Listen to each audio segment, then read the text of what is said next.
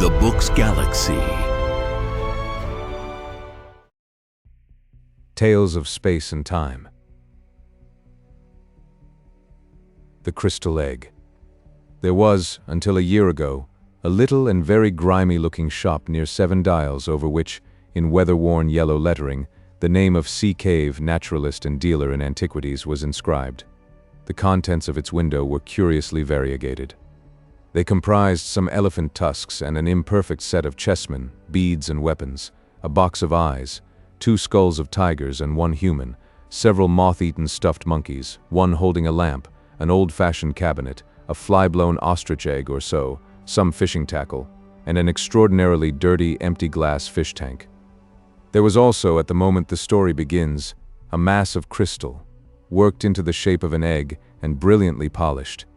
And at that 2 people, who stood outside the window, were looking, one of them a tall, thin clergyman, the other a black-bearded young man of dusky complexion and unobtrusive costume. The dusky young man spoke with eager gesticulation, and seemed anxious for his companion to purchase the article. While they were there, Mr. Cave came into his shop, his beard still wagging with the bread and butter of his tea. When he saw these men and the object of their regard, his countenance fell. He glanced guiltily over his shoulder and softly shut the door.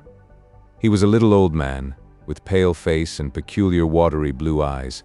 His hair was a dirty gray, and he wore a shabby blue frock coat, an ancient silk hat, and carpet slippers very much down at heel. He remained watching the 2 men as they talked. The clergyman went deep into his trouser pocket, examined a handful of money, and showed his teeth in an agreeable smile. Mr. Cave seemed still more depressed when they came into the shop. The clergyman, without any ceremony, asked the price of the crystal egg. Mr. Cave glanced nervously towards the door leading into the parlor and said £5. The clergyman protested that the price was high. To his companion as well as to Mr. Cave, it was, indeed, very much more than Mr. Cave had intended to ask when he had stocked the article, and an attempt at bargaining ensued. Mr. Cave stepped to the shop door and held it open. £5 is my price, he said, as though he wished to save himself the trouble of unprofitable discussion. As he did so, the upper portion of a woman's face appeared above the blind in the glass upper panel of the door leading into the parlor, and stared curiously at the 2 customers. £5 is my price, said Mr. Cave, with a quiver in his voice. The swarthy young man had so far remained a spectator, watching Cave keenly. Now he spoke. "Give him £5, he said. The clergyman glanced at him to see if he were in earnest, and, when he looked at Mr. Cave again, he saw that the latter's face was white. "It's a lot of money," said the clergyman, and diving into his pocket, began counting his resources. He had little more than 30 shillings, and he appealed to his companion, with whom he seemed to be on terms of considerable intimacy. This gave Mr. Cave an opportunity of collecting his thoughts, and he began to explain in an agitated manner that the crystal was not, as a matter of fact, entirely free for sale. His 2 customers were naturally surprised at this, and inquired why he had not thought of that before he began to bargain. Mr. Cave became confused, but he stuck to his story, that the crystal was not in the market that afternoon, that a probable purchaser of it had already appeared. The 2, treating this as an attempt to raise the price still further, made as if they would leave the shop. But at this point the parlor door opened, and the owner of the dark fringe and the little eyes appeared. She was a coarse-featured, corpulent woman, younger and very much larger than Mr. Cave. She walked heavily, and her face was flushed. "That crystal is for sale," she said, "and £5 is a good enough price for it. I can't think what you're about, Cave, not to take the gentleman's offer." Mr. Cave, greatly perturbed by the eruption, looked angrily at her over the rims of his spectacles, and, without excessive assurance, asserted his right to manage his business in his own way. An altercation began. The 2 customers watched the scene with interest and some amusement, occasionally assisting Mrs. Cave with suggestions. Mr. Cave, hard-driven, persisted in a confused and impossible story of an enquiry for the crystal that morning, and his agitation became painful. But he stuck to his point with extraordinary persistence. It was the young Oriental who ended this curious controversy. He proposed that they should call again in the course of 2 days, so as to give the alleged inquirer a fair chance. "And then we must insist," said the clergyman, £5. Mrs. Cave took it on herself to apologize for her husband, explaining that he was sometimes a little odd, and as the two customers left, the couple prepared for a free discussion of the incident in all its bearings. Mrs. Cave talked to her husband with singular directness. The poor little man, quivering with emotion, muddled himself between his stories, maintaining on the one hand that he had another customer in view, and on the other asserting that the crystal was honestly worth 10 guineas. "Why did you ask £5?" said his wife. "Do let me manage my business my own way," said Mr. Cave. Mr. Cave had living with him a stepdaughter and a stepson, and at supper that night the transaction was rediscussed. None of them had a high opinion of Mr. Cave's business methods, and this action seemed a culminating folly. "It's my opinion he's refused that crystal before," said the stepson, a loose-limbed lout of 18. "But £5," said the stepdaughter, an argumentative young woman of 26. Mr. Cave's answers were wretched. He could only mumble weak assertions that he knew his own business best. They drove him from his half-eaten supper into the shop, to close it for the night, his ears aflame and tears of vexation behind his spectacles. Why had he left the crystal in the window so long? The folly of it. That was the trouble closest in his mind. For a time he could see no way of evading sale. After supper his stepdaughter and stepson smartened themselves up and went out, and his wife retired upstairs to reflect upon the business aspects of the crystal, over a little sugar and lemon and so forth in hot water. Mr. Cave went into the shop and stayed there until late, ostensibly to make ornamental rockeries for goldfish cases, but really for a private purpose that will be better explained later. The next day Mrs. Cave found that the crystal had been removed from the window and was lying behind some second-hand books on angling. She replaced it in a conspicuous position. But she did not argue further about it, as a nervous headache disinclined her from debate. Mr. Cave was always disinclined. The day passed disagreeably. Mr. Cave was, if anything, more absent-minded than usual, and uncommonly irritable withal. In the afternoon, when his wife was taking her customary sleep, he removed the crystal from the window again. The next day Mr. Cave had to deliver a consignment of dogfish at one of the hospital schools, where they were needed for dissection. In his absence, Mrs. Cave's mind reverted to the topic of the crystal and the methods of expenditure suitable to a windfall of £5. She had already devised some very agreeable expedients, among others a dress of green silk for herself and a trip to Richmond, when a jangling of the front doorbell summoned her into the shop. The customer was an examination coach who came to complain of the non-delivery of certain frogs asked for the previous day. Mrs. Cave did not approve of this particular branch of Mr. Cave's business, and the gentleman, who had called in a somewhat aggressive mood, retired after a brief exchange of words, entirely civil so far as he was concerned. Mrs. Cave's eye then naturally turned to the window, for the sight of the crystal was an assurance of the £5 and of her dreams. What was her surprise to find it gone? She went to the place behind the locker on the counter, where she had discovered it the day before. It was not there, and she immediately began an eager search about the shop. When Mr. Cave returned from his business with the dogfish, about 1:45 in the afternoon, he found the shop in some confusion, and his wife, extremely exasperated and on her knees behind the counter, routing among his taxidermic material. Her face came up hot and angry over the counter as the jangling bell announced his return, and she forthwith accused him of hiding it. "Hid what?" asked Mr. Cave. "The crystal." At that Mr. Cave, apparently much surprised, rushed to the window. "Isn't it here?" he said. "Great heavens! What has become of it?" Just then, Mr. Cave's stepson re-entered the shop from the inner room. He had come home a minute or so before Mr. Cave, and he was blaspheming freely. He was apprenticed to a second-hand furniture dealer down the road, but he had his meals at home, and he was naturally annoyed to find no dinner ready. But when he heard of the loss of the crystal, he forgot his meal, and his anger was diverted from his mother to his stepfather. Their first idea, of course, was that he had hidden it. But Mr. Cave stoutly denied all knowledge of its fate, freely offering his bedabbled affidavit in the matter, and at last was worked up to the point of accusing, first, his wife and then his stepson of having taken it with a view to a private sale. So began an exceedingly acrimonious and emotional discussion, which ended for Mrs. Cave in a peculiar nervous condition midway between hysterics and amuck, and caused the stepson to be half an hour late at the furniture establishment in the afternoon. Mr. Cave took refuge from his wife's emotions in the shop. In the evening the matter was resumed with less passion and in a judicial spirit under the presidency of the stepdaughter. The supper passed unhappily and culminated in a painful scene. Mr. Cave gave way at last to extreme exasperation and went out banging the front door violently. The rest of the family, having discussed him with the freedom his absence warranted, hunted the house from garret to cellar, hoping to light upon the crystal. The next day the two customers called again. They were received by Mrs. Cave almost in tears.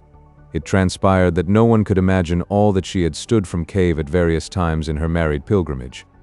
She also gave a garbled account of the disappearance. The clergyman and the Oriental laughed silently at one another and said it was very extraordinary. As Mrs. Cave seemed disposed to give them the complete history of her life, they made to leave the shop. Thereupon Mrs. Cave, still clinging to hope, asked for the clergyman's address, so that if she could get anything out of Cave, she might communicate it. The address was duly given, but apparently was afterwards mislaid. Mrs. Cave can remember nothing about it. In the evening of that day, the Caves seemed to have exhausted their emotions, and Mr. Cave, who had been out in the afternoon, supped in a gloomy isolation that contrasted pleasantly with the impassioned controversy of the previous days. For some time matters were very badly strained in the Cave household, but neither crystal nor customer reappeared. Now, without mincing the matter, we must admit that Mr. Cave was a liar. He knew perfectly well where the crystal was. It was in the rooms of Mr. Jacoby Wace, assistant demonstrator at St. Catherine's Hospital, Westbourne Street. It stood on the sideboard partially covered by a black velvet cloth and beside a decanter of American whiskey. It is from Mr. Wace, indeed, that the particulars upon which this narrative is based were derived. Cave had taken off the thing to the hospital hidden in the dogfish sack, and there had pressed the young investigator to keep it for him. Mr. Wace was a little dubious at first. His relationship to Cave was peculiar. He had a taste for singular characters, and he had more than once invited the old man to smoke and drink in his rooms, and to unfold his rather amusing views of life in general and of his wife in particular. Mr. Wace had encountered Mrs. Cave, too, on occasions when Mr. Cave was not at home to attend to him. He knew the constant interference to which Cave was subjected, and having weighed the story judicially, he decided to give the crystal a refuge. Mr. Cave promised to explain the reasons for his remarkable affection for the crystal more fully on a later occasion, but he spoke distinctly of seeing visions therein. He called on Mr. Wace the same evening. He told a complicated story. The crystal, he said, had come into his possession with other oddments at the forced sale of another curiosity dealer's effects, and not knowing what its value might be, he had ticketed it at 10 shillings. It had hung upon his hands at that price for some months, and he was thinking of reducing the figure when he made a singular discovery. At that time his health was very bad, and it must be borne in mind that, throughout all this experience, his physical condition was one of ebb, and he was in considerable distress by reason of the negligence, the positive ill treatment even, he received from his wife and stepchildren. His wife was vain, extravagant, unfeeling, and had a growing taste for private drinking. His stepdaughter was mean and overreaching, and his stepson had conceived a violent dislike for him and lost no chance of showing it. The requirements of his business pressed heavily upon him, and Mr. Wace does not think that he was altogether free from occasional intemperance. He had begun life in a comfortable position. He was a man of fair education, and he suffered for weeks at a stretch from melancholia and insomnia. Afraid to disturb his family, he would slip quietly from his wife's side when his thoughts became intolerable and wander about the house. And about 3 o'clock one morning, late in August, chance directed him into the shop. The dirty little place was impenetrably black except in one spot, where he perceived an unusual glow of light. Approaching this, he discovered it to be the crystal egg, which was standing on the corner of the counter towards the window. A thin ray smote through a crack in the shutters, impinged upon the object, and seemed as it were to fill its entire interior. It occurred to Mr. Cave that this was not in accordance with the laws of optics as he had known them in his younger days. He could understand the rays being refracted by the crystal and coming to a focus in its interior, but this diffusion jarred with his physical conceptions. He approached the crystal nearly, peering into it and round it, with a transient revival of the scientific curiosity that in his youth had determined his choice of a calling. He was surprised to find the light not steady, but writhing within the substance of the egg, as though that object was a hollow sphere of some luminous vapor. In moving about to get different points of view, he suddenly found that he had come between it and the ray, and that the crystal nonetheless remained luminous. Greatly astonished, he lifted it out of the light ray and carried it to the darkest part of the shop. It remained bright for some 4 or 5 minutes, when it slowly faded and went out. He placed it in the thin streak of daylight, and its luminousness was almost immediately restored. So far, at least, Mr. Wace was able to verify the remarkable story of Mr. Cave. He has himself repeatedly held this crystal in a ray of light, which had to be of a less diameter than 1 millimeter, and in a perfect darkness, such as could be produced by velvet wrapping, the crystal did undoubtedly appear very faintly phosphorescent. It would seem, however, that the luminousness was of some exceptional sort, and not equally visible to all eyes, for Mr. Harbinger, whose name will be familiar to the scientific reader in connection with the Pasteur Institute, was quite unable to see any light whatever, and Mr. Wace's own capacity for its appreciation was out of comparison inferior to that of Mr. Cave's. Even with Mr. Cave, the power varied very considerably. His vision was most vivid during states of extreme weakness and fatigue. Now, from the outset, this light in the crystal exercised a curious fascination upon Mr. Cave, and it says more for his loneliness of soul than a volume of pathetic writing could do, that he told no human being of his curious observations. He seems to have been living in such an atmosphere of petty spite that to admit the existence of a pleasure would have been to risk the loss of it. He found that as the dawn advanced, and the amount of diffused light increased, the crystal became to all appearance non-luminous, and for some time he was unable to see anything in it, except at night time, in dark corners of the shop. But the use of an old velvet cloth, which he used as a background for a collection of minerals, occurred to him, and by doubling this and putting it over his head and hands, he was able to get a sight of the luminous movement within the crystal even in the daytime. He was very cautious lest he should be thus discovered by his wife, and he practiced this occupation only in the afternoons, while she was asleep upstairs, and then circumspectly in a hollow under the counter.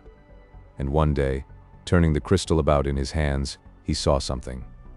It came and went like a flash, but it gave him the impression that the object had for a moment opened to him the view of a wide and spacious and strange country, and turning it about, he did, just as the light faded, see the same vision again. Now it would be tedious and unnecessary to state all the phases of Mr. Cave's discovery from this point. Suffice that the effect was this: the crystal, being peered into at an angle of about 137 degrees from the direction of the illuminating ray, gave a clear and consistent picture of a wide and peculiar countryside. It was not dreamlike at all. It produced a definite impression of reality, and the better the light, the more real and solid it seemed. It was a moving picture, that is to say, certain objects moved in it, but slowly in an orderly manner like real things, and according as the direction of the lighting and vision changed, the picture changed also. It must indeed have been like looking through an oval glass at a view and turning the glass about to get at different aspects. Mr. Cave's statements, Mr. Wace assures me, were extremely circumstantial and entirely free from any of that emotional quality that taints hallucinatory impressions. But it must be remembered that all the efforts of Mr. Wace to see any similar clarity in the faint opalescence of the crystal were wholly unsuccessful, try as he would. The difference in intensity of the impressions received by the two men was very great, and it is quite conceivable that what was a view to Mr. Cave was a mere blurred nebulosity to Mr. Wace. The view, as Mr. Cave described it, was invariably of an extensive plain, and he seemed always to be looking at it from a considerable height, as if from a tower or a mast. To the east and to the west the plain was bounded at a remote distance by vast reddish cliffs, which reminded him of those he had seen in some picture. But what the picture was, Mr. Wace was unable to ascertain. These cliffs passed north and south. He could tell the points of the compass by the stars that were visible of a night, receding in an almost illimitable perspective, and fading into the mists of the distance before they met.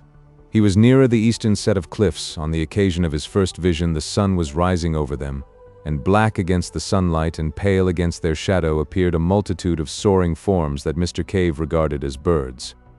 A vast range of buildings spread below him. He seemed to be looking down upon them, and, as they approached the blurred and refracted edge of the picture, they became indistinct. There were also trees curious in shape, and in coloring, a deep mossy green and an exquisite gray beside a wide and shining canal. And something great and brilliantly colored flew across the picture. But the first time Mr. Cave saw these pictures, he saw only in flashes. His hands shook, his head moved, the vision came and went, and grew foggy and indistinct, and at first he had the greatest difficulty in finding the picture again once the direction of it was lost. His next clear vision, which came about a week after the first, the interval having yielded nothing but tantalizing glimpses and some useful experience, showed him the view down the length of the valley.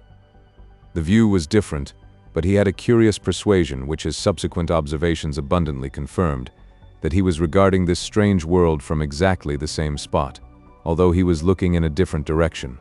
The long facade of the great building, whose roof he had looked down upon before, was now receding in perspective. He recognized the roof.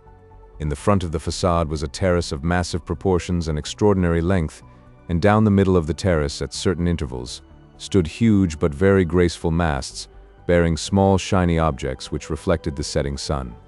The import of these small objects did not occur to Mr. Cave until some time after, as he was describing the scene to Mr. Wace. The terrace overhung a thicket of the most luxuriant and graceful vegetation, and beyond this was a wide grassy lawn on which certain broad creatures, in form like beetles but enormously larger, reposed. Beyond this again was a richly decorated causeway of pinkish stone, and beyond that, and lined with dense red weeds, and passing up the valley exactly parallel with the distant cliffs, was a broad and mirror-like expanse of water. The air seemed full of squadrons of great birds, maneuvering in stately curves, and across the river was a multitude of splendid buildings, richly colored and glittering with metallic tracery and facets, among a forest of moss-like and lichenous trees. And suddenly something flapped repeatedly across the vision, like the fluttering of a jeweled fan or the beating of a wing, and a face, or rather the upper part of a face with very large eyes, came as it were close to his own, and as if on the other side of the crystal. Mr. Cave was so startled and so impressed by the absolute reality of these eyes, that he drew his head back from the crystal to look behind it. He had become so absorbed in watching that he was quite surprised to find himself in the cool darkness of his little shop, with its familiar odor of methyl, mustiness, and decay. And as he blinked about him, the glowing crystal faded and went out. Such were the first general impressions of Mr. Cave. The story is curiously direct and circumstantial. From the outset, when the valley first flashed momentarily on his senses, his imagination was strangely affected, and, as he began to appreciate the details of the scene he saw, his wonder rose to the point of a passion. He went about his business listless and distraught, thinking only of the time when he should be able to return to his watching, and then a few weeks after his first sight of the valley came the two customers, the stress and excitement of their offer, and the narrow escape of the crystal from sale, as I have already told. Now, while the thing was Mr. Cave's secret, it remained a mere wonder, a thing to creep to covertly and peep at, as a child might peep upon a forbidden garden. But Mr. Wace has, for a young scientific investigator, a particularly lucid and consecutive habit of mind. Directly the crystal and its story came to him, and he had satisfied himself, by seeing the phosphorescence with his own eyes, that there really was a certain evidence for Mr. Cave's statements, he proceeded to develop the matter systematically. Mr. Cave was only too eager to come and feast his eyes on this wonderland he saw, and he came every night from 8:30 until 10:30, and sometimes in Mr. Wace's absence during the day. On Sunday afternoons also he came.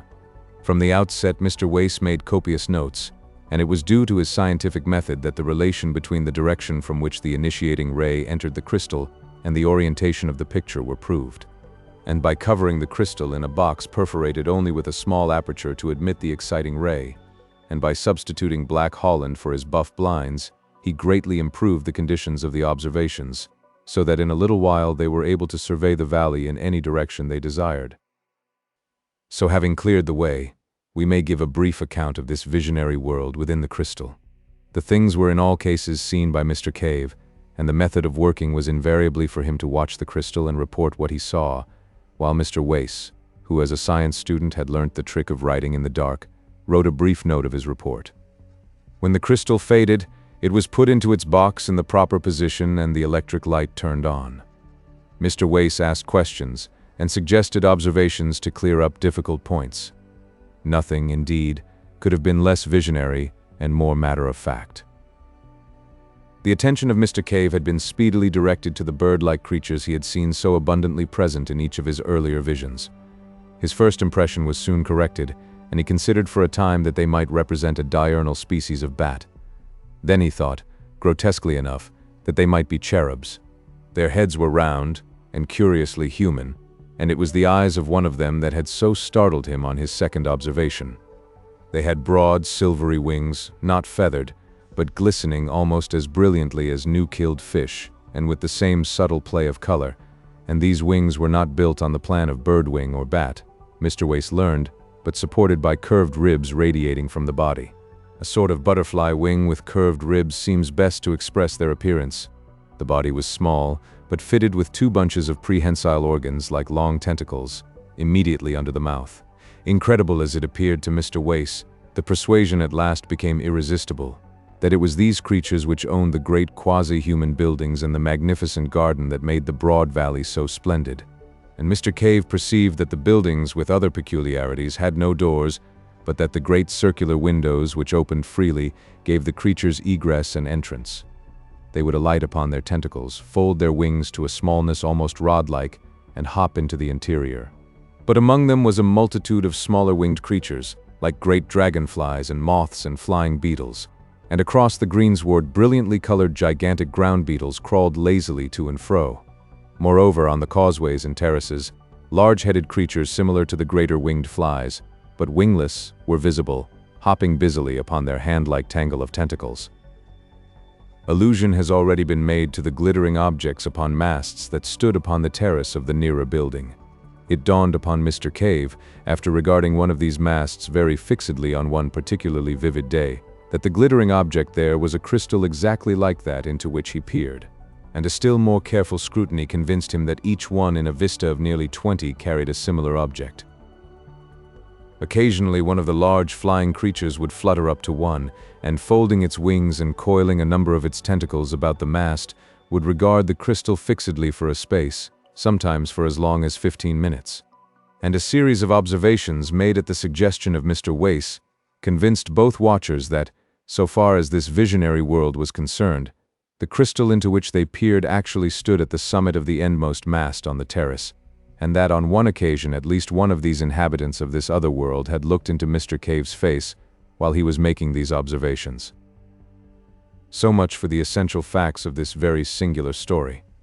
Unless we dismiss it all as the ingenious fabrication of Mr. Wace, we have to believe one of two things: either that Mr. Cave's crystal was in two worlds at once, and that, while it was carried about in one, it remained stationary in the other, which seems altogether absurd. Or else that it had some peculiar relation of sympathy with another and exactly similar crystal in this other world, so that what was seen in the interior of the one in this world was, under suitable conditions, visible to an observer in the corresponding crystal in the other world, and vice versa. At present, indeed, we do not know of any way in which two crystals could so come in rapport, but nowadays we know enough to understand that the thing is not altogether impossible. This view of the crystals as en rapport was the supposition that occurred to Mr. Wace, and to me at least it seems extremely plausible. And where was this other world? On this also the alert intelligence of Mr. Wace speedily threw light. After sunset the sky darkened rapidly. There was a very brief twilight interval indeed, and the stars shone out. They were recognizably the same as those we see, arranged in the same constellations.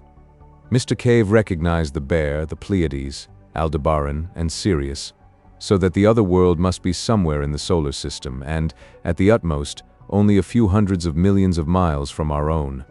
Following up this clue, Mr. Wace learned that the midnight sky was a darker blue even than our midwinter sky, and that the sun seemed a little smaller, and there were two small moons, like our moon but smaller, and quite differently marked, one of which moved so rapidly that its motion was clearly visible as one regarded it. These moons were never high in the sky, but vanished as they rose. That is, every time they revolved they were eclipsed, because they were so near their primary planet. And all this answers quite completely, although Mr. Cave did not know it, to what must be the condition of things on Mars. Indeed, it seems an exceedingly plausible conclusion that peering into this crystal Mr. Cave did actually see the planet Mars and its inhabitants. And, if that be the case, then the evening star that shone so brilliantly in the sky of that distant vision was neither more nor less than our own familiar Earth. For a time the Martians, if they were Martians, do not seem to have known of Mr. Cave's inspection. Once or twice one would come to peer, and go away very shortly to some other mast, as though the vision was unsatisfactory. During this time Mr. Cave was able to watch the proceedings of these winged people without being disturbed by their attentions and, although his report is necessarily vague and fragmentary, it is nevertheless very suggestive. Imagine the impression of humanity a Martian observer would get who, after a difficult process of preparation and with considerable fatigue to the eyes, was able to peer at London from the steeple of St. Martin's Church for stretches, at longest, of 4 minutes at a time. Mr. Cave was unable to ascertain if the winged Martians were the same as the Martians who hopped about the causeways and terraces, and if the latter could put on wings at will. He several times saw certain clumsy bipeds, dimly suggestive of apes, white and partially translucent, feeding among certain of the lichenous trees, and once some of these fled before one of the hopping, round-headed Martians. The latter caught one in its tentacles, and then the picture faded suddenly and left Mr. Cave most tantalizingly in the dark. On another occasion, a vast thing that Mr. Cave thought at first was some gigantic insect appeared advancing along the causeway beside the canal with extraordinary rapidity. As this drew nearer, Mr. Cave perceived that it was a mechanism of shining metals and of extraordinary complexity. And then, when he looked again, it had passed out of sight. After a time, Mr. Wace aspired to attract the attention of the Martians, and the next time that the strange eyes of one of them appeared close to the crystal, Mr. Cave cried out and sprang away, and they immediately turned on the light and began to gesticulate in a manner suggestive of signaling. But when at last Mr. Cave examined the crystal again, the Martian had departed. Thus far these observations had progressed in early November, and then Mr. Cave, feeling that the suspicions of his family about the crystal were allayed, began to take it to and fro with him in order that, as occasion arose in the daytime or night, he might comfort himself with what was fast becoming the most real thing in his existence. In December, Mr. Wace's work in connection with a forthcoming examination became heavy. The sittings were reluctantly suspended for a week, and for 10 or 11 days, he is not quite sure which, he saw nothing of Cave. He then grew anxious to resume these investigations, and, the stress of his seasonal labors being abated, he went down to 7 Dials. At the corner he noticed a shutter before a bird fancier's window, and then another at a cobbler's. Mr. Cave's shop was closed. He rapped, and the door was opened by the stepson in black. He at once called Mrs. Cave, who was, Mr. Wace could not but observe, in cheap but ample widow's weeds of the most imposing pattern. Without any very great surprise, Mr. Wace learnt that Cave was dead and already buried. She was in tears, and her voice was a little thick. She had just returned from Highgate. Her mind seemed occupied with her own prospects and the honorable details of the obsequies, but Mr. Wace was at last able to learn the particulars of Cave's death. He had been found dead in his shop in the early morning, the day after his last visit to Mr. Wace, and the crystal had been clasped in his stone-cold hands. His face was smiling, said Mrs. Cave, and the velvet cloth from the minerals lay on the floor at his feet. He must have been dead 5 or 6 hours when he was found. This came as a great shock to Wace, and he began to reproach himself bitterly for having neglected the plain symptoms of the old man's ill health. But his chief thought was of the crystal. He approached that topic in a gingerly manner, because he knew Mrs. Cave's peculiarities. He was dumbfounded to learn that it was sold. Mrs. Cave's first impulse, directly Cave's body had been taken upstairs, had been to write to the mad clergyman who had offered £5 for the crystal, informing him of its recovery. But after a violent hunt in which her daughter joined her, they were convinced of the loss of his address. As they were without the means required to mourn and bury Cave in the elaborate style the dignity of an old 7 Dials inhabitant demands, they had appealed to a friendly fellow tradesman in Great Portland Street. He had very kindly taken over a portion of the stock at a valuation. The valuation was his own, and the crystal egg was included in one of the lots. Mr. Wace, after a few suitable consolatory observations, a little offhandedly proffered perhaps, hurried at once to Great Portland Street. But there he learned that the crystal egg had already been sold to a tall, dark man in gray. And there the material facts in this curious, and to me at least very suggestive story come abruptly to an end. The Great Portland Street dealer did not know who the tall, dark man in gray was, nor had he observed him with sufficient attention to describe him minutely. He did not even know which way this person had gone after leaving the shop. For a time Mr. Wace remained in the shop, trying the dealer's patience with hopeless questions, venting his own exasperation. And at last, realizing abruptly that the whole thing had passed out of his hands, had vanished like a vision of the night, he returned to his own rooms, a little astonished to find the notes he had made still tangible and visible upon his untidy table. His annoyance and disappointment were naturally very great. He made a second call, equally ineffectual, upon the Great Portland Street dealer, and he resorted to advertisements in such periodicals as were likely to come into the hands of a bric-a-brac collector. He also wrote letters to the Daily Chronicle and Nature, but both those periodicals, suspecting a hoax, asked him to reconsider his action before they printed, and he was advised that such a strange story, unfortunately so bare of supporting evidence, might imperil his reputation as an investigator. Moreover, the calls of his proper work were urgent, so that after a month or so, save for an occasional reminder to certain dealers, he had reluctantly to abandon the quest for the crystal egg, and from that day to this it remains undiscovered. Occasionally, however, he tells me, and I can quite believe him, he has bursts of zeal in which he abandons his more urgent occupation and resumes the search. Whether or not it will remain lost forever, with the material and origin of it, are things equally speculative at the present time. If the present purchaser is a collector, one would have expected the enquiries of Mr. Wace to have reached him through the dealers. He has been able to discover Mr. Cave's clergyman and Oriental, no other than the Reverend James Parker and the young Prince of Bosso Kuni in Java. I am obliged to them for certain particulars. The object of the prince was simply curiosity and extravagance. He was so eager to buy, because Cave was so oddly reluctant to sell. It is just as possible that the buyer in the second instance was simply a casual purchaser and not a collector at all, and the crystal egg, for all I know, may at the present moment be within a mile of me, decorating a drawing room or serving as a paperweight, its remarkable functions all unknown. Indeed, it is partly with the idea of such a possibility that I have thrown this narrative into a form that will give it a chance of being read by the ordinary consumer of fiction. My own ideas in the matter are practically identical with those of Mr. Wace. I believe the crystal on the mast in Mars and the crystal egg of Mr. Cave's to be in some physical, but at present quite inexplicable, way en rapport, and we both believe further that the terrestrial crystal must have been possibly at some remote date sent hither from that planet, in order to give the Martians a near view of our affairs. Possibly the fellows to the crystals in the other masts are also on our globe. No theory of hallucination suffices for the facts. The star. It was on the first day of the new year that the announcement was made, almost simultaneously from 3 observatories, that the motion of the planet Neptune, the outermost of all the planets that wheel about the sun, had become very erratic. Ogilvy had already called attention to a suspected retardation in its velocity in December.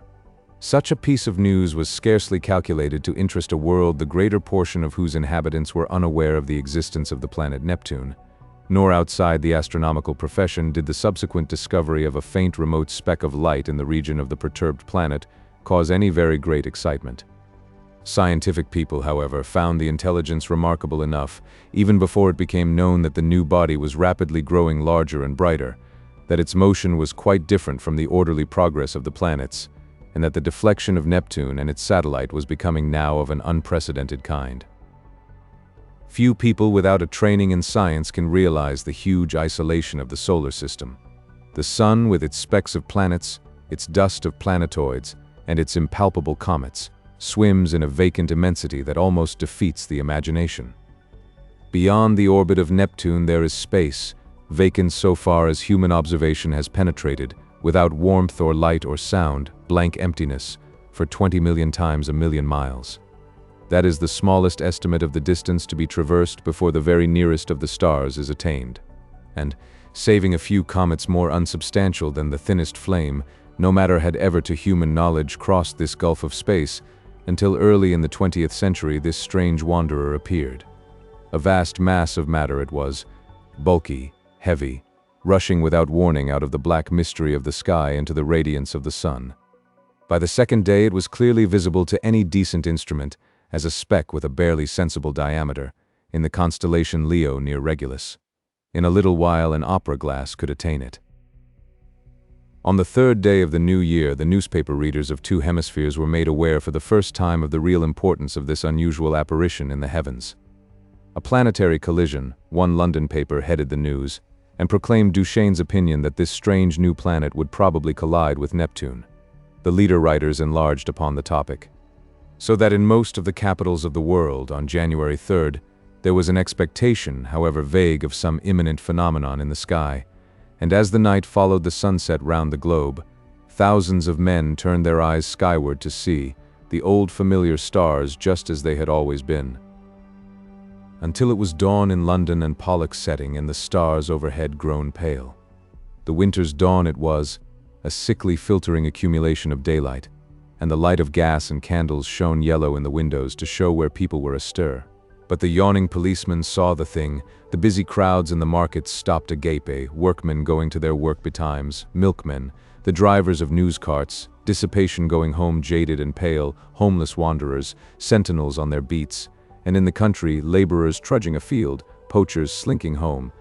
All over the dusky, quickening country it could be seen, and out at sea by seamen watching for the day, a great white star comes suddenly into the westward sky. Brighter it was than any star in our skies, brighter than the evening star at its brightest. It still glowed out white and large, no mere twinkling spot of light, but a small round clear shining disk, an hour after the day had come.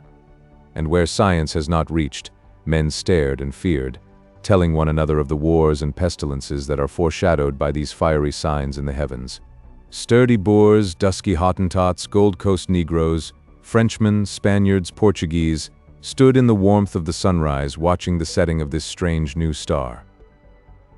And in 100 observatories there had been suppressed excitement, rising almost to shouting pitch, as the two remote bodies had rushed together, and a hurrying to and fro, to gather photographic apparatus and spectroscope, and this appliance and that, to record this novel astonishing sight, the destruction of a world.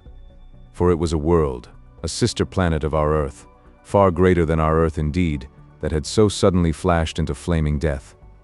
Neptune it was, had been struck, fairly and squarely, by the strange planet from outer space, and the heat of the concussion had incontinently turned two solid globes into one vast mass of incandescence.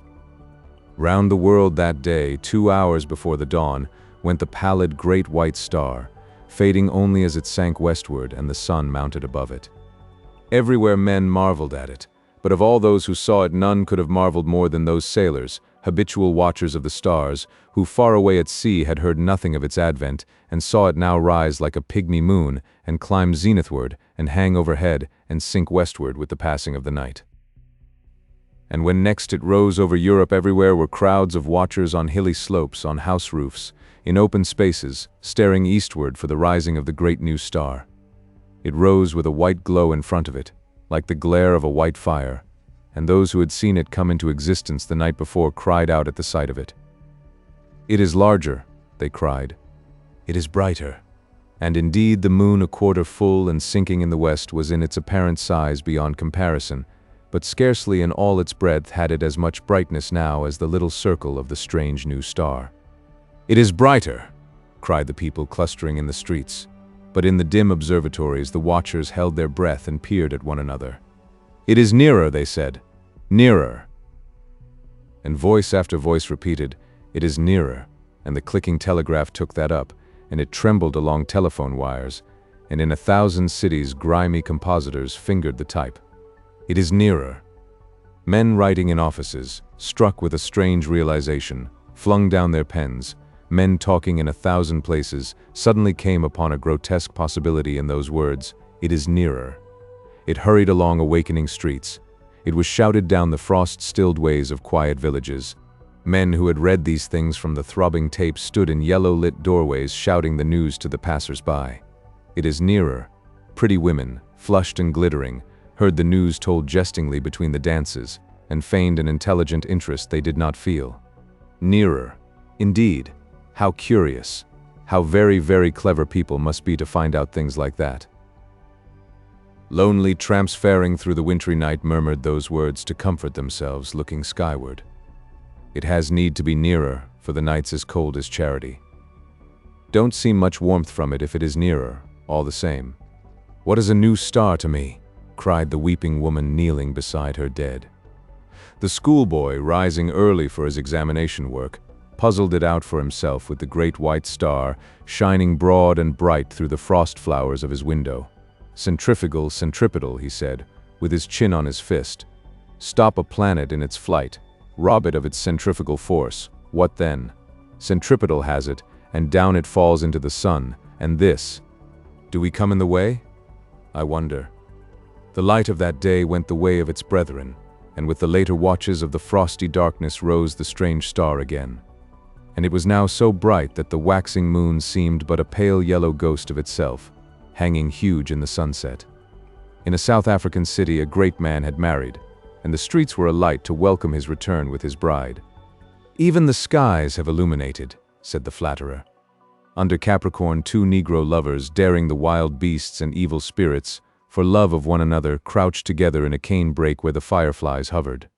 That is our star, they whispered, and felt strangely comforted by the sweet brilliance of its light. The master mathematician sat in his private room and pushed the papers from him. His calculations were already finished. In a small white file there still remained a little of the drug that had kept him awake and active for 4 long nights. Each day, serene, explicit, patient as ever, he had given his lecture to his students, and then had come back at once to this momentous calculation. His face was grave, a little drawn and hectic from his drugged activity.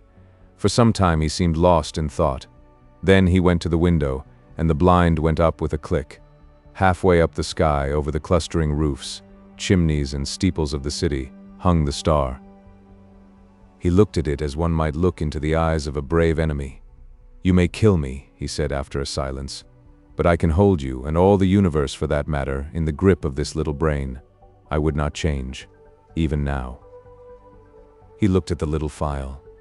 "There will be no need of sleep again," he said. The next day at noon, punctual to the minute, he entered his lecture theater, put his hat on the end of the table as his habit was, and carefully selected a large piece of chalk. It was a joke among his students that he could not lecture without that piece of chalk to fumble in his fingers, and once he had been stricken to impotence by their hiding his supply. He came and looked under his gray eyebrows at the rising tiers of young fresh faces, and spoke with his accustomed studied commonness of phrasing. "Circumstances have arisen, circumstances beyond my control," he said and paused, "which will debar me from completing the course I had designed. It would seem, gentlemen, if I may put the thing clearly and briefly, that man has lived in vain." The students glanced at one another. Had they heard aright? Mad, raised eyebrows and grinning lips there were, but 1 or 2 faces remained intent upon his calm, gray-fringed face. "It will be interesting," he was saying, "to devote this morning to an exposition, so far as I can make it clear to you, of the calculations that have led me to this conclusion. Let us assume—" He turned towards the blackboard, meditating a diagram in the way that was usual to him. "What was that about lived in vain?" whispered one student to another. "Listen," said the other, nodding towards the lecturer. And presently they began to understand. That night the star rose later, for its proper eastward motion had carried it some way across Leo towards Virgo, and its brightness was so great that the sky became a luminous blue as it rose, and every star was hidden in its turn, save only Jupiter near the zenith, Capella, Aldebaran, Sirius, and the pointers of the Bear. It was very white and beautiful. In many parts of the world that night a pallid halo encircled it about. It was perceptibly larger. In the clear refractive sky of the tropics it seemed as if it were nearly a quarter the size of the moon. The frost was still on the ground in England, but the world was as brightly lit as if it were midsummer moonlight. One could see to read quite ordinary print by that cold, clear light, and in the cities the lamps burnt yellow and wan. And everywhere the world was awake that night, and throughout Christendom a somber murmur hung in the keen air over the countryside like the belling of bees in the heather, and this murmurous tumult grew to a clangor in the cities. It was the tolling of the bells in a million belfry towers and steeples, summoning the people to sleep no more, to sin no more, but to gather in their churches and pray. And overhead, growing larger and brighter, as the earth rolled on its way and the night passed, rose the dazzling star. And the streets and houses were alight in all the cities, the shipyards glared, and whatever roads led to high country were lit and crowded all night long. And in all the seas about the civilized lands, ships with throbbing engines and ships with bellying sails, crowded with men and living creatures, were standing out to ocean and the north. For already the warning of the master mathematician had been telegraphed all over the world and translated into 100 tongues. The new planet and Neptune, locked in a fiery embrace, were whirling headlong ever faster and faster towards the sun. Already every second this blazing mass flew 100 miles, and every second its terrific velocity increased. As it flew now, indeed, it must pass 100 million of miles wide of the earth and scarcely affect it. But near its destined path, as yet only slightly perturbed, spun the mighty planet Jupiter and his moons sweeping splendid round the sun. Every moment now the attraction between the fiery star and the greatest of the planets grew stronger. And the result of that attraction? Inevitably Jupiter would be deflected from its orbit into an elliptical path, and the burning star, swung by his attraction wide of its sunward rush, would describe a curved path and perhaps collide with, and certainly pass very close to, our Earth. Earthquakes, volcanic outbreaks, cyclones, sea waves, floods, and a steady rise in temperature to I know not what limit, so prophesied the master mathematician. And overhead, to carry out his words, lonely and cold and livid, blazed the star of the coming doom. To many who stared at it that night until their eyes ached, it seemed that it was visibly approaching. And that night, too, the weather changed, and the frost that had gripped all Central Europe and France and England softened towards a thaw. But you must not imagine, because I have spoken of people praying through the night and people going aboard ships and people fleeing towards mountainous country, that the whole world was already in a terror because of the star. As a matter of fact, use and want still ruled the world, and save for the talk of idle moments and the splendor of the night, 9 human beings out of 10 were still busy at their common occupations. In all the cities the shops, save one here and there, opened and closed at their proper hours. The doctor and the undertaker plied their trades. The workers gathered in the factories, soldiers drilled, scholars studied, lovers sought one another, thieves lurked and fled, politicians planned their schemes. The presses of the newspapers roared through the nights, and many a priest of this church and that would not open his holy building to further what he considered a foolish panic. The newspapers insisted on the lesson of the year 1000, for then, too, people had anticipated the end. The star was no star, mere gas, a comet, and were it a star it could not possibly strike the earth. There was no precedent for such a thing. Common sense was sturdy everywhere, scornful, jesting, a little inclined to persecute the obdurate fearful. That night, at 7:15 by Greenwich time, the star would be at its nearest to Jupiter. Then the world would see the turn things would take. The master mathematician's grim warnings were treated by many as so much mere elaborate self-advertisement. Common sense at last, a little heated by argument, signified its unalterable convictions by going to bed. So too, barbarism and savagery, already tired of the novelty, went about their nightly business, and save for a howling dog here and there, the beast world left the star unheeded. And yet, when at last the watchers in the European states saw the star rise, an hour later it is true, but no larger than it had been the night before, there were still plenty awake to laugh at the master mathematician, to take the danger as if it had passed. But hereafter the laughter ceased. The star grew. It grew with a terrible steadiness hour after hour, a little larger each hour, a little nearer the midnight zenith, and brighter, until it had turned night into a second day. Had it come straight to the earth instead of in a curved path, had it lost no velocity to Jupiter, it must have leapt the intervening gulf in a day, but as it was, it took 5 days altogether to come by our planet. The next night it had become a third the size of the moon before it set to English eyes, and the thaw was assured. It rose over America near the size of the moon, but blinding white to look at, and hot, and a breath of hot wind blew now with its rising and gathering strength, and in Virginia and Brazil and down the St. Lawrence Valley, it shone intermittently through a driving reek of thunderclouds, flickering violet lightning, and hail unprecedented. In Manitoba was a thaw and devastating floods.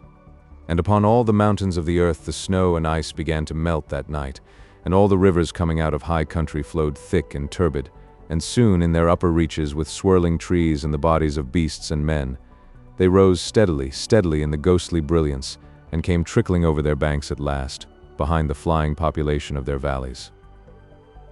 And along the coast of Argentina and up the South Atlantic, the tides were higher than had ever been in the memory of man, and the storms drove the waters in many cases scores of miles inland, drowning whole cities. And so great grew the heat during the night that the rising of the sun was like the coming of a shadow. The earthquakes began and grew until all down America from the Arctic Circle to Cape Horn, hillsides were sliding, fissures were opening, and houses and walls crumbling to destruction. The whole side of Cotopaxi slipped out in one vast convulsion, and a tumult of lava poured out so high and broad and swift and liquid that in one day it reached the sea. So the star, with the wan moon in its wake, marched across the Pacific, trailed the thunderstorms like the hem of a robe, and the growing tidal wave that toiled behind it, frothing and eager, poured over island and swept them clear of men. Until that wave came at last in a blinding light, and with the breath of a furnace, swift and terrible it came, a wall of water, 50 feet high, roaring hungrily upon the long coasts of Asia, and swept inland across the plains of China. For a space the star, hotter now and larger and brighter than the sun in its strength, showed with pitiless brilliance the wide and populous country, towns and villages with their pagodas and trees, roads, wide cultivated fields, millions of sleepless people staring in helpless terror at the incandescent sky. And then, low and growing, came the murmur of the flood. And thus it was with millions of men that night, a flight now hither, with limbs heavy with heat, and breath fierce and scant, and the flood like a wall swift and white behind, and then death. China was lit glowing white, but over Japan and Java and all the islands of Eastern Asia the great star was a ball of dull red fire because of the steam and smoke and ashes the volcanoes were spouting forth to salute its coming. Above was the lava, hot gases and ash, and below the seething floods, and the whole earth swayed and rumbled with the earthquake shocks. Soon the immemorial snows of Tibet and the Himalaya were melting and pouring down by 10 million deepening converging channels upon the plains of Burma and Hindustan. The tangled summits of the Indian jungles were aflame in 1,000 places, and below the hurrying waters around the stems were dark objects that still struggled feebly and reflected the blood-red tongues of fire. And in a rudderless confusion a multitude of men and women fled down the broad riverways to that one last hope of men, the open sea. Larger grew the star, and larger, hotter, and brighter with a terrible swiftness now. The tropical ocean had lost its phosphorescence, and the whirling steam rose in ghostly wreaths from the black waves that plunged incessantly, speckled with storm-tossed ships. And then came a wonder. It seemed to those who in Europe watched for the rising of the star that the world must have ceased its rotation. In 1,000 open spaces of down and upland, the people who had fled thither from the floods and the falling houses and sliding slopes of hill watched for that rising in vain. Hour followed hour through a terrible suspense, and the star rose not. Once again men set their eyes upon the old constellations they had counted lost to them forever. In England it was hot and clear overhead, though the ground quivered perpetually, but in the tropics, Sirius and Capella and Aldebaran showed through a veil of steam. And when at last the great star rose near 10 hours late, the sun rose close upon it, and in the center of its white heart was a disk of black. Over Asia it was the star had begun to fall behind the movement of the sky, and then suddenly, as it hung over India, its light had been veiled. All the plain of India from the mouth of the Indus to the mouths of the Ganges was a shallow waste of shining water that night, out of which rose temples and palaces, mounds and hills, black with people. Every minaret was a clustering mass of people who fell one by one into the turbid waters as heat and terror overcame them. The whole land seemed a wailing, and suddenly there swept a shadow across that furnace of despair, and a breath of cold wind, and a gathering of clouds out of the cooling air. Men looking up, near blinded, at the star, saw that a black disk was creeping across the light. It was the moon coming between the star and the earth. And even as men cried to God at this respite, out of the east with a strange, inexplicable swiftness sprang the sun. And then star, sun and moon rushed together across the heavens. So it was that presently, to the European watchers, star and sun rose close upon each other, drove headlong for a space and then slower, and at last came to rest. Star and sun merged into one glare of flame at the zenith of the sky. The moon no longer eclipsed the star but was lost to sight in the brilliance of the sky. And though those who were still alive regarded it for the most part with that dull stupidity that hunger, fatigue, heat, and despair engender, there were still men who could perceive the meaning of these signs. Star and earth had been at their nearest, had swung about one another, and the star had passed. Already it was receding, swifter and swifter, in the last stage of its headlong journey downward into the sun. And then the clouds gathered, blotting out the vision of the sky. The thunder and lightning wove a garment round the world. All over the earth was such a downpour of rain as men had never before seen, and where the volcanoes flared red against the cloud canopy there descended torrents of mud.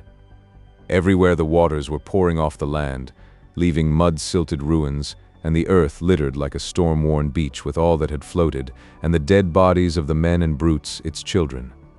For days the water streamed off the land, sweeping away soil and trees and houses in the way, and piling huge dikes and scooping out titanic gullies over the countryside. Those were the days of darkness that followed the star and the heat, all through them, and for many weeks and months the earthquakes continued. But the star had passed, and men, hunger-driven and gathering courage only slowly, might creep back to their ruined cities, buried granaries and sodden fields. Such few ships as had escaped the storms of that time came stunned and shattered, and sounding their way cautiously through the new marks and shoals of once familiar ports. And as the storm subsided, men perceived that everywhere the days were hotter than of yore, and the sun larger, and the moon, shrunk to a third of its former size, took now 80 days between its new and new. But of the new brotherhood that grew presently among men, of the saving of laws and books and machines, of the strange change that had come over Iceland and Greenland and the shores of Baffin's Bay, so that the sailors coming there presently found them green and gracious, and could scarce believe their eyes, this story does not tell. Nor of the movement of mankind now that the earth was hotter, northward and southward towards the poles of the earth. It concerns itself only with the coming and the passing of the star. The Martian astronomers, for there are astronomers on Mars, although they are very different beings from men, were naturally profoundly interested by these things. They saw them from their own standpoint, of course. Considering the mass and temperature of the missile that was flung through our solar system into the sun, one wrote, "It is astonishing what a little damage the Earth, which it missed so narrowly, has sustained. All the familiar continental markings and the masses of the seas remain intact, and indeed the only difference seems to be a shrinkage of the white discoloration, supposed to be frozen water round either pole, which only shows how small the vastest of human catastrophes may seem at a distance of a few million miles." A story of the Stone Age. 1. Uglomi and Uya. This story is of a time beyond the memory of man, before the beginning of history, a time when one might have walked dryshod from France, as we call it now, to England, and when a broad and sluggish Thames flowed through its marshes to meet its father Rhine, flowing through a wide and level country that is under water in these latter days, and which we know by the name of the North Sea.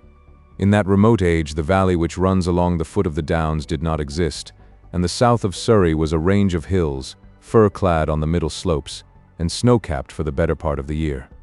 The cores of its summits still remain as Leith Hill, and Pitch Hill, and Hindhead.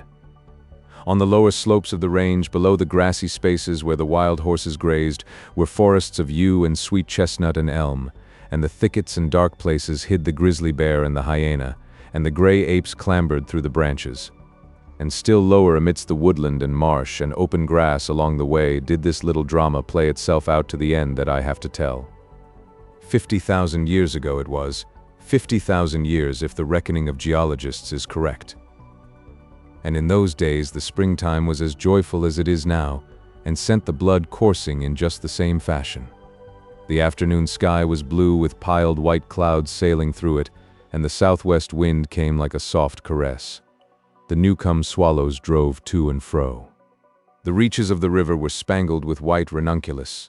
The marshy places were starred with ladies' smock and lit with marshmallow wherever the regiments of the sedges lowered their swords, and the northward-moving hippopotami, shiny black monsters, sporting clumsily, came floundering and blundering through it all, rejoicing dimly and possessed with one clear idea: to splash the river muddy.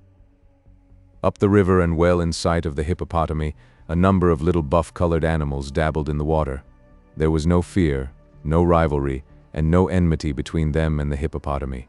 As the great bulks came crashing through the reeds and smashed the mirror of the water into silvery splashes, these little creatures shouted and gesticulated with glee. It was the surest sign of high spring. "Bolu," they cried. "Baya. Bolu." They were the children of the menfolk, the smoke of whose encampment rose from the knoll at the river's bend. Wild-eyed youngsters they were, with matted hair and little broad-nosed impish faces covered, as some children are covered even nowadays, with a delicate down of hair. They were narrow in the loins and long in the arms, and their ears had no lobes and had little pointed tips, a thing that still, in rare instances, survives. Stark, naked, vivid little gypsies, as active as monkeys and as full of chatter, though a little wanting in words. Their elders were hidden from the wallowing hippopotami by the crest of the knoll. The human squatting place was a trampled area among the dead brown fronds of royal fern, through which the croziers of this year's growth were unrolling to the light and warmth. The fire was a smoldering heap of char, light gray and black, replenished by the old women from time to time with brown leaves. Most of the men were asleep. They slept sitting with their foreheads on their knees. They had killed that morning a good quarry, enough for all, a deer that had been wounded by hunting dogs, so that there had been no quarreling among them, and some of the women were still gnawing the bones that lay scattered about. Others were making a heap of leaves and sticks to feed Brother Fire when the darkness came again, that he might grow strong and tall therewith, and guard them against the beasts. And two were piling flints that they brought, an armful at a time, from the bend of the river where the children were at play. None of these buff-skinned savages were clothed, but some wore about their hips rude girdles of adder skin or crackling undressed hide, from which depended little bags, not made, but torn from the paws of beasts, and carrying the rudely dressed flints that were men's chief weapons and tools. And one woman, the mate of Uya the cunning man, wore a wonderful necklace of perforated fossils that others had worn before her. Beside some of the sleeping men lay the big antlers of the elk, with the tines chipped to sharp edges, and long sticks, hacked at the ends with flints into sharp points. There was little else save these things and the smoldering fire to mark these human beings off from the wild animals that ranged the country. But Uya the cunning did not sleep, but sat with a bone in his hand and scraped busily thereon with a flint, a thing no animal would do. He was the oldest man in the tribe, beetle-browed, prognathous, lank-armed. He had a beard and his cheeks were hairy, and his chest and arms were black with thick hair. And by virtue both of his strength and cunning he was master of the tribe, and his share was always the most and the best. Udina had hidden herself among the alders because she was afraid of Uya. She was still a girl, and her eyes were bright and her smile pleasant to see. He had given her a piece of the liver, a man's piece, and a wonderful treat for a girl to get. But as she took it, the other woman with the necklace had looked at her, an evil glance, and Uglomi had made a noise in his throat. At that, Uya had looked at him long and steadfastly, and Uglomi's face had fallen, and then Uya had looked at her. She was frightened, and she had stolen away, while the feeding was still going on, and Uya was busy with the marrow of a bone. Afterwards he had wandered about as if looking for her. And now she crouched among the alders, wondering mightily what Uya might be doing with the flint and the bone, and Uglomi was not to be seen. Presently a squirrel came leaping through the alders, and she lay so quiet the little man was within 6 feet of her before he saw her, whereupon he dashed up a stem in a hurry and began to chatter and scold her. "What are you doing here?" he asked, away from the other men-beasts. "Peace," said Udina, but he only chattered more, and then she began to break off the little black cones to throw at him. He dodged and defied her, and she grew excited and rose up to throw better, and then she saw Uya coming down the knoll. He had seen the movement of her pale arm amidst the thicket. He was very keen-eyed.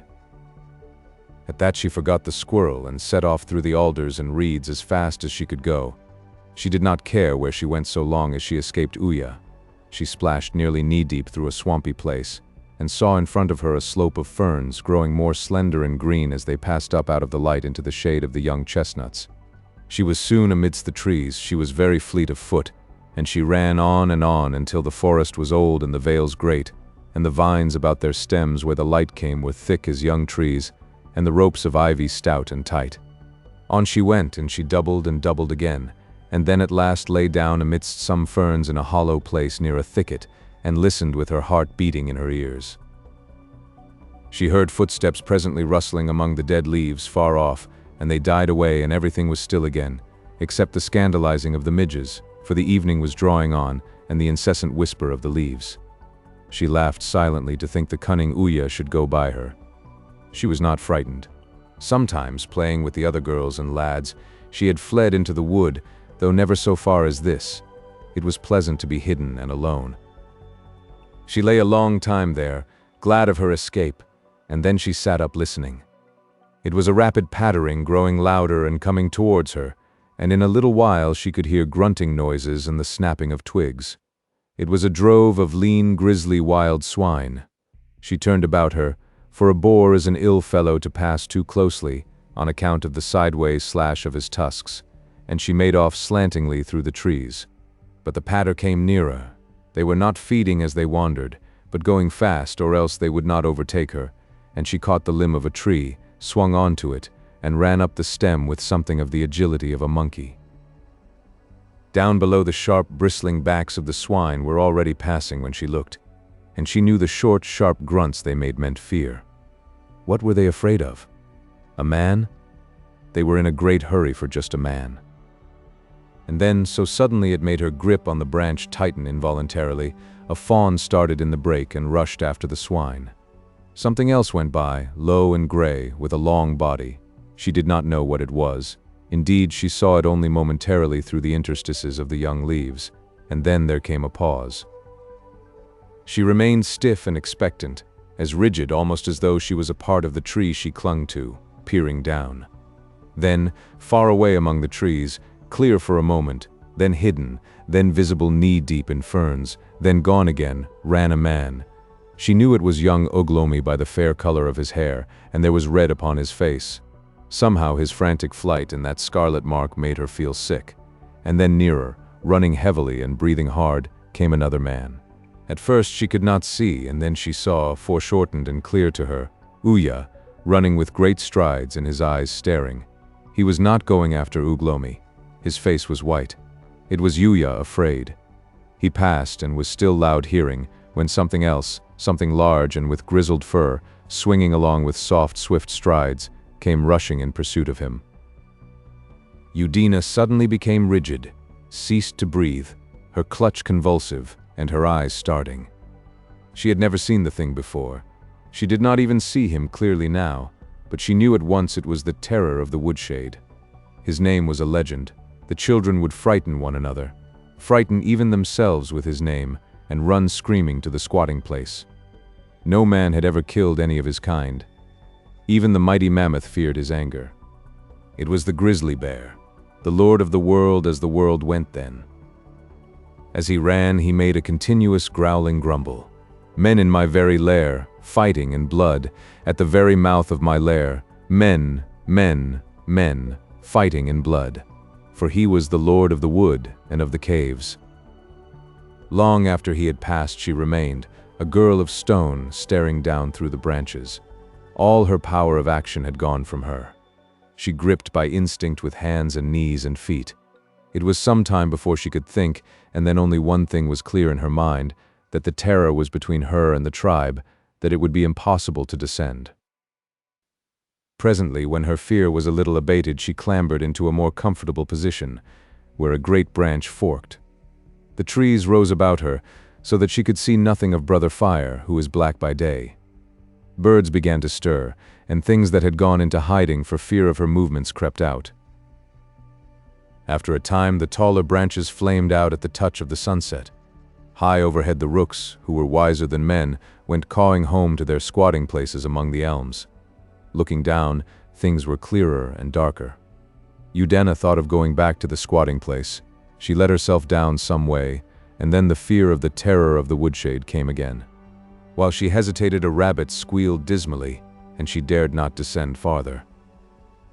The shadows gathered, and the deeps of the forest began stirring. Udena went up the tree again to be nearer the light. Down below, the shadows came out of their hiding places and walked abroad. Overhead the blue deepened. A dreadful stillness came, and then the leaves began whispering. Udena shivered and thought of Brother Fire. The shadows now were gathering in the trees. They sat on the branches and watched her. Branches and leaves were turned to ominous, quiet black shapes that would spring on her if she stirred. Then the white owl, flitting silently, came ghostly through the shades. Darker grew the world and darker, until the leaves and twigs against the sky were black, and the ground was hidden. She remained there all night, an age-long vigil, straining her ears for the things that went on below in the darkness, and keeping motionless lest some stealthy beast should discover her. Man in those days was never alone in the dark, save for such rare accidents as this. Age after age he had learnt the lesson of its terror, a lesson we poor children of his have nowadays painfully to unlearn. Udena, though in age a woman, was in heart like a little child. She kept as still, poor little animal, as a hare before it is started. The stars gathered and watched her, her one grain of comfort. In one bright one she fancied there was something like Uglomi. Then she fancied it was Uglomi. And near him, red and duller, was Uya, and as the night passed, Uglomi fled before him up the sky. She tried to see Brother Fire, who guarded the squatting place from beasts, but he was not in sight.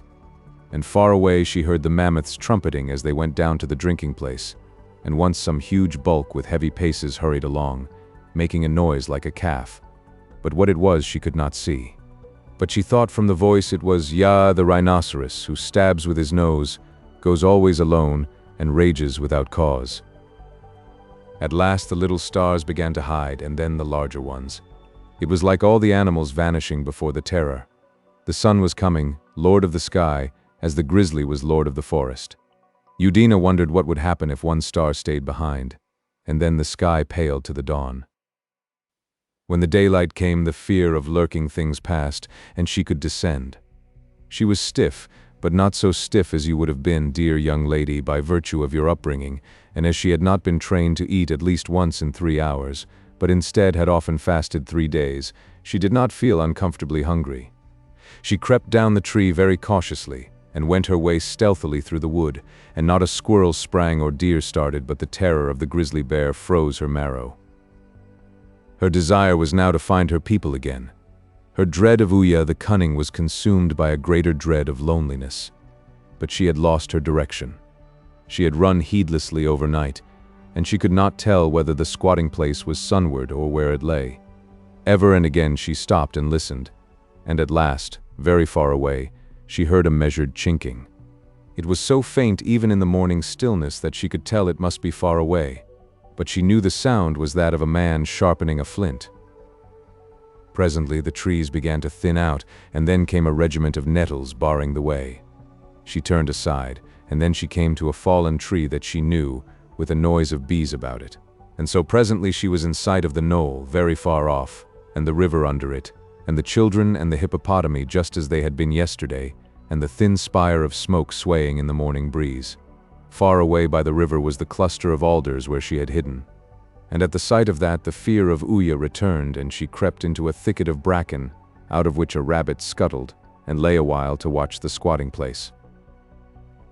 The men were mostly out of sight, saving Wah, the flint chopper, and at that she felt safer. They were away hunting food, no doubt. Some of the women, too, were down in the stream, stooping intent, seeking mussels, crayfish, and water snails, and at the sight of their occupation Udena felt hungry. She rose and ran through the fern, designing to join them. As she went, she heard a voice among the bracken calling softly. She stopped. Then suddenly she heard a rustle behind her, and turning saw Uglomi rising out of the fern. There were streaks of brown blood and dirt on his face, and his eyes were fierce, and the white stone of Uya, the white firestone, that none but Uya dared to touch, was in his hand. In a stride he was beside her, and gripped her arm. He swung her about, and thrust her before him towards the woods. "Uya," he said, and waved his arms about. She heard a cry, looked back, and saw all the women standing up, and 2 wading out of the stream. Then came a nearer howling, and the old woman with the beard, who watched the fire on the knoll, was waving her arms, and Wah, the man who had been chipping the flint, was getting to his feet. The little children too were hurrying and shouting. "Come," said Uglomi, and dragged her by the arm. She still did not understand. "Uya has called the death word," said Uglomi, and she glanced back at the screaming curve of figures and understood. Wow, and all the women and children were coming towards them, a scattered array of buff, shock-headed figures, howling, leaping, and crying. Over the knoll 2 youths hurried. Down among the ferns to the right came a man, heading them off from the wood. Uglomi left her arm, and the 2 began running side by side, leaping the bracken and stepping clear and wide. Udina, knowing her fleetness and the fleetness of Uglomi, laughed aloud at the unequal chase. They were an exceptionally straight-limbed couple for those days. They soon cleared the open, and drew near the wood of chestnut trees again, neither afraid now because neither was alone. They slackened their pace, already not excessive, and suddenly Udina cried and swerved aside, pointing, and looking up through the tree stems. Uglomi saw the feet and legs of men running towards him. Udina was already running off at a tangent. And as he too turned to follow her, they heard the voice of Uya coming through the trees and roaring out his rage at them. Then terror came in their hearts, not the terror that numbs, but the terror that makes one silent and swift. They were cut off now on 2 sides. They were in a sort of corner of pursuit. On the right hand, and near by them, came the men swift and heavy, with bearded Uya, antler in hand, leading them, and on the left, scattered as one scatters corn, yellow dashes among the fern and grass, ran Wow and the women, and even the little children from the shallow had joined the chase. The 2 parties converged upon them. Off they went, with Udina ahead. They knew there was no mercy for them. There was no hunting so sweet to these ancient men as the hunting of men. Once the fierce passion of the chase was lit, the feeble beginnings of humanity in them were thrown to the winds, and Uya in the night had marked Uglomi with the death word. Uglomi was the day's quarry, the appointed feast. They ran straight. It was their only chance, taking whatever ground came in the way, a spread of stinging nettles, an open glade, a clump of grass out of which a hyena fled snarling. Then woods again, long stretches of shady leaf mold and moss under the green trunks. Then a stiff slope, tree-clad, and long vistas of trees, a glade, a succulent green area of black mud, a wide open space again, and then a clump of lacerating brambles, with beast tracks through it. Behind them the chase trailed out and scattered, with Uya ever at their heels. Udina kept the first place, running light and with her breath easy, for Uglomi carried the firestone in his hand. It told on his pace not at first, but after a time. His footsteps behind her suddenly grew remote. Glancing over her shoulder as they crossed another open space, Udina saw that Uglomi was many yards behind her, and Uya close upon him, with antler already raised in the air to strike him down. Wow and the others were but just emerging from the shadow of the woods. Seeing Uglomi in peril, Udina ran sideways, looking back, threw up her arms and cried aloud, just as the antler flew. And young Uglomi, expecting this and understanding her cry, ducked his head, so that the missile merely struck his scalp lightly, making but a trivial wound, and flew over him. He turned forthwith, the quartzite firestone in both hands, and hurled it straight at Uya's body as he ran loose from the throw. Uya shouted, but could not dodge it. It took him under the ribs, heavy and flat, and he reeled and went down without a cry. Uglomi caught up the antler, one tine of it was tipped with his own blood, and came running on again with a red trickle just coming out of his hair. Uya rolled over twice, and lay a moment before he got up, and then he did not run fast. The color of his face was changed. Wow overtook him, and then others, and he coughed and labored in his breath. But he kept on. At last the 2 fugitives gained the bank of the river, where the stream ran deep and narrow, and they still had 50 yards in hand of Wow, the foremost pursuer, the man who made the smiting stones. He carried one, a large flint, the shape of an oyster and double the size, chipped to a chisel edge, in either hand. They sprang down the steep bank into the stream, rushed through the water, swam the deep current in 2 or 3 strokes, and came out wading again, dripping and refreshed, to clamber up the farther bank. It was undermined, and with willows growing thickly therefrom, so that it needed clambering. And while Udina was still among the silvery branches and Ugh Lomi still in the water, for the antler had encumbered him, Wow came up against the sky on the opposite bank, and the smiting stone, thrown cunningly, took the side of Udina's knee. She struggled to the top and fell.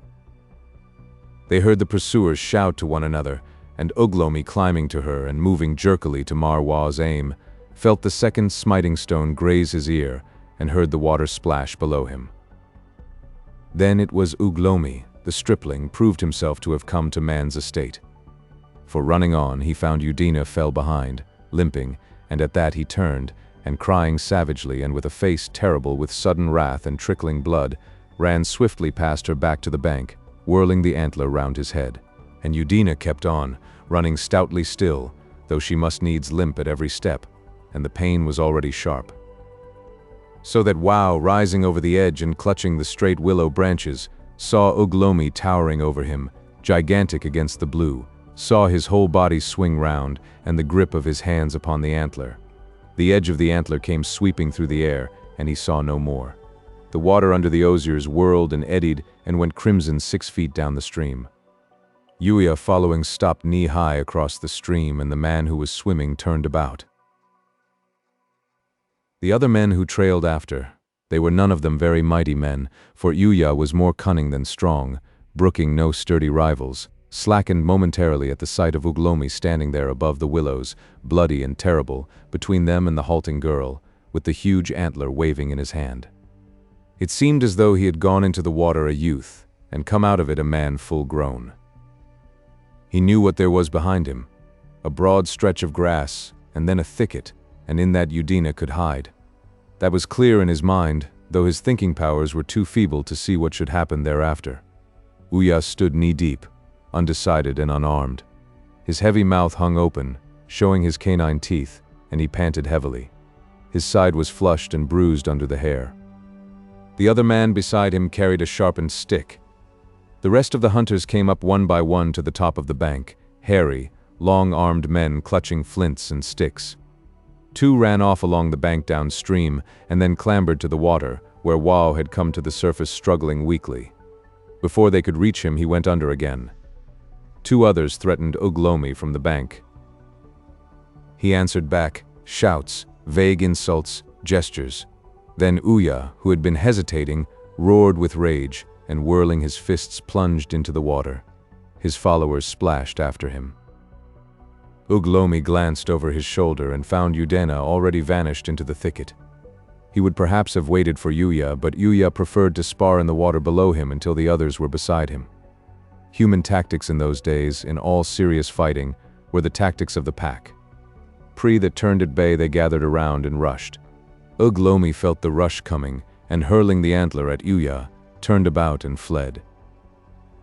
When he halted to look back from the shadow of the thicket, he found only 3 of his pursuers had followed him across the river, and they were going back again. Yuya, with a bleeding mouth, was on the farther side of the stream again, but lower down, and holding his hand to his side. The others were in the river dragging something to shore. For a time at least, the chase was intermitted. Ugh Lomi stood watching for a space, and snarled at the sight of Yuya. Then he turned and plunged into the thicket. In a minute, Udina came hastening to join him, and they went on hand in hand. He dimly perceived the pain she suffered from the cut and bruised knee, and chose the easier ways. But they went on all that day, mile after mile, through wood and thicket, until at last they came to the chalkland, open grass with rare woods of beech, and the birch growing near water, and they saw the Wealden Mountains nearer, and groups of horses grazing together. They went circumspectly, keeping always near thicket and cover, for this was a strange region, even its ways were strange. Steadily the ground rose, until the chestnut forests spread wide and blue below them, and the Thames marshes shone silvery high and far. They saw no men, for in those days men were still only just come into this part of the world, and were moving but slowly along the riverways. Towards evening they came on the river again, but now it ran in a gorge, between high cliffs of white chalk that sometimes overhung it. Down the cliffs was a scrub of birches, and there were many birds there. And high up the cliff was a little shelf by a tree, whereon they clambered to pass the night. They had had scarcely any food. It was not the time of year for berries, and they had no time to go aside to snare or waylay. They tramped in a hungry, weary silence, gnawing at twigs and leaves. But over the surface of the cliffs were a multitude of snails, and in a bush were the freshly laid eggs of a little bird. And then Ugh Lomi threw at and killed a squirrel in a beech tree, so that at last they fed well. Ugh Lomi watched during the night, his chin on his knees, and he heard young foxes crying hard by, and the noise of mammoths down the gorge, and the hyenas yelling and laughing far away. It was chilly, but they dared not light a fire. Whenever he dozed, his spirit went abroad, and straightway met with the spirit of Uya, and they fought. And always Ugh Lomi was paralyzed so that he could not smite nor run, and then he would awake suddenly. Udina, too, dreamt evil things of Uya, so that they both awoke with the fear of him in their hearts, and by the light of the dawn they saw a woolly rhinoceros go blundering down the valley. During the day they caressed one another and were glad of the sunshine, and Udina's leg was so stiff she sat on the ledge all day. Ugh Lomi found great flints sticking out of the cliff face, greater than any he had seen, and he dragged some to the ledge and began chipping, so as to be armed against Uya when he came again. And at one he laughed heartily, and Udina laughed, and they threw it about in derision. It had a hole in it. They stuck their fingers through it. It was very funny indeed. Then they peeped at one another through it. Afterwards, Ugh Lomi got himself a stick, and thrusting by chance at this foolish flint, the stick went in and stuck there. He had rammed it in too tightly to withdraw it. That was still strange, scarcely funny, terrible almost, and for a time Ugh Lomi did not greatly care to touch the thing. It was as if the flint had bit, and held with its teeth. But then he got familiar with the odd combination. He swung it about, and perceived that the stick with the heavy stone on the end struck a better blow than anything he knew. He went to and fro swinging it, and striking with it, but later he tired of it, and threw it aside. In the afternoon he went up over the brow of the white cliff, and lay watching by a rabbit warren until the rabbits came out to play. There were no men thereabouts, and the rabbits were heedless. He threw a smiting stone he had made, and got a kill. That night they made a fire from flint sparks and bracken fronds, and talked and caressed by it. And in their sleep Uya's spirit came again, and suddenly, while Ugh Lomi was trying to fight vainly, the foolish flint on the stick came into his hand, and he struck Uya with it, and behold, it killed him. But afterwards came other dreams of Uya, for spirits take a lot of killing, and he had to be killed again. Then after that the stone would not keep on the stick. He awoke tired and rather gloomy, and was sulky all the forenoon, in spite of Udina's kindliness, and instead of hunting he sat chipping a sharp edge to the singular flint, and looking strangely at her. Then he bound the perforated flint onto the stick with strips of rabbit skin, and afterwards he walked up and down the ledge, striking with it, and muttering to himself, and thinking of Uya. It felt very fine and heavy in the hand. Several days, more than there was any counting in those days, 5 days it may be, or 6, did Ugh Lomi and Udina stay on that shelf in the gorge of the river, and they lost all fear of men, and their fire burnt redly of a night. And they were very merry together. There was food every day, sweet water, and no enemies. Udina's knee was well in a couple of days, for those ancient savages had quick healing flesh. Indeed, they were very happy. On one of those days, Ugh Lomi dropped a chunk of flint over the cliff.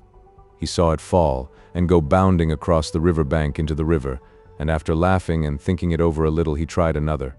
This smashed a bush of hazel in the most interesting way.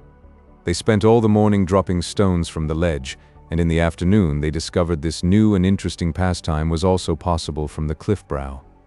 The next day they had forgotten this delight, or at least it seemed they had forgotten. But Uya came in dreams to spoil the paradise. 3 nights he came fighting Ugh Lomi. In the morning after these dreams, Ugh Lomi would walk up and down, threatening him and swinging the axe, and at last came the night after Ugh Lomi brained the otter, and they had feasted. Uya went too far. Uglomi awoke, scowling under his heavy brows, and he took his axe, and extending his hand towards Udena, he bade her wait for him upon the ledge. Then he clambered down the white declivity, glanced up once from the foot of it, and flourished his axe, and without looking back again went striding along the riverbank until the overhanging cliff at the bend hid him. 2 days and nights did Udena sit alone by the fire on the ledge waiting, and in the night the beasts howled over the cliffs and down the valley, and on the cliff over against her the hunched hyenas prowled black against the sky. But no evil thing came near her save fear. Once, far away, she heard the roaring of a lion, following the horses as they came northward over the grasslands with the spring. All that time she waited, the waiting that is pain. And the 3rd day Uglomi came back, up the river. The plumes of a raven were in his hair. The first axe was red-stained, and had long dark hairs upon it, and he carried the necklace that had marked the favorite of Uya in his hand. He walked in the soft places, giving no heed to his trail. Save a raw cut below his jaw, there was not a wound upon him. "Uya," cried Uglomi exultant, and Udena saw it was well. He put the necklace on Udena, and they ate and drank together.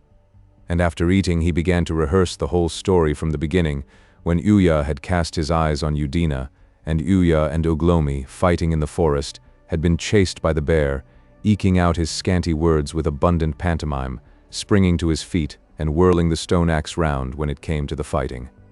The last fight was a mighty one, stamping and shouting, and once a blow at the fire that sent a torrent of sparks up into the night. And Udena sat red in the light of the fire, gloating on him, her face flushed and her eyes shining, and the necklace Uya had made about her neck. It was a splendid time, and the stars that looked down on us looked down on her, our ancestor, who has been dead now these 50,000 years. 2. The Cave Bear.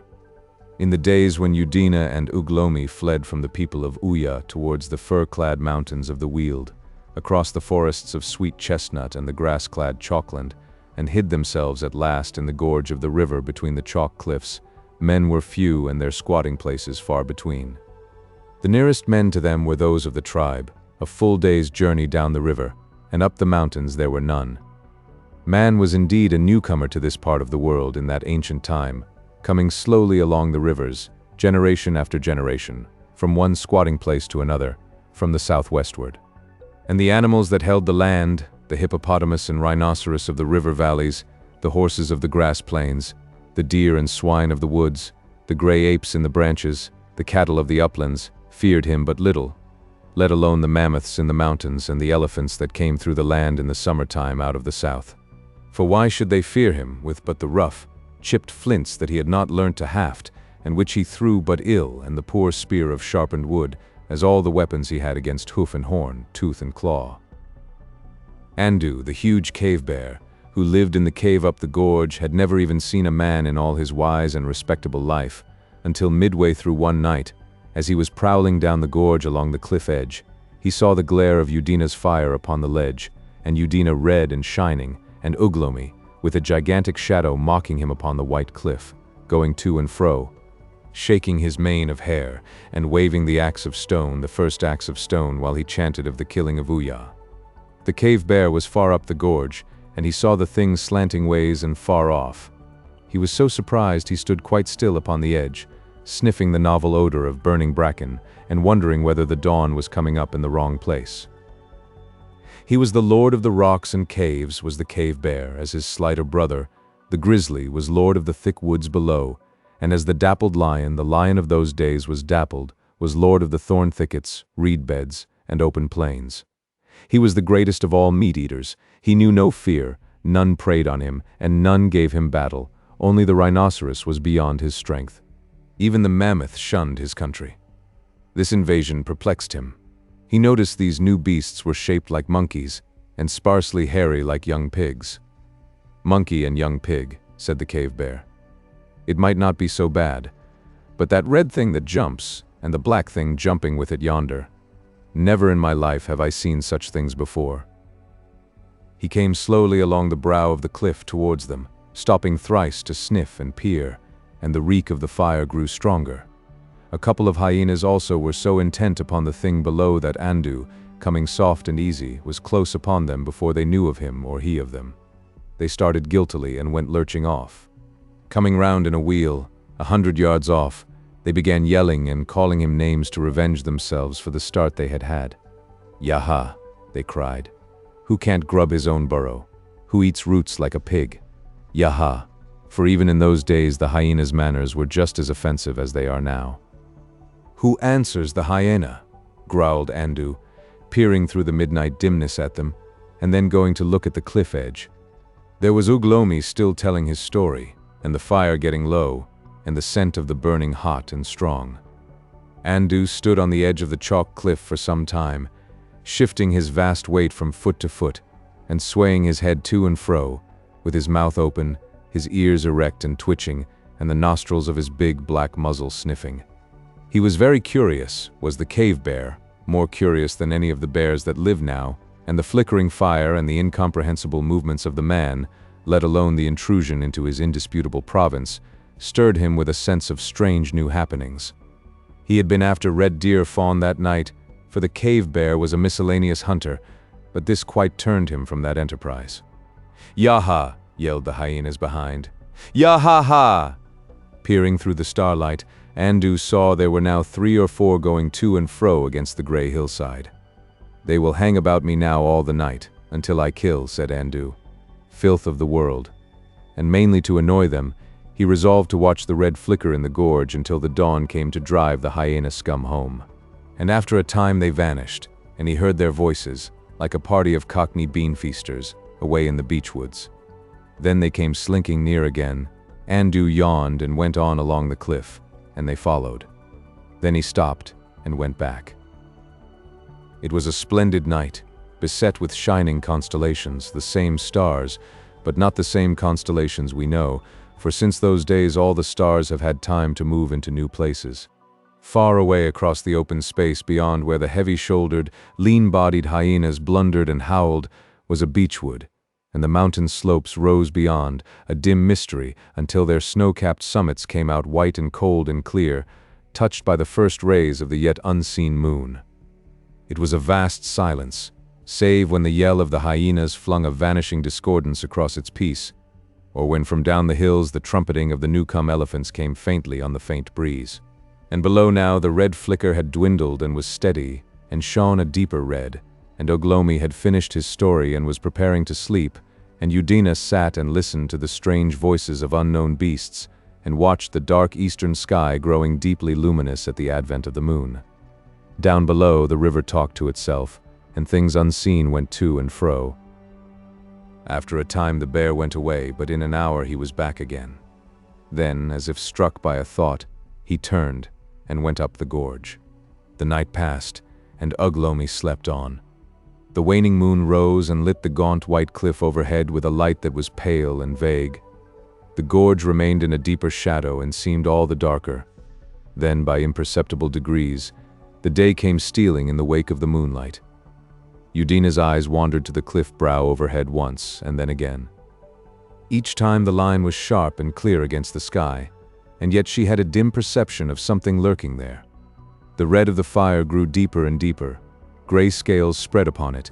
Its vertical column of smoke became more and more visible, and up and down the gorge things that had been unseen grew clear in a colorless illumination. She may have dozed.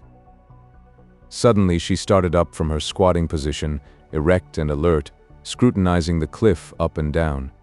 She made the faintest sound, and Uglomi too, light sleeping like an animal, was instantly awake.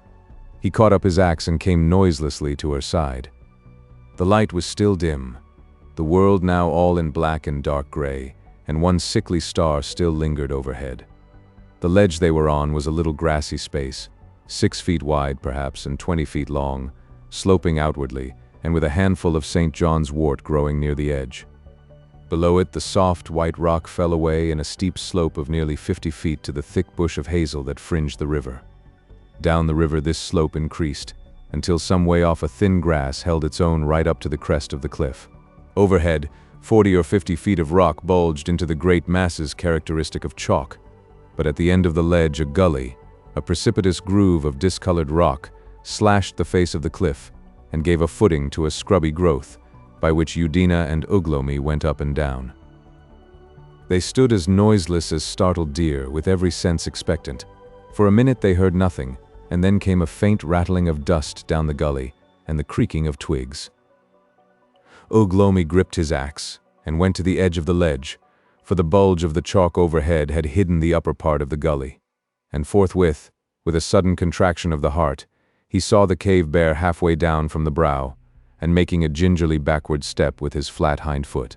His hindquarters were towards Uglomi, and he clawed at the rocks and bushes so that he seemed flattened against the cliff.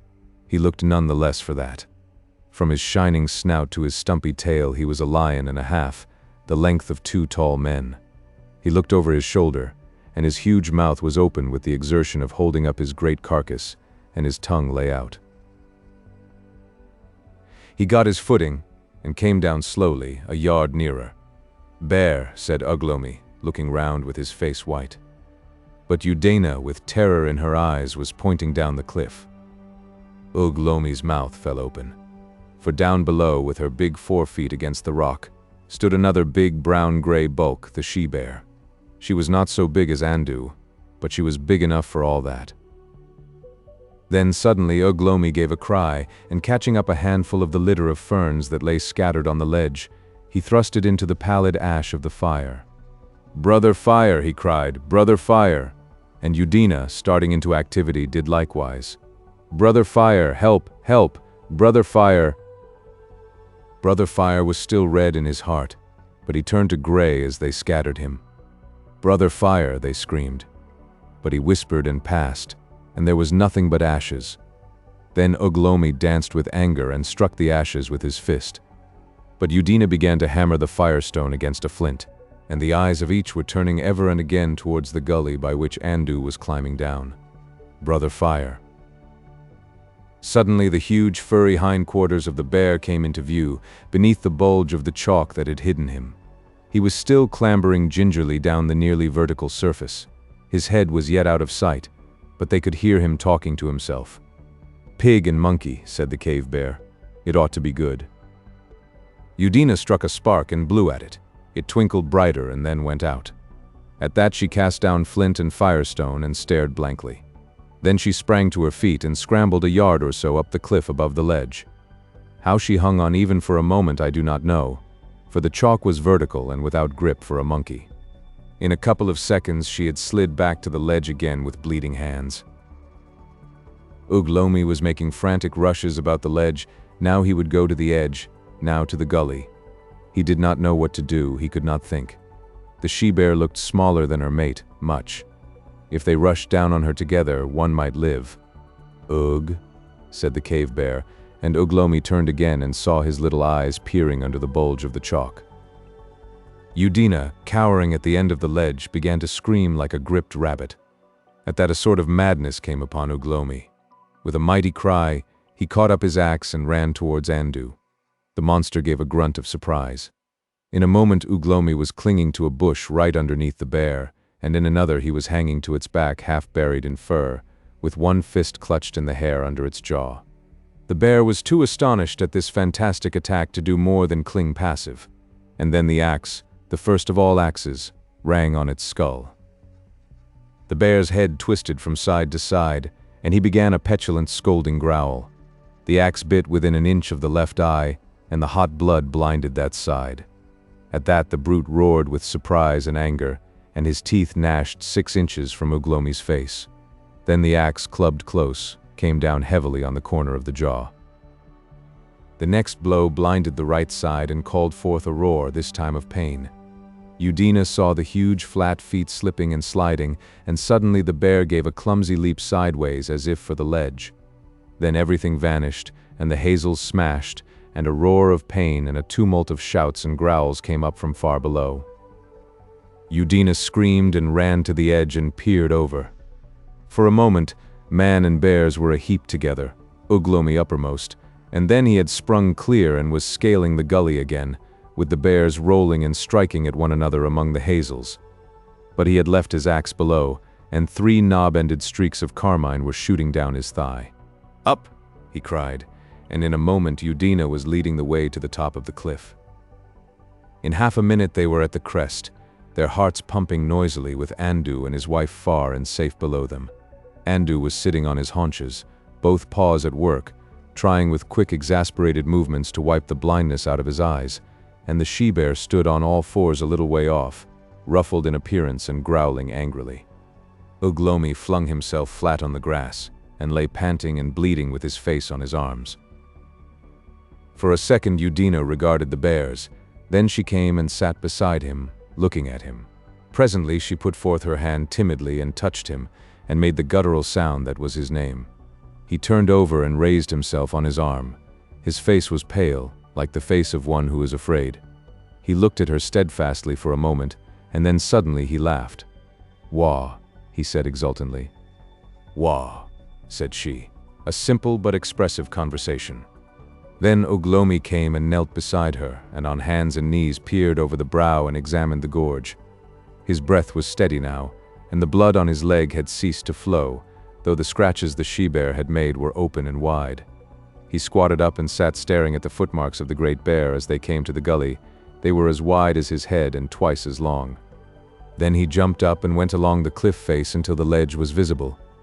Here he sat down for some time thinking, while Udina watched him. Presently she saw the bears had gone. At last Uglomi rose as one whose mind is made up. He returned towards the gully, Udina keeping close by him, and together they clambered to the ledge. They took the firestone and a flint, and then Uglomi went down to the foot of the cliff very cautiously and found his axe. They returned to the cliff as quietly as they could and set off at a brisk walk. The ledge was a home no longer, with such callers in the neighborhood. Uglomi carried the axe and Udina the firestone. So simple was a Paleolithic removal. They went upstream, although it might lead to the very lair of the cave bear, because there was no other way to go. Down the stream was the tribe, and had not Uglomi killed Uya and Wau. By the stream they had to keep, because of drinking. So they marched through beech trees with the gorge deepening until the river flowed, a frothing rapid 500 feet below them. Of all the changeful things in this world of change, the courses of rivers in deep valleys change least. It was the river way, the river we know today, and they marched over the very spots where nowadays stand little Guildford and Godalming, the first human beings to come into the land. Once a gray ape chattered and vanished, and all along the cliff edge, vast and even, ran the spoor of the great cave bear. And then the spoor of the bear fell away from the cliff, showing, Uglomi thought, that he came from some place to the left, and keeping to the cliff's edge, they presently came to an end. They found themselves looking down on a great semicircular space caused by the collapse of the cliff. It had smashed right across the gorge, banking the upstream water back in a pool which overflowed in a rapid. The slip had happened long ago. It was grassed over, but the face of the cliffs that stood about the semicircle was still almost fresh-looking and white, as on the day when the rock must have broken and slid down.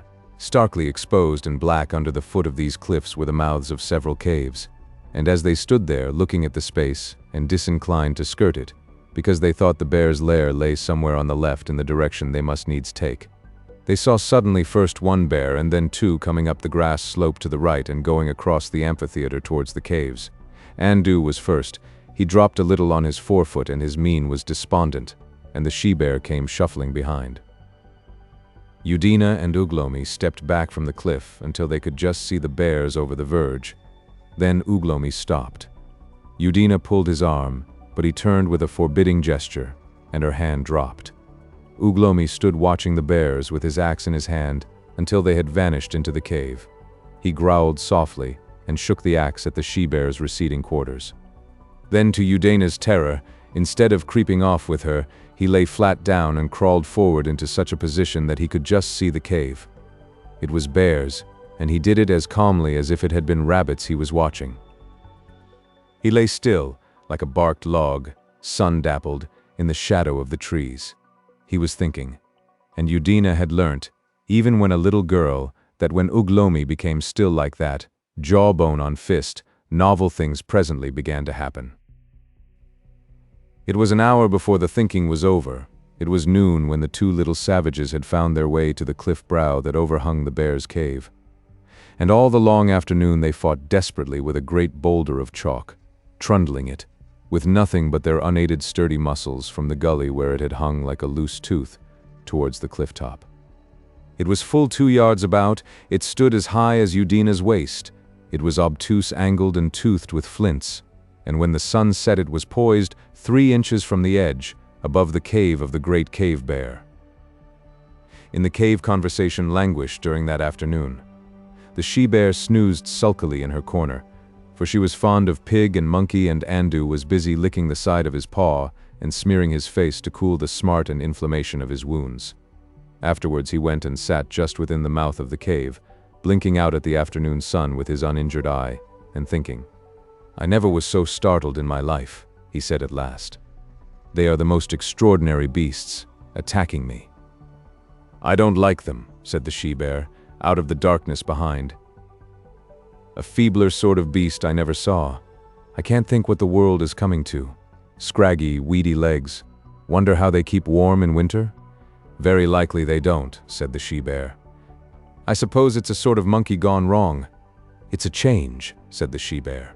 A pause. "The advantage he had was merely accidental," said Andu.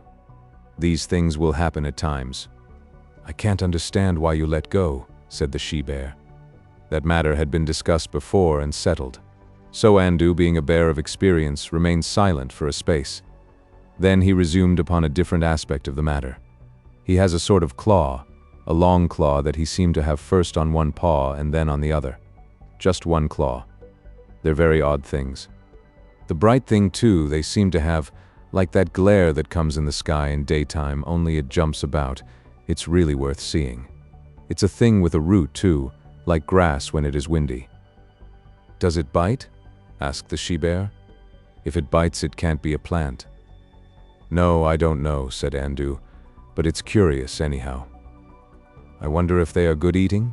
said the she-bear. "They look it," said Andu, with appetite, for the cave bear, like the polar bear, was an incurable carnivore, no roots or honey for him. The 2 bears fell into a meditation for a space.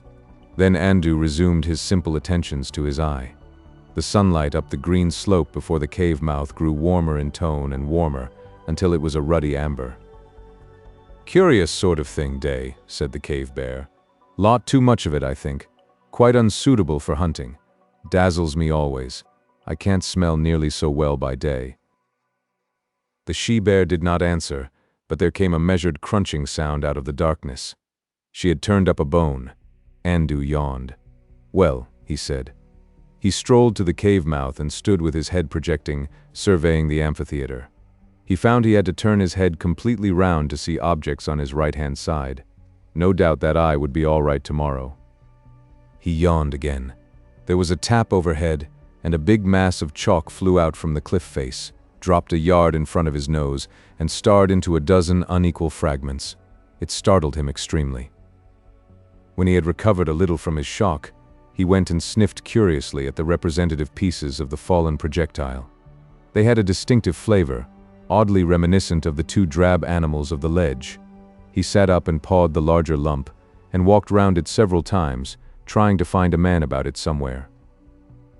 When night had come, he went off down the river gorge to see if he could cut off either of the ledge's occupants. The ledge was empty. There were no signs of the red thing, but as he was rather hungry, he did not loiter long that night, but pushed on to pick up a red deer fawn. He forgot about the drab animals. He found a fawn, but the doe was close by and made an ugly fight for her young.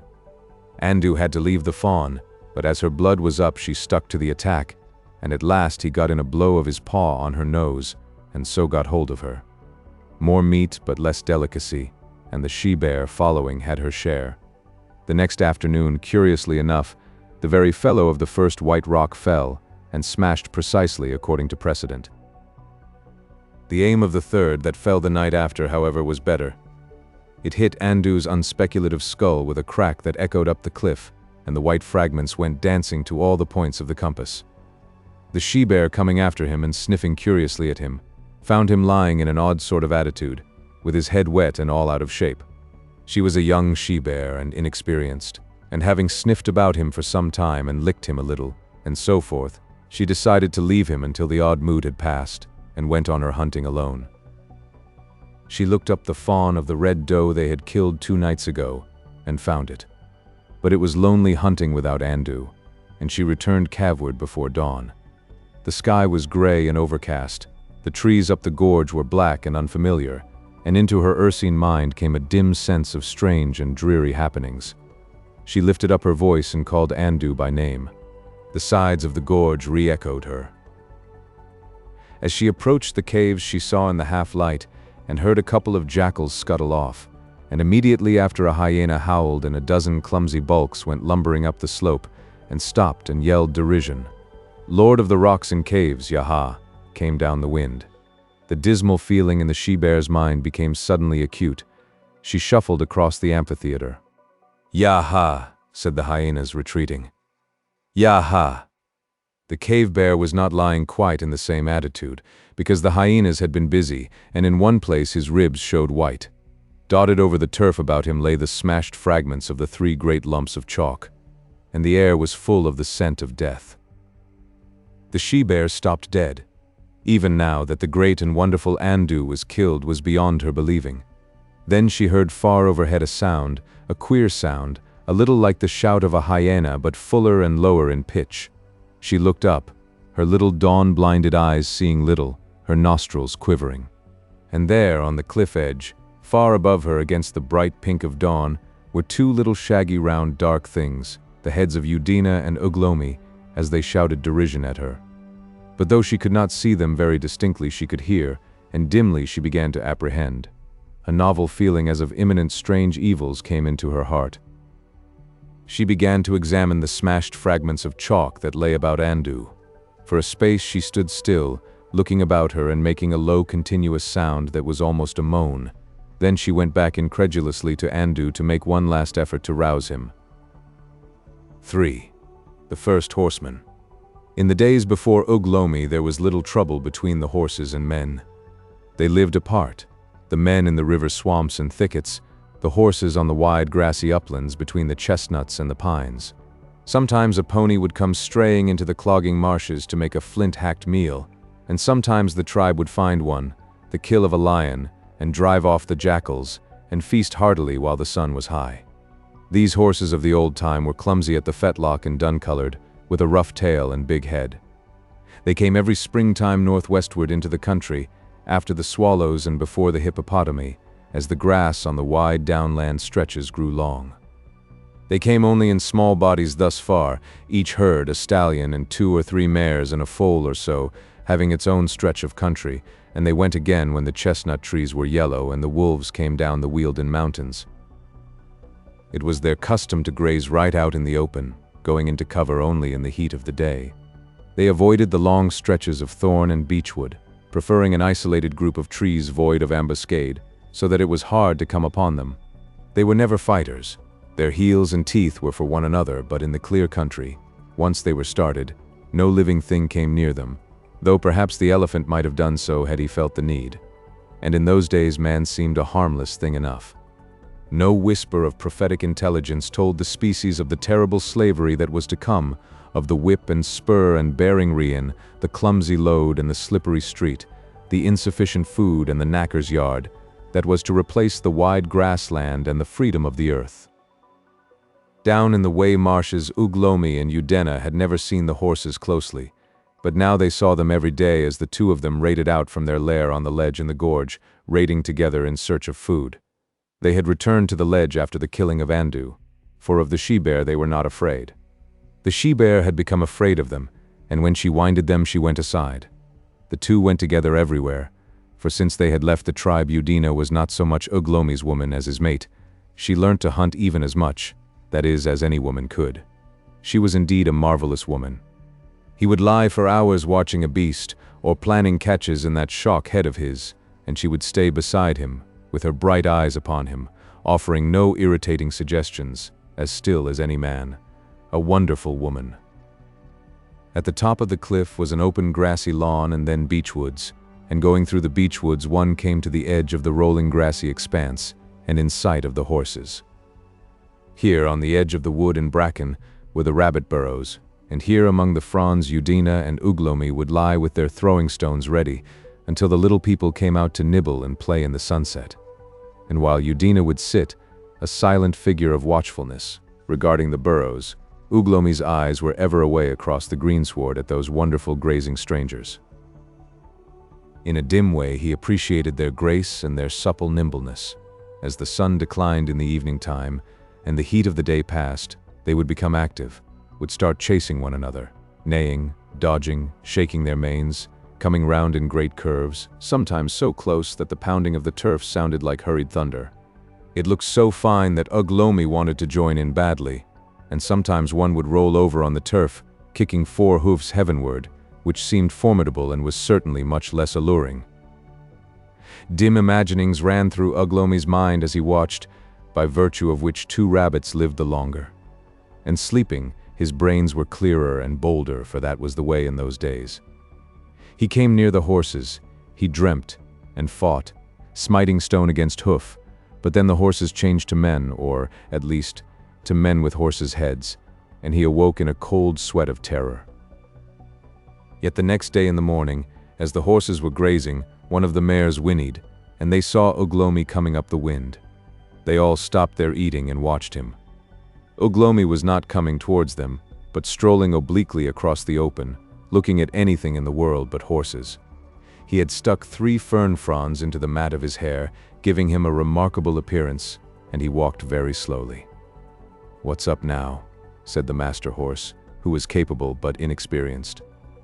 "It looks more like the first half of an animal than anything else in the world," he said. 4 legs and no hind." "It's only one of those pink monkey things," said the eldest mare. "They're a sort of river monkey. They're quite common on the plains." Uglomi continued his oblique advance. The eldest mare was struck with the want of motive in his proceedings. "Fool," said the eldest mare in a quick, conclusive way she had. She resumed her grazing. The master horse and the second mare followed suit. "Look, he's nearer," said the foal with a stripe. One of the younger foals made uneasy movements. Uglomi squatted down and sat regarding the horses fixedly. In a little while he was satisfied that they meant neither flight nor hostilities. He began to consider his next procedure. He did not feel anxious to kill, but he had his axe with him, and the spirit of sport was upon him. How would one kill one of these creatures? These great beautiful creatures? Udina, watching him with a fearful admiration from the cover of the bracken, saw him presently go on all 4s and so proceed again. But the horses preferred him a biped to a quadruped, and the master horse threw up his head and gave the word to move. Uglomi thought they were off for good, but after a minute's gallop they came round in a wide curve and stood winding him. Then, as a rise in the ground hid him, they tailed out, the master horse leading, and approached him spirally. He was as ignorant of the possibilities of a horse as they were of his, and at this stage it would seem he funked. He knew this kind of stalking would make red deer or buffalo charge, if it were persisted in. At any rate, Udina saw him jump up and come walking towards her with the fern plumes held in his hand. She stood up, and he grinned to show that the whole thing was an immense lark, and that what he had done was just what he had planned to do from the very beginning. So that incident ended. But he was very thoughtful all that day.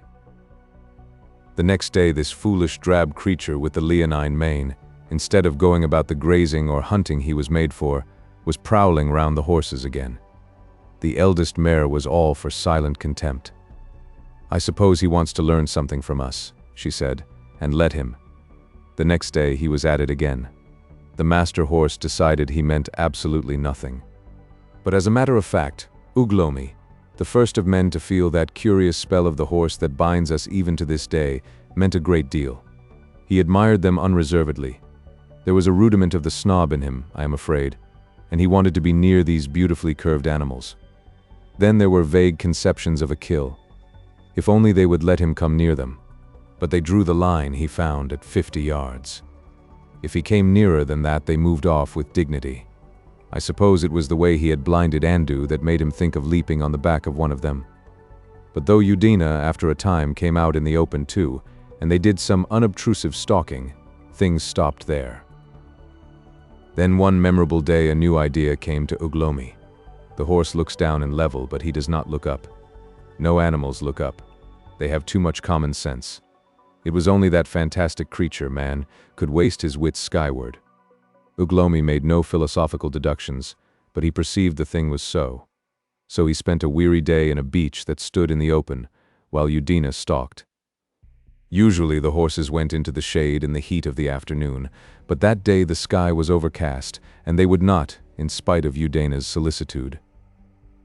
It was 2 days after that Uglomi had his desire. The day was blazing hot, and the multiplying flies asserted themselves. The horses stopped grazing before midday, and came into the shadow below him, and stood in couples nose to tail, flapping. The master horse, by virtue of his heels, came closest to the tree, and suddenly there was a rustle and a creak, a thud. Then a sharp chipped flint bit him on the cheek. The master horse stumbled, came on one knee, rose to his feet, and was off like the wind. The air was full of the whirl of limbs, the prance of hoofs, and snorts of alarm. Uglomi was pitched a foot in the air, came down again, up again. His stomach was hit violently, and then his knees got a grip of something between them. He found himself clutching with knees, feet, and hands, careering violently with extraordinary oscillation through the air, his axe gone heaven knows whither. "Hold tight," said Mother Instinct, and he did. He was aware of a lot of coarse hair in his face, some of it between his teeth, and of green turf streaming past in front of his eyes. He saw the shoulder of the master horse, vast and sleek, with the muscles flowing swiftly under the skin. He perceived that his arms were round the neck, and that the violent jerkings he experienced had a sort of rhythm. Then he was in the midst of a wild rush of tree stems, and then there were fronds of bracken about, and then more open turf. Then a stream of pebbles rushing past, little pebbles flying sideways athwart the stream from the blow of the swift hoofs. Uglomi began to feel frightfully sick and giddy, but he was not the stuff to leave go simply because he was uncomfortable. He dared not leave his grip, but he tried to make himself more comfortable. He released his hug on the neck, gripping the mane instead. He slipped his knees forward and, pushing back, came into a sitting position where the quarters broaden. It was nervous work, but he managed it, and at last he was fairly seated astride, breathless indeed and uncertain, but with that frightful pounding of his body at any rate relieved. Slowly the fragments of Uglomi's mind got into order again. The pace seemed to him terrific, but a kind of exultation was beginning to oust his first frantic terror. The air rushed by, sweet and wonderful. The rhythm of the hoofs changed and broke up and returned into itself again. They were on turf now, a wide glade, the beech trees 100 yards away on either side, and a succulent band of green starred with pink blossom and shot with silver water here and there meandered down the middle. Far off was a glimpse of blue valley, far away. The exultation grew. It was man's first taste of pace. Then came a wide space dappled with flying fallow deer scattering this way and that, and then a couple of jackals, mistaking Uglomi for a lion, came hurrying after him. And when they saw it was not a lion, they still came on out of curiosity. On galloped the horse, with his one idea of escape, and after him the jackals, with pricked ears and quickly barked remarks.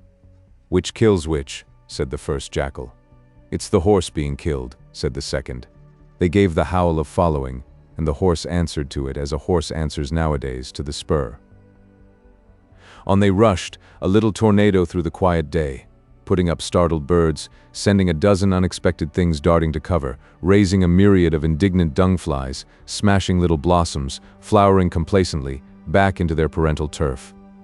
Trees again, and then splash, splash across a torrent. Then a hare shot out of a tuft of grass under the very hoofs of the master horse, and the jackals left them incontinently. So presently they broke into the open again, a wide expanse of turfy hillside, the very grassy downs that fall northward nowadays from the Epsom stand. The first hot bolt of the master horse was long since over.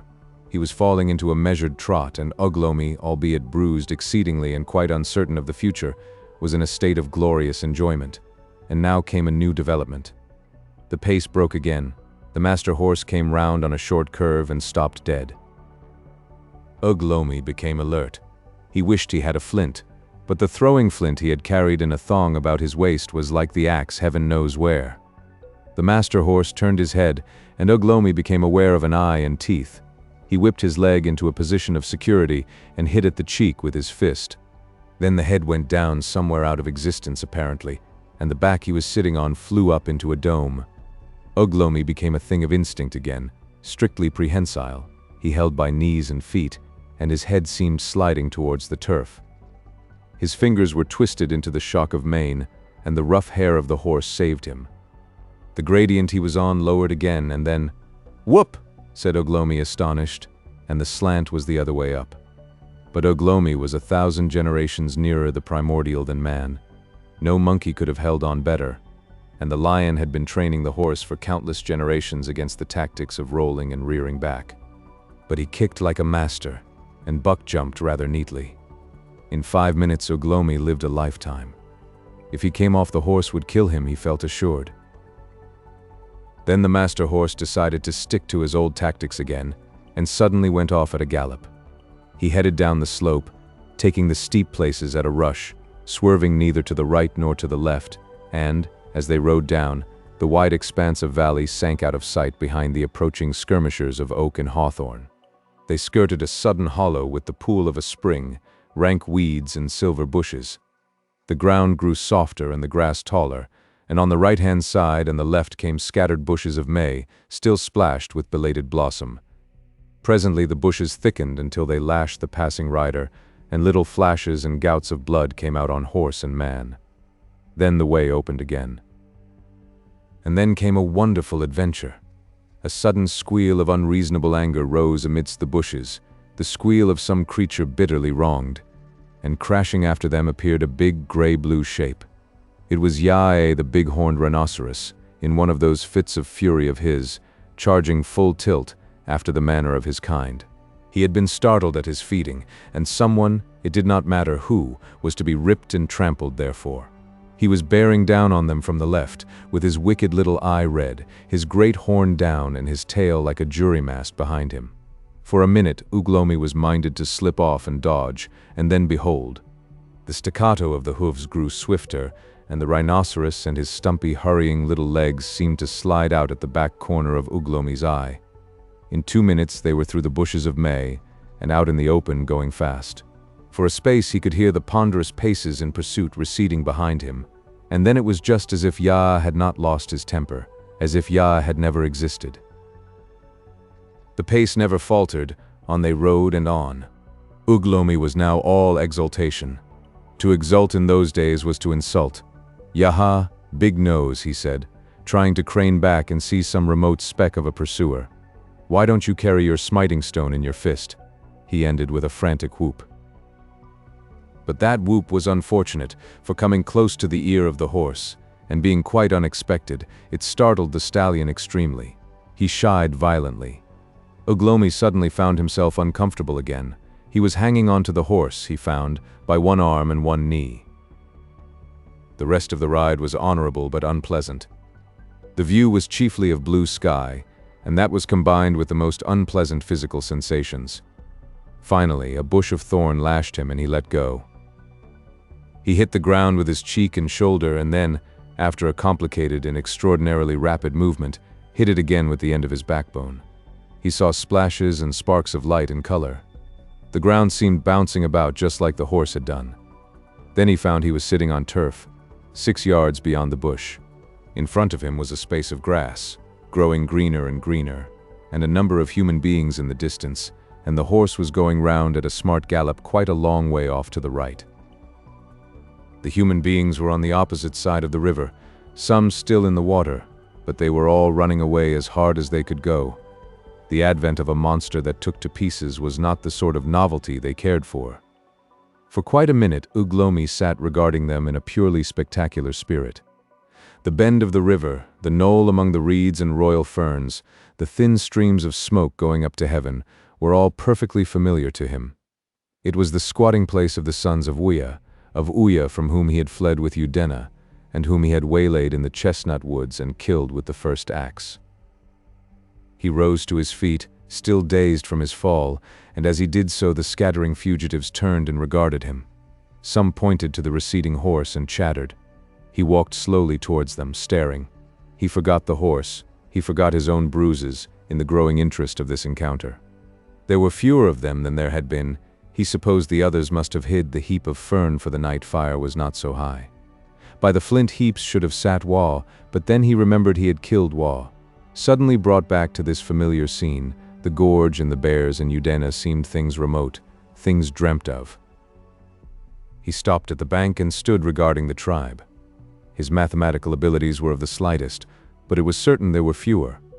The men might be away, but there were fewer women and children. He gave the shout of homecoming. His quarrel had been with Uya and Wah, not with the others. "Children of Uya," he cried. They answered with his name, a little fearfully because of the strange way he had come. For a space they spoke together. Then an old woman lifted a shrill voice and answered him. "Our Lord is a lion." Uglomi did not understand that saying. They answered him again, several together. "Uya comes again. He comes as a lion.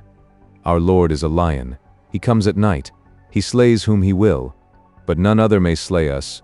Uglomi, none other may slay us." Still Uglomi did not understand. "Our Lord is a lion. He speaks no more to men." Uglomi stood regarding them. He had had dreams. He knew that though he had killed Uya, Uya still existed. And now they told him Uya was a lion. The shriveled old woman, the mistress of the fireminders, suddenly turned and spoke softly to those next to her. She was a very old woman indeed. She had been the first of Uya's wives, and he had let her live beyond the age to which it is seemly a woman should be permitted to live. She had been cunning from the first, cunning to please Uya and to get food. And now she was great in counsel. She spoke softly, and Uglomi watched her shriveled form across the river with a curious distaste. Then she called aloud, "Come over to us, Uglomi." A girl suddenly lifted up her voice. "Come over to us, Uglomi," she said, and they all began crying, "Come over to us, Uglomi." It was strange how their manner changed after the old woman called. He stood quite still watching them all. It was pleasant to be called, and the girl who had called first was a pretty one. But she made him think of Udina. "Come over to us, Uglomi," they cried, and the voice of the shriveled old woman rose above them all. At the sound of her voice his hesitation returned. He stood on the riverbank, Uglomi, Ug the thinker, with his thoughts slowly taking shape. Presently one and then another paused to see what he would do. He was minded to go back. He was minded not to. Suddenly his fear or his caution got the upper hand. Without answering them, he turned and walked back towards the distant thorn trees, the way he had come. Forthwith the whole tribe started crying to him again very eagerly. He hesitated and turned. Then he went on.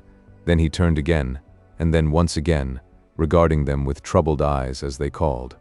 The last time he took 2 paces back, before his fear stopped him.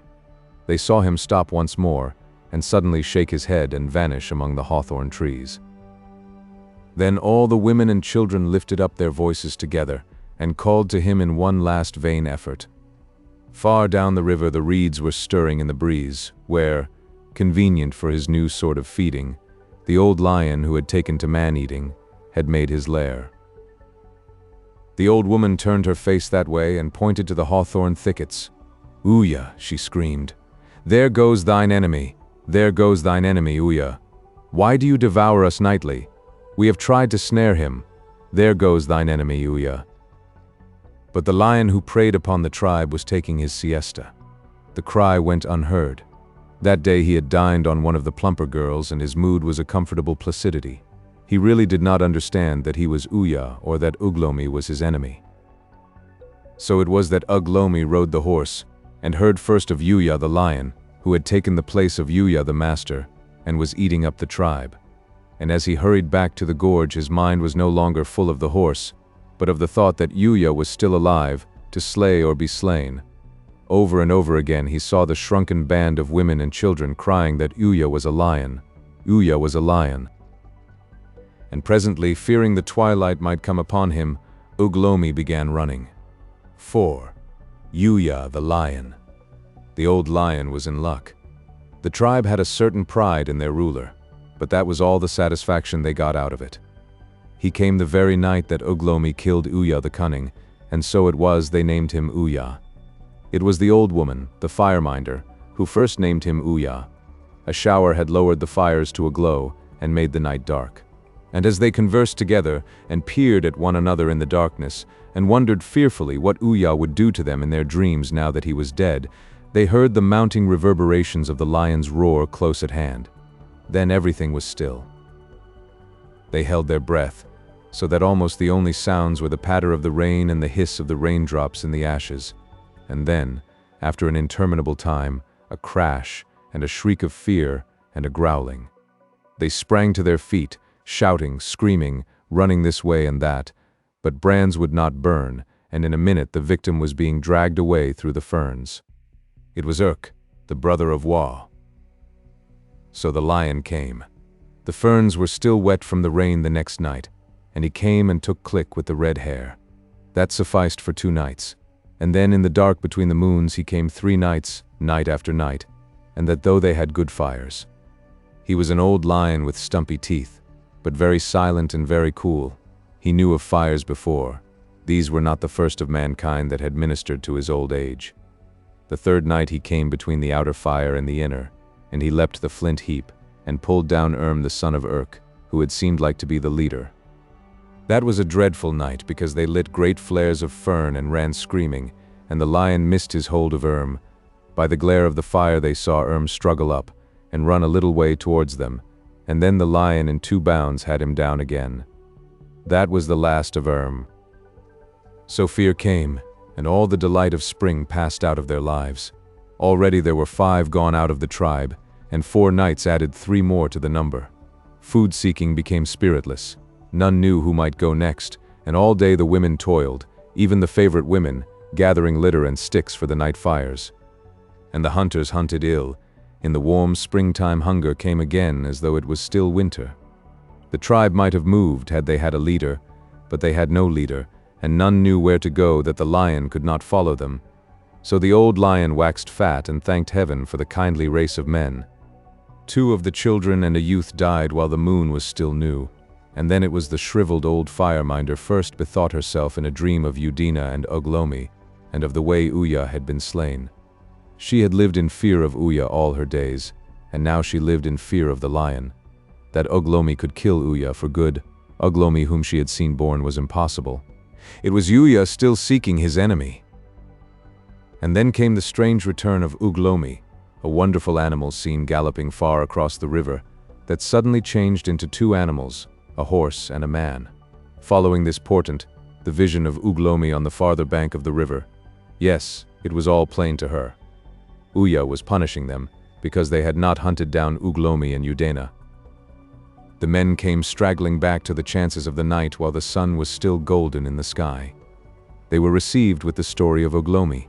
She went across the river with them and showed them his spoor hesitating on the farther bank. Sis the tracker knew the feet for Uglomi's. "Uya needs Uglomi," cried the old woman, standing on the left of the bend, a gesticulating figure of flaring bronze in the sunset. Her cries were strange sounds, flitting to and fro on the borderland of speech, but this was the sense they carried. The lion needs Udena. He comes night after night seeking Udena and Uglomi. When he cannot find Udena and Uglomi, he grows angry and he kills. Hunt Udena and Uglomi, Udena whom he pursued, and Uglomi for whom he gave the death word. Hunt Udena and Uglomi. She turned to the distant reed bed, as sometimes she had turned to Uya in his life. "Is it not so, my lord?" she cried, and as if in answer, the tall reeds bowed before a breath of wind. Far into the twilight the sound of hacking was heard from the squatting places. It was the men sharpening their ashen spears against the hunting of the morrow. And in the night, early before the moon rose, the lion came and took the girl of Sis the tracker. In the morning before the sun had risen, Sis the tracker, and the lad Wa Hao, who now chipped flints, and One Eye, and Bow, and the snail-eater, the 2 red-haired men, and Cat's Skin and Snake, all the men that were left alive of the sons of Uya, taking their ash spears and their smiting stones, and with throwing stones in the beast-paw bags, started forth upon the trail of Uglomi through the hawthorn thickets where Ya the rhinoceros and his brothers were feeding, and up the bare downland towards the beechwoods. That night the fires burnt high and fierce, as the waxing moon set, and the lion left the crouching women and children in peace. And the next day, while the sun was still high, the hunters returned, all save One Eye, who lay dead with a smashed skull at the foot of the ledge. When Uglomi came back that evening from stalking the horses, he found the vultures already busy over him. And with them the hunters brought Udina bruised and wounded, but alive. That had been the strange order of the shriveled old woman, that she was to be brought alive. She is no kill for us. She is for Uya the lion. Her hands were tied with thongs as though she had been a man, and she came weary and drooping, her hair over her eyes and matted with blood. They walked about her, and ever and again the snail-eater, whose name she had given, would laugh and strike her with his ashen spear. And after he had struck her with his spear, he would look over his shoulder like one who had done an overbold deed. The others, too, looked over their shoulders ever and again, and all were in a hurry save Udina. When the old woman saw them coming, she cried aloud with joy. They made Udina cross the river with her hands tied, although the current was strong, and when she slipped the old woman screamed, first with joy and then for fear she might be drowned. And when they had dragged Udina to shore, she could not stand for a time, albeit they beat her sore. So they let her sit with her feet touching the water, and her eyes staring before her, and her face set, whatever they might do or say. All the tribe came down to the squatting place, even curly little Ha-Ha, who as yet could scarcely toddle, and stood staring at Udina and the old woman, as now we should stare at some strange wounded beast and its captor. The old woman tore off the necklace of Ua that was about Udina's neck, and put it on herself. She had been the first to wear it. Then she tore at Udina's hair, and took a spear from Sis and beat her with all her might. And when she had vented the warmth of her heart on the girl, she looked closely into her face.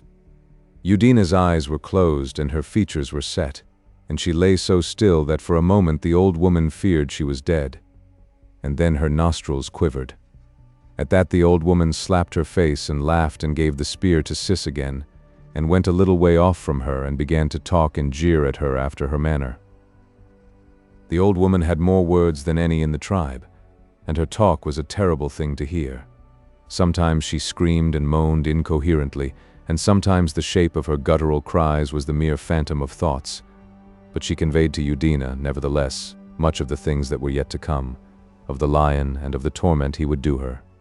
And Uglomi, ha, ha, Uglomi is slain. And suddenly Udina's eyes opened and she sat up again, and her look met the old woman's fair and level. No, she said slowly, like one trying to remember, I did not see my Uglomi slain.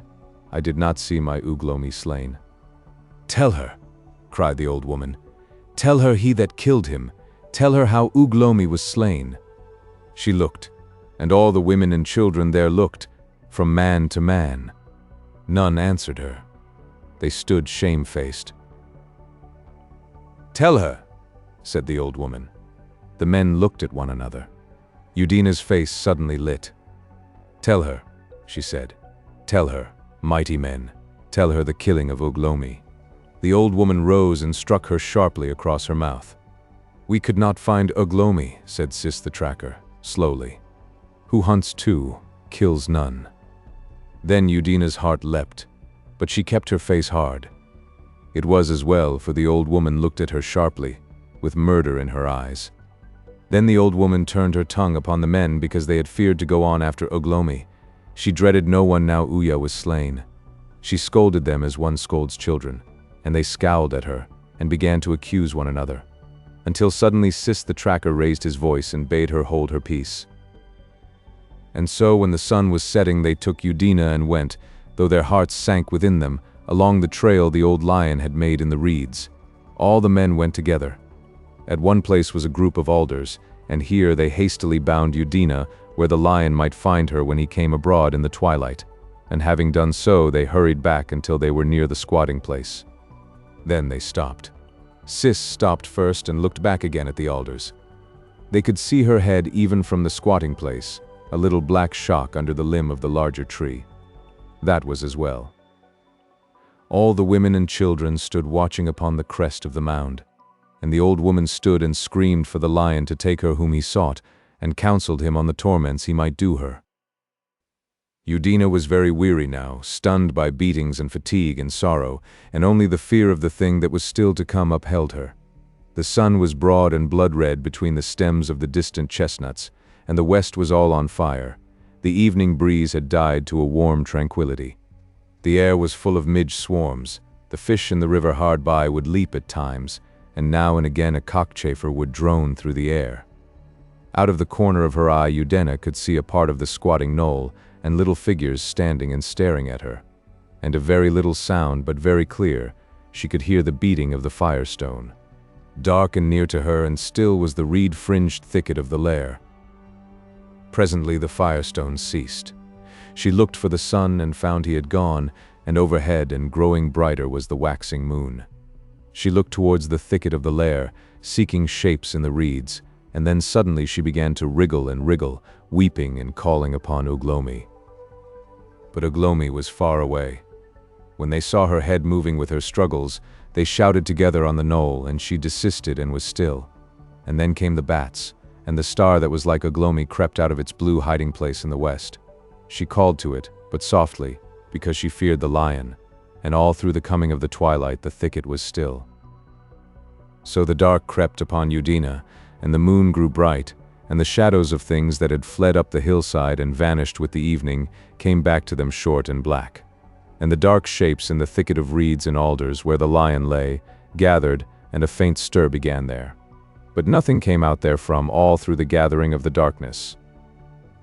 She looked at the squatting place and saw the fires glowing smoky red, and the men and women going to and fro. The other way, over the river, a white mist was rising. Then far away came the whimpering of young foxes and the yell of a hyena. There were long gaps of aching waiting. After a long time some animal splashed in the water and seemed to cross the river at the ford beyond the lair, but what animal it was she could not see. From the distant drinking pools she could hear the sound of splashing and the noise of elephants, so still was the night.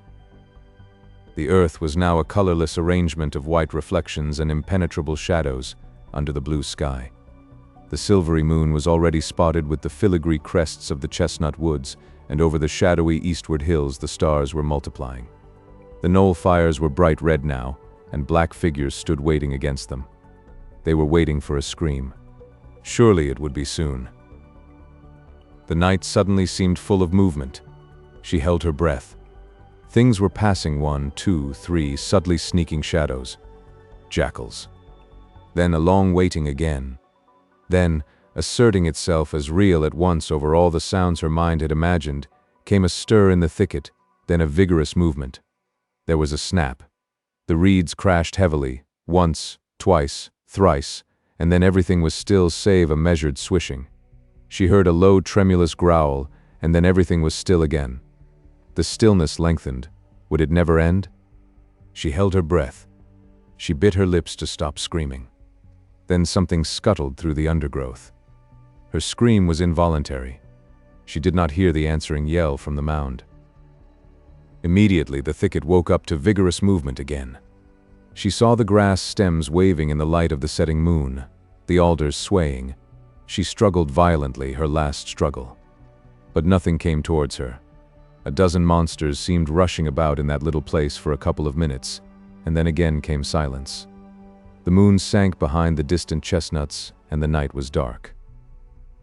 Then an odd sound, a sobbing panting that grew faster and fainter. Yet another silence, and then dim sounds and the grunting of some animal. Everything was still again. Far away eastwards an elephant trumpeted, and from the woods came a snarling and yelping that died away. In the long interval the moon shone out again, between the stems of the trees on the ridge, sending 2 great bars of light and a bar of darkness across the reedy waste. Then came a steady rustling, a splash, and the reeds swayed wider and wider apart. And at last they broke open, cleft from root to crest. The end had come. She looked to see the thing that had come out of the reeds. For a moment it seemed certainly the great head and jaw she expected, and then it dwindled and changed. It was a dark, low thing that remained silent, but it was not the lion. It became still. Everything became still. She peered. It was like some gigantic frog, 2 limbs and a slanting body. Its head moved about, searching the shadows. A rustle, and it moved clumsily with a sort of hopping. And as it moved, it gave a low groan. The blood rushing through her veins was suddenly joy. "Uglomi," she whispered. The thing stopped. "Udina," he answered softly with pain in his voice and peering into the alders. He moved again and came out of the shadow beyond the reeds into the moonlight. All his body was covered with dark smears. She saw he was dragging his legs and that he gripped his axe, the first axe, in one hand. In another moment he had struggled into the position of all fours and had staggered over to her. "The lion," he said in a strange mingling of exultation and anguish. "Wow! I have slain a lion. With my own hand, even as I slew the great bear." He moved to emphasize his words and suddenly broke off with a faint cry. For a space he did not move. "Let me free," whispered Udina. He answered her no words but pulled himself up from his crawling attitude by means of the alder stem and hacked at her thongs with the sharp edge of his axe. She heard him sob at each blow. He cut away the thongs about her chest and arms, and then his hand dropped. His chest struck against her shoulder and he slipped down beside her and lay still. But the rest of her release was easy. Very hastily she freed herself. She made one step from the tree and her head was spinning. Her last conscious movement was towards him. She reeled and dropped. Her hand fell upon his thigh. It was soft and wet and gave way under her pressure. He cried out at her touch and writhed and lay still again. Presently a dark dog-like shape came very softly through the reeds, then stopped dead and stood sniffing, hesitated, and at last turned and slunk back into the shadows. Long was the time they remained there motionless, with the light of the setting moon shining on their limbs. Very slowly as the setting of the moon, did the shadow of the reeds towards the mound flow over them. Presently their legs were hidden, and Uglomi was but a bust of silver. The shadow crept to his neck, crept over his face, and so at last the darkness of the night swallowed them up. The shadow became full of instinctive stirrings. There was a patter of feet, and a faint snarling, the sound of a blow. There was little sleep that night for the women and children at the squatting place until they heard Udina scream. But the men were weary and sat dozing. When Udina screamed, they felt assured of their safety and hurried to get the nearest places to the fires. The old woman laughed at the scream, and laughed again because C, the little friend of Udina, whimpered. Directly the dawn came, they were all alert and looking towards the alders. They could see that Udina had been taken. They could not help feeling glad to think that Uya was appeased. But across the minds of the men the thought of Uglomi fell like a shadow. They could understand revenge, for the world was old in revenge, but they did not think of rescue. Suddenly a hyena fled out of the thicket and came galloping across the reed space. His muzzle and paws were dark-stained. At that sight all the men shouted and clutched at throwing stones and ran towards him, for no animal is so pitiful a coward as the hyena by day. All men hated the hyena because he preyed on children, and would come and bite when one was sleeping on the edge of the squatting place. And Cat's skin, throwing fair and straight, hit the brute shrewdly on the flank, whereat the whole tribe yelled with delight. At the noise they made there came a flapping of wings from the lair of the lion, and 3 white-headed vultures rose slowly and circled and came to rest amidst the branches of an alder, overlooking the lair. "Our lord is abroad," said the old woman, pointing. "The vultures have their share of Udina." For a space they remained there, and then first one and then another dropped back into the thicket. Then over the eastern woods, and touching the whole world to life and color, poured, with the exaltation of a trumpet blast, the light of the rising sun. At the sight of him the children shouted together and clapped their hands and began to race off towards the water. Only little Sai lagged behind and looked wonderingly at the alders where she had seen the head of Udina overnight. But Uya, the old lion, was not abroad but at home, and he lay very still and a little on one side. He was not in his lair, but a little way from it in a place of trampled grass. Under one eye was a little wound, the feeble little bite of the first axe. But all the ground beneath his chest was ruddy brown with a vivid streak, and in his chest was a little hole that had been made by Uglomi's stabbing spear. Along his side, and at his neck the vultures had marked their claims, for so Uglomi had slain him, lying stricken under his paw and thrusting haphazard at his chest. He had driven the spear in with all his strength and stabbed the giant to the heart. So it was the reign of the lion, of the second incarnation of Uya the Master, came to an end. From the knoll the bustle of preparation grew, the hacking of spears and throwing stones.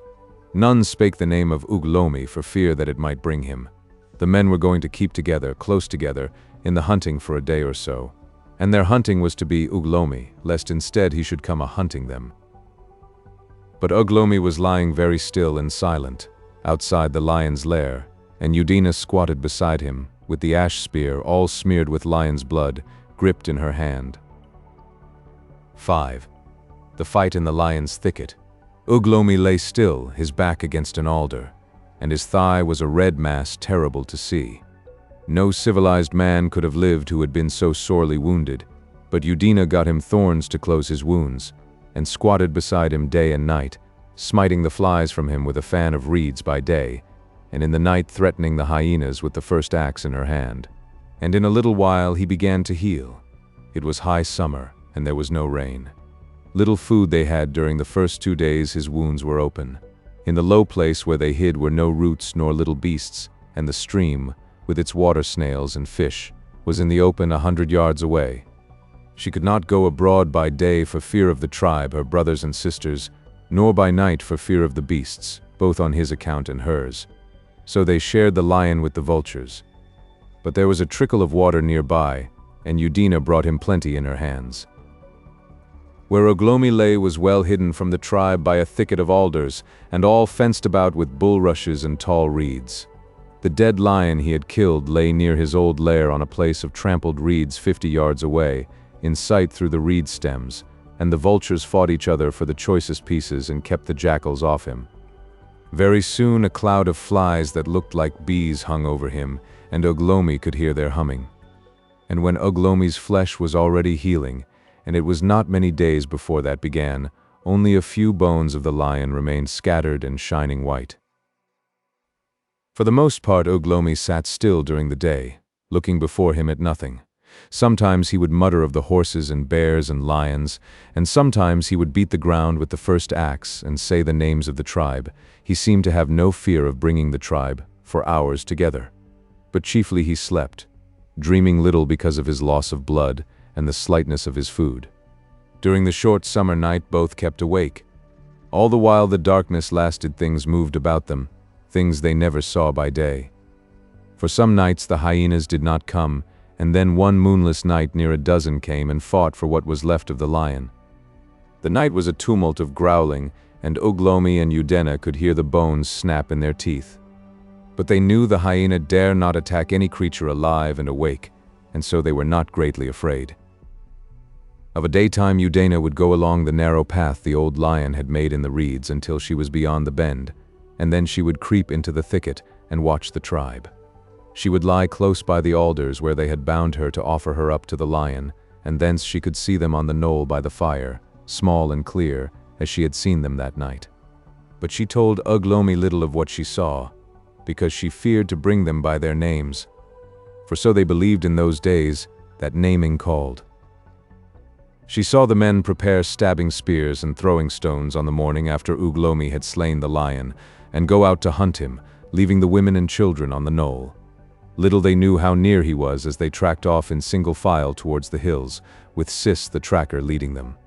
And she watched the women and children, after the men had gone gathering fern fronds and twigs for the night fire, and the boys and girls running and playing together. But the very old woman made her feel afraid.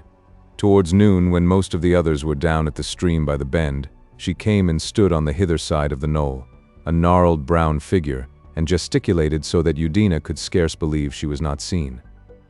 Udina lay like a hare in its form, with shining eyes fixed on the bent witch away there, and presently she dimly understood it was the lion the old woman was worshipping, the lion Uglomi had slain. And the next day the hunters came back weary, carrying a fawn, and Udina watched the feast enviously. And then came a strange thing. She saw, distinctly she heard, the old woman shrieking and gesticulating and pointing towards her. She was afraid, and crept like a snake out of sight again. But presently curiosity overcame her, and she was back at her spying place, and as she peered her heart stopped, for there were all the men, with their weapons in their hands, walking together towards her from the knoll. She dared not move lest her movement should be seen, but she pressed herself close to the ground. The sun was low and the golden light was in the faces of the men.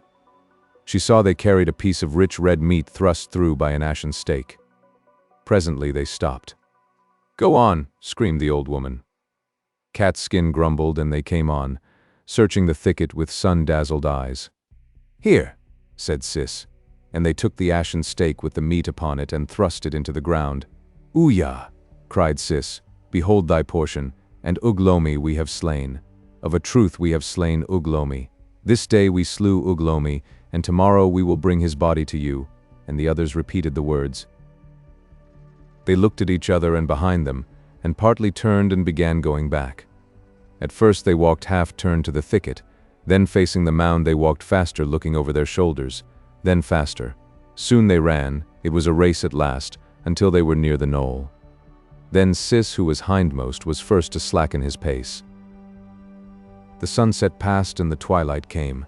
The fires glowed red against the hazy blue of the distant chestnut trees, and the voices over the mound were merry. Udina lay scarcely stirring, looking from the mound to the meat and then to the mound. She was hungry, but she was afraid. At last she crept back to Uglomi. He looked round at the little rustle of her approach. His face was in shadow. "Have you got me some food?" he said. She said she could find nothing, but that she would seek further, and went back along the lion's path until she could see the mound again, but she could not bring herself to take the meat. She had the brute's instinct of a snare. She felt very miserable.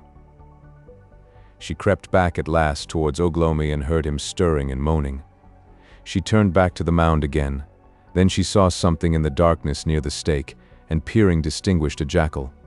In a flash she was brave and angry. She sprang up, cried out, and ran towards the offering. She stumbled and fell, and heard the growling of the jackal going off. When she arose, only the ashen stake lay on the ground. The meat was gone. So she went back, to fast through the night with Uglomi, and Uglomi was angry with her, because she had no food for him, but she told him nothing of the things she had seen. 2 days passed, and they were near starving, when the tribe slew a horse. Then came the same ceremony, and a haunch was left on the ashen stake, but this time Udina did not hesitate. By acting and words she made Uglomi understand, but he ate most of the food before he understood, and then as her meaning passed to him he grew merry with his food. "I am Uya," he said. "I am the lion. I am the great cave bear. I who was only Uglomi. I am Wow the cunning. It is well that they should feed me, for presently I will kill them all." Then Udina's heart was light, and she laughed with him, and afterwards she ate what he had left of the horseflesh with gladness. After that it was he had a dream, and the next day he made Udina bring him the lion's teeth and claws, so much of them as she could find, and hack him a club of alder. And he put the teeth and claws very cunningly into the wood, so that the points were outward. Very long it took him, and he blunted 2 of the teeth hammering them in, and was very angry and threw the thing away. But afterwards he dragged himself to where he had thrown it, and finished it, a club of a new sort set with teeth. That day there was more meat for them both, an offering to the lion from the tribe. It was one day more than a hand's fingers of days, more than anyone had skill to count, after Uglomi had made the club, that Udina while he was asleep was lying in the thicket watching the squatting place. There had been no meat for 3 days, and the old woman came and worshipped after her manner.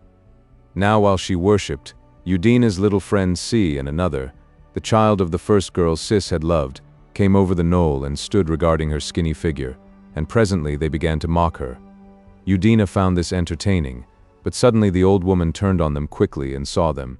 For a moment she stood and they stood motionless, and then with a shriek of rage she rushed towards them, and all 3 disappeared over the crest of the knoll. Presently the children reappeared among the ferns beyond the shoulder of the hill. Little Si ran first, for she was an active girl, and the other child ran squealing with the old woman close upon her.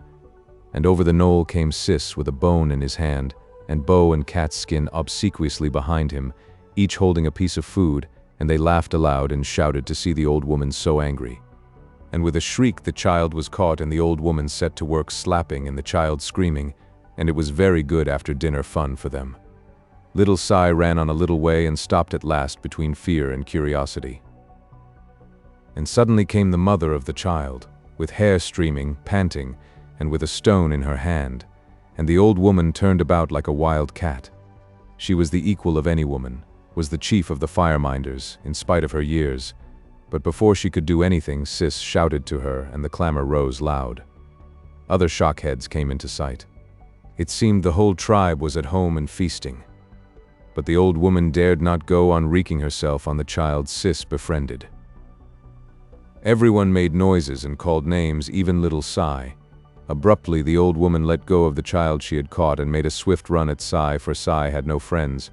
And Sai, realizing her danger when it was almost upon her, made off headlong, with a faint cry of terror, not heeding whither she ran, straight to the lair of the lion. She swerved aside into the reeds presently, realizing now whither she went. But the old woman was a wonderful old woman, as active as she was spiteful, and she caught Sai by the streaming hair within 30 yards of Udena.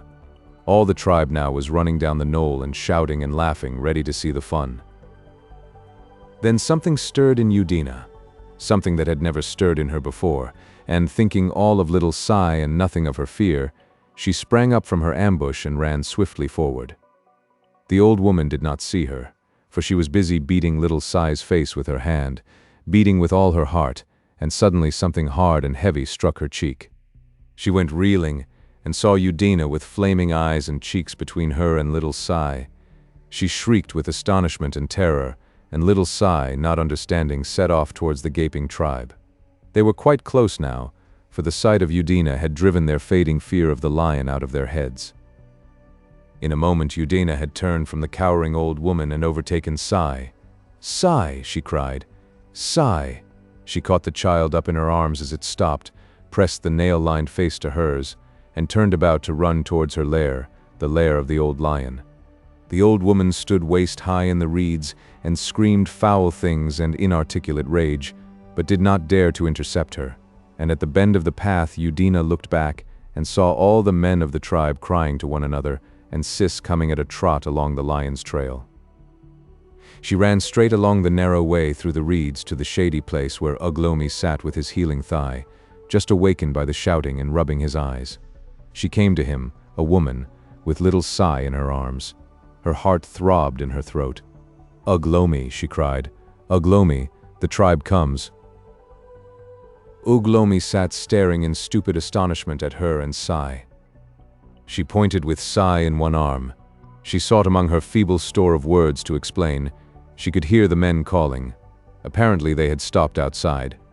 She put down Sai and caught up the new club with the lion's teeth, and put it into Uglomi's hand, and ran 3 yards and picked up the first axe.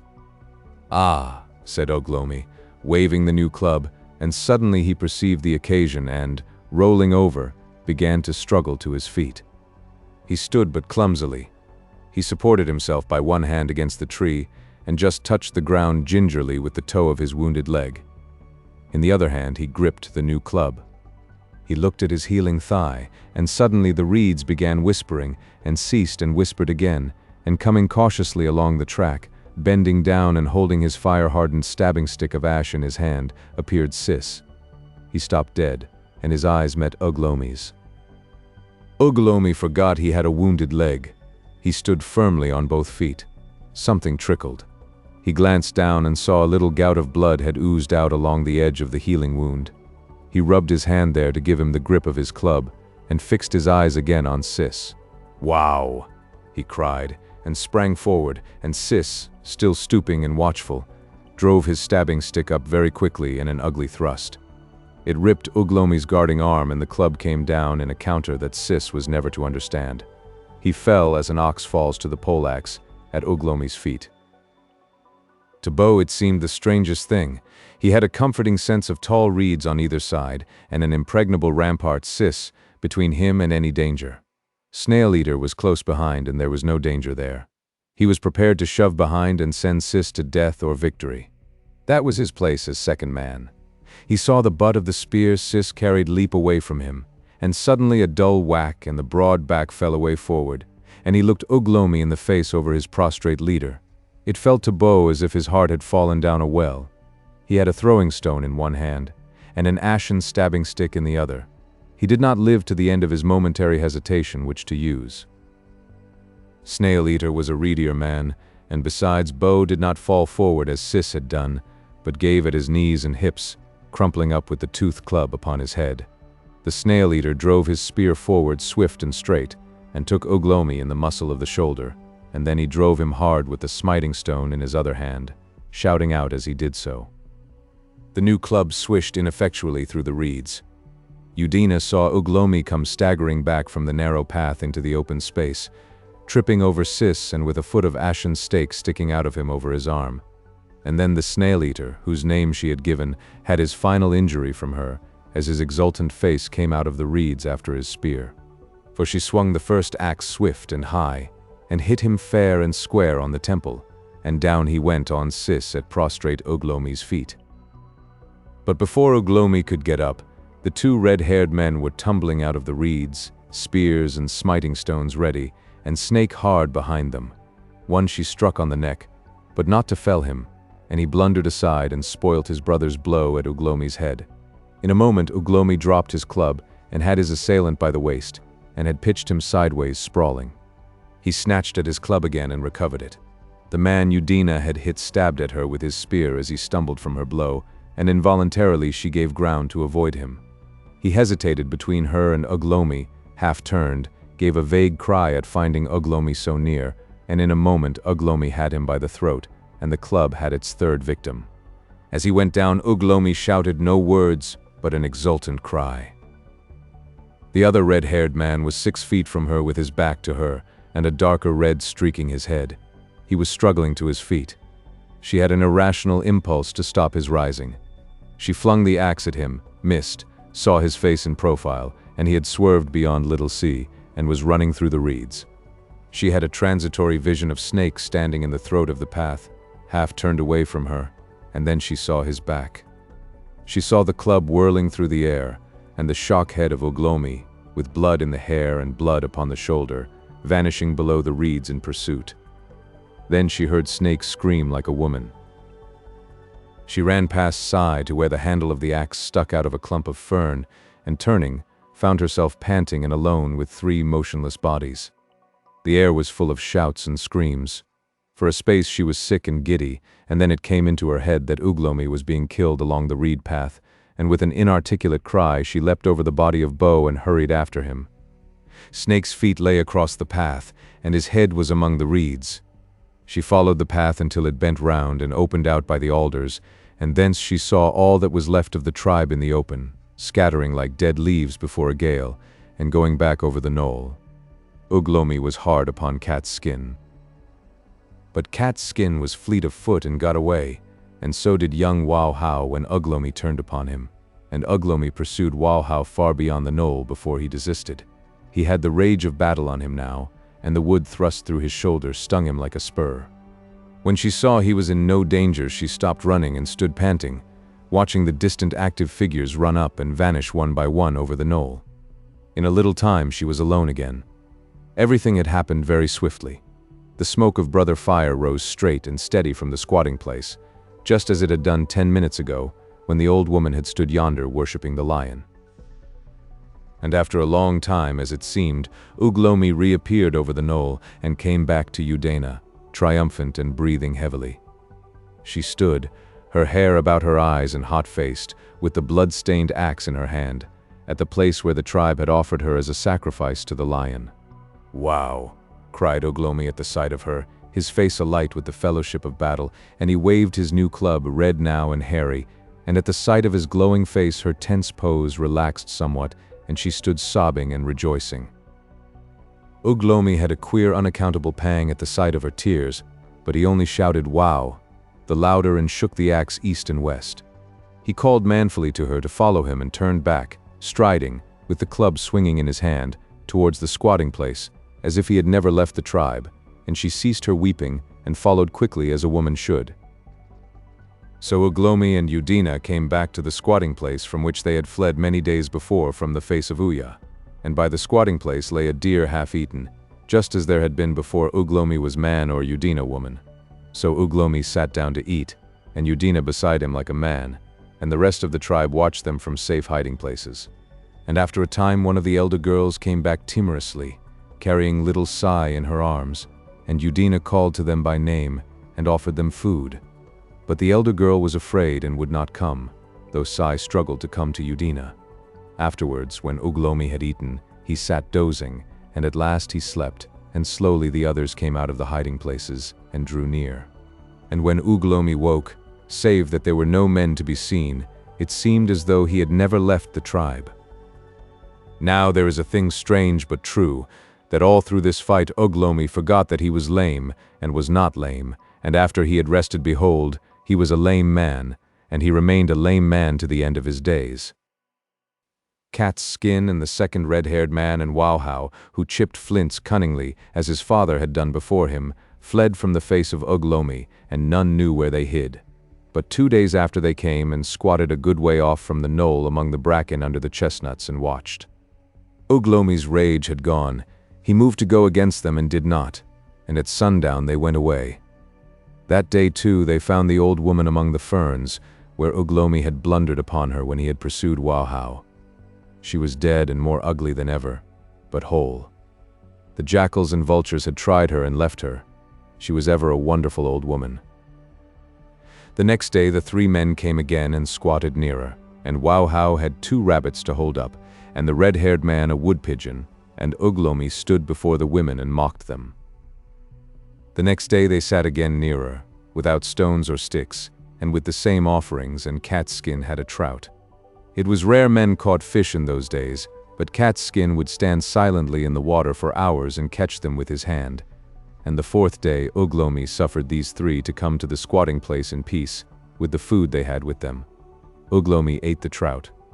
Thereafter for many moons Uglomi was master and had his will in peace, and on the fullness of time he was killed and eaten even as Uya had been slain.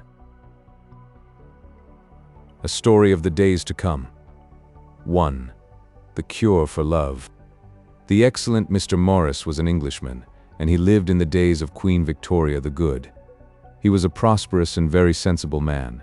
He read the Times and went to church, and as he grew towards middle age, an expression of quiet, contented contempt for all who were not as himself settled on his face. He was one of those people who do everything that is right and proper and sensible with inevitable regularity. He always wore just the right and proper clothes, steering the narrow way between the smart and the shabby, always subscribed to the right charities, just the judicious compromise between ostentation and meanness, and never failed to have his hair cut to exactly the proper length. Everything that it was right and proper for a man in his position to possess, he possessed, and everything that it was not right and proper for a man in his position to possess, he did not possess. And among other right and proper possessions, this Mr. Morris had a wife and children. They were the right sort of wife, and the right sort and number of children, of course, nothing imaginative or highty-flighty about any of them. So far as Mr. Morris could see, they wore perfectly correct clothing, neither smart nor hygienic nor fatty in any way, but just sensible. And they lived in a nice sensible house in the later Victorian sham Queen Anne style of architecture, with sham half-timbering of chocolate-painted plaster in the gables, Lincrusta Walton sham carved oak panels, a terrace of terracotta to imitate stone, and cathedral glass in the front door. His boys went to good solid schools, and were put to respectable professions. His girls, in spite of a fantastic protest or so, were all married to suitable, steady, oldish young men with good prospects. And when it was a fit and proper thing for him to do so, Mr. Morris died. His tomb was of marble and, without any art nonsense or laudatory inscription, quietly imposing, such being the fashion of his time. He underwent various changes according to the accepted custom in these cases, and long before this story begins his bones even had become dust, and were scattered to the 4 quarters of heaven. And his sons and his grandsons and his great-grandsons and his great-great-grandsons, they too were dust and ashes, and were scattered likewise. It was a thing he could not have imagined, that a day would come when even his great-great-grandsons would be scattered to the 4 winds of heaven. If anyone had suggested it to him, he would have resented it. He was one of those worthy people who take no interest in the future of mankind at all. He had grave doubts, indeed, if there was any future for mankind after he was dead. It seemed quite impossible and quite uninteresting to imagine anything happening after he was dead.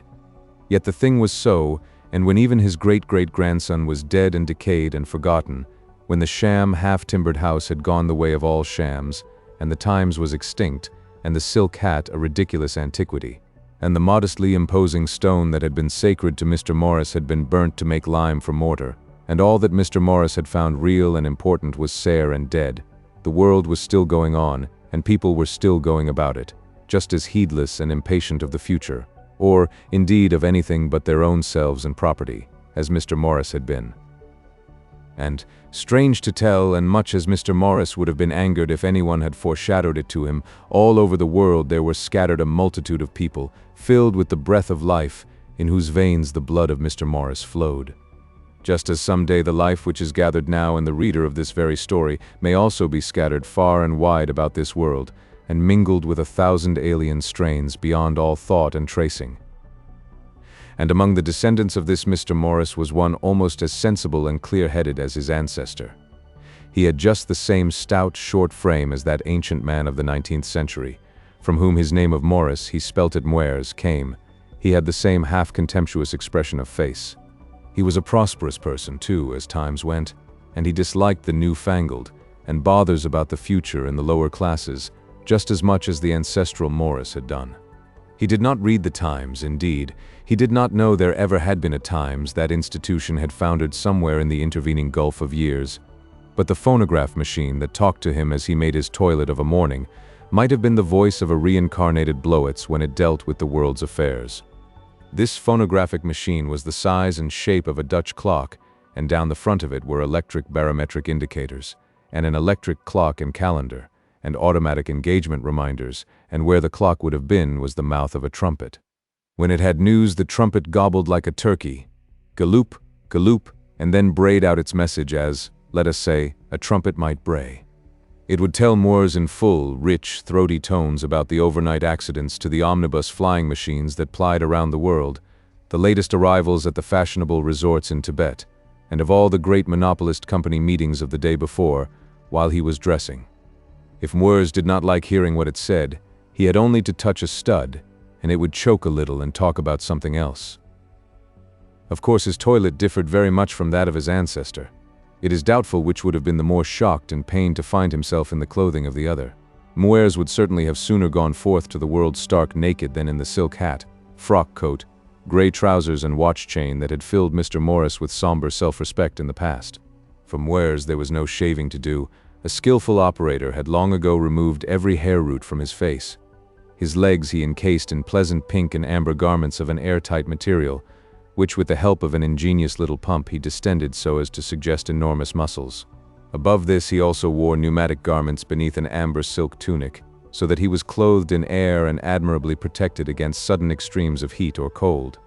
Over this he flung a scarlet cloak with its edge fantastically curved. On his head, which had been skillfully deprived of every scrap of hair, he adjusted a pleasant little cap of bright scarlet, held on by suction and inflated with hydrogen, and curiously like the comb of a cock. So his toilet was complete, and conscious of being soberly and becomingly attired, he was ready to face his fellow beings with a tranquil eye. This Moers, the civility of Mr. had vanished ages ago, was one of the officials under the Wind Vane and Waterfall Trust, the great company that owned every wind wheel and waterfall in the world, and which pumped all the water and supplied all the electric energy that people in these latter days required. He lived in a vast hotel near that part of London called Seventh Way, and had very large and comfortable apartments on the 17th floor. Households and family life had long since disappeared with the progressive refinement of manners, and indeed the steady rise in rents and land values, the disappearance of domestic servants, the elaboration of cookery, had rendered the separate domicile of Victorian times impossible, even had anyone desired such a savage seclusion. When his toilet was completed, he went towards one of the two doors of his apartment. There were doors at opposite ends, each marked with a huge arrow pointing one way and one the other, touched a stud to open it, and emerged on a wide passage, the center of which bore chairs and was moving at a steady pace to the left. On some of these chairs were seated gaily dressed men and women. He nodded to an acquaintance. It was not in those days etiquette to talk before breakfast, and seated himself on one of these chairs, and in a few seconds he had been carried to the doors of a lift, by which he descended to the great and splendid hall in which his breakfast would be automatically served. It was a very different meal from a Victorian breakfast. The rude masses of bread needing to be carved and smeared over with animal fat before they could be made palatable. The still recognizable fragments of recently killed animals, hideously charred and hacked. The eggs torn ruthlessly from beneath some protesting hen. Such things as these, though they constituted the ordinary fare of Victorian times, would have awakened only horror and disgust in the refined minds of the people of these latter days. Instead were pastes and cakes of agreeable and variegated design, without any suggestion in color or form of the unfortunate animals from which their substance and juices were derived. They appeared on little dishes sliding out upon a rail from a little box at one side of the table. The surface of the table, to judge by touch and eye, would have appeared to a 19th century person to be covered with fine white damask, but this was really an oxidized metallic surface and could be cleaned instantly after a meal. There were hundreds of such little tables in the hall, and at most of them were other latter-day citizens singly or in groups. And as Morris seated himself before his elegant repast, the invisible orchestra, which had been resting during an interval, resumed and filled the air with music. But Moyers did not display any great interest either in his breakfast or the music. His eye wandered incessantly about the hall, as though he expected a belated guest. At last he rose eagerly and waved his hand, and simultaneously across the hall appeared a tall dark figure in a costume of yellow and olive green. As this person, walking amidst the tables with measured steps, drew near, the pallid earnestness of his face and the unusual intensity of his eyes became apparent. Moyers reseated himself and pointed to a chair beside him. "I feared you would never come," he said. In spite of the intervening space of time, the English language was still almost exactly the same as it had been in England under Victoria the Good. The invention of the phonograph and such-like means of recording sound, and the gradual replacement of books by such contrivances, had not only saved the human eyesight from decay, but had also by the establishment of a sure standard arrested the process of change and accent that had hitherto been so inevitable. "I was delayed by an interesting case," said the man in green and yellow. "A prominent politician, suffering from overwork." He glanced at the breakfast and seated himself. "I have been awake for 40 hours. "Eh, dear," said Moyers, "fancy that. You hypnotists have your work to do." The hypnotist helped himself to some attractive amber-colored jelly. "I happen to be a good deal in request," he said modestly. "Heaven knows what we should do without you." "Oh, we're not so indispensable as all that," said the hypnotist, ruminating the flavor of the jelly. "The world did very well without us for some thousands of years, 200 years ago even, not one. In practice, that is. Physicians by the thousand, of course. Frightfully clumsy brutes for the most part, and following one another like sheep, but doctors of the mind, except a few empirical flounderers, there were none." He concentrated his mind on the jelly. "But were people so sane?" began Moyers. The hypnotist shook his head. It didn't matter then if they were a bit silly or fatty. Life was so easygoing then. No competition worth speaking of, no pressure. A human being had to be very lopsided before anything happened. Then, they clapped him away in what they called a lunatic asylum. "I know," said Moyers.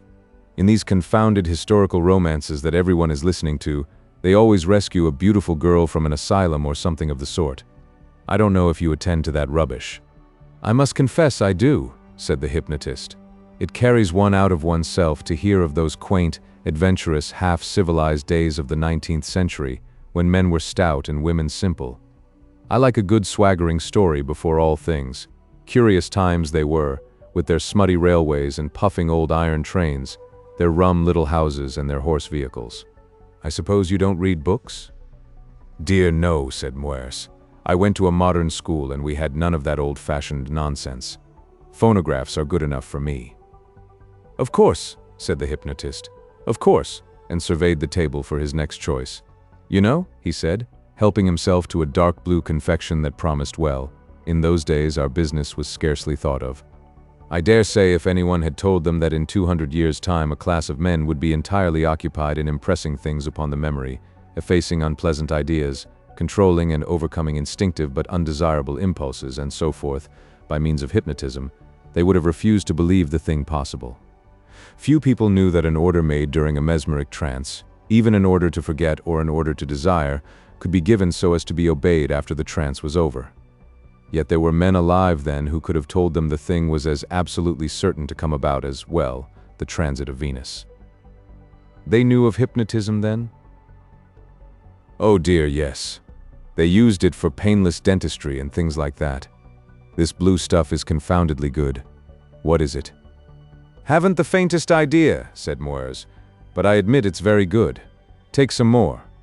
The hypnotist repeated his praises, and there was an appreciative pause. Speaking of these historical romances, said Moers with an attempt at an easy, offhand manner, brings me to the matter I had in mind when I asked you, when I expressed a wish to see you. He paused and took a deep breath. The hypnotist turned an attentive eye upon him and continued eating. The fact is, said Moers, I have in fact a daughter. Well, you know I have given her, every educational advantage. Lectures, not a solitary lecturer of ability in the world, but she has had a telephone direct. Dancing, deportment, conversation, philosophy, art criticism. He indicated Catholic culture by a gesture of his hand. I had intended her to marry a very good friend of mine, Binden of the Lighting Commission, plain little man, you know, and a bit unpleasant in some of his ways, but an excellent fellow really, an excellent fellow. Yes, said the hypnotist. Go on. How old is she? 18. A dangerous age. Well, it seems that she has been indulging in these historical romances, excessively, even to the neglect of her philosophy. Filled her mind with unutterable nonsense about soldiers who fight. What is it? Etruscans? Egyptians. Egyptians, very probably. Hack about with swords and revolvers and things, bloodshed galore, horrible. And about young men on torpedo catchers who blow up Spaniards, I fancy, and all sorts of irregular adventurers. And she has got it into her head that she must marry for love, and that poor little Binden. I've met similar cases, said the hypnotist. Who is the other young man? Maraz maintained an appearance of resigned calm. You may well ask, he said. He is, and his voice sank with shame, a mere attendant upon the stage on which the flying machines from Paris alight. He has, as they say in the romances, good looks. He is quite young and very eccentric. Affects the antique, he can read and write. So can she. And instead of communicating by telephone, like sensible people, they write and deliver, what is it? Notes? No, not notes. Poems. The hypnotist raised his eyebrows. How did she meet him? Tripped coming down from the flying machine from Paris and fell into his arms. The mischief was done in a moment. Yes? Well, that's all. Things must be stopped. That is what I want to consult you about. What must be done? What can be done? Of course, I'm not a hypnotist. My knowledge is limited. But you? Hypnotism is not magic, said the man in green, putting both arms on the table. Oh, precisely. But still, people cannot be hypnotized without their consent. If she is able to stand out against marrying Binden, she will probably stand out against being hypnotized. But if once she can be hypnotized even by somebody else, the thing is done. You can? Oh, certainly. Once we get her amenable, then we can suggest that she must marry Binden, that is her fate, or that the young man is repulsive, and that when she sees him she will be giddy and faint, or any little thing of that sort. Or if we can get her into a sufficiently profound trance, we can suggest that she should forget him altogether. Precisely. But the problem is to get her hypnotized. Of course, no sort of proposal or suggestion must come from you, because no doubt she already distrusts you in the matter. The hypnotist leant his head upon his arm and thought. It's hard a man cannot dispose of his own daughter, said Moers irrelevantly. You must give me the name and address of the young lady, said the hypnotist, and any information bearing upon the matter. And by the by, is there any money in the affair? Moers hesitated. There's a sum, in fact, a considerable sum invested in the Patent Road Company, from her mother. That's what makes the thing so exasperating. Exactly, said the hypnotist, and he proceeded to cross-examine Moers on the entire affair. It was a lengthy interview. And meanwhile, Elizabeth Moers, as she spelt her name, or Elizabeth Morris as a 19th century person would have put it, was sitting in a quiet waiting place beneath the great stage upon which the flying machine from Paris descended. And beside her sat her slender, handsome lover reading her the poem he had written that morning while on duty upon the stage. When he had finished, they sat for a time in silence, and then, as if for their special entertainment, the great machine that had come flying through the air from America that morning rushed down out of the sky.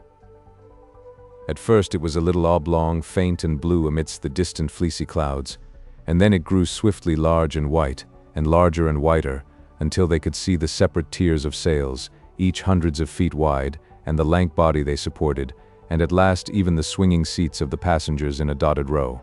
Although it was falling, it seemed to them to be rushing up the sky, and over the roof spaces of the city below its shadow leapt towards them.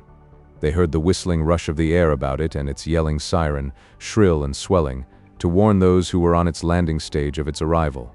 And abruptly the note fell down a couple of octaves, and it had passed, and the sky was clear and void, and she could turn her sweet eyes again to Denton at her side. Their silence ended, and Denton, speaking in a little language of broken English that was, they fancied, their private possession, though lovers have used such little languages since the world began, told her how they too would leap into the air one morning out of all the obstacles and difficulties about them, and fly to a sunlit city of delight he knew of in Japan, halfway about the world. She loved the dream, but she feared the leap, and she put him off with, "Someday, dearest one, someday," to all his pleading that it might be soon, and at last came a shrilling of whistles, and it was time for him to go back to his duties on the stage. They parted as lovers have been wont to part for thousands of years. She walked down a passage to a lift, and so came to one of the streets of that latter-day London, all glazed in with glass from the weather, and with incessant moving platforms that went to all parts of the city. And by one of these she returned to her apartments in the Hotel for Women where she lived, the apartments that were in telephonic communication with all the best lecturers in the world.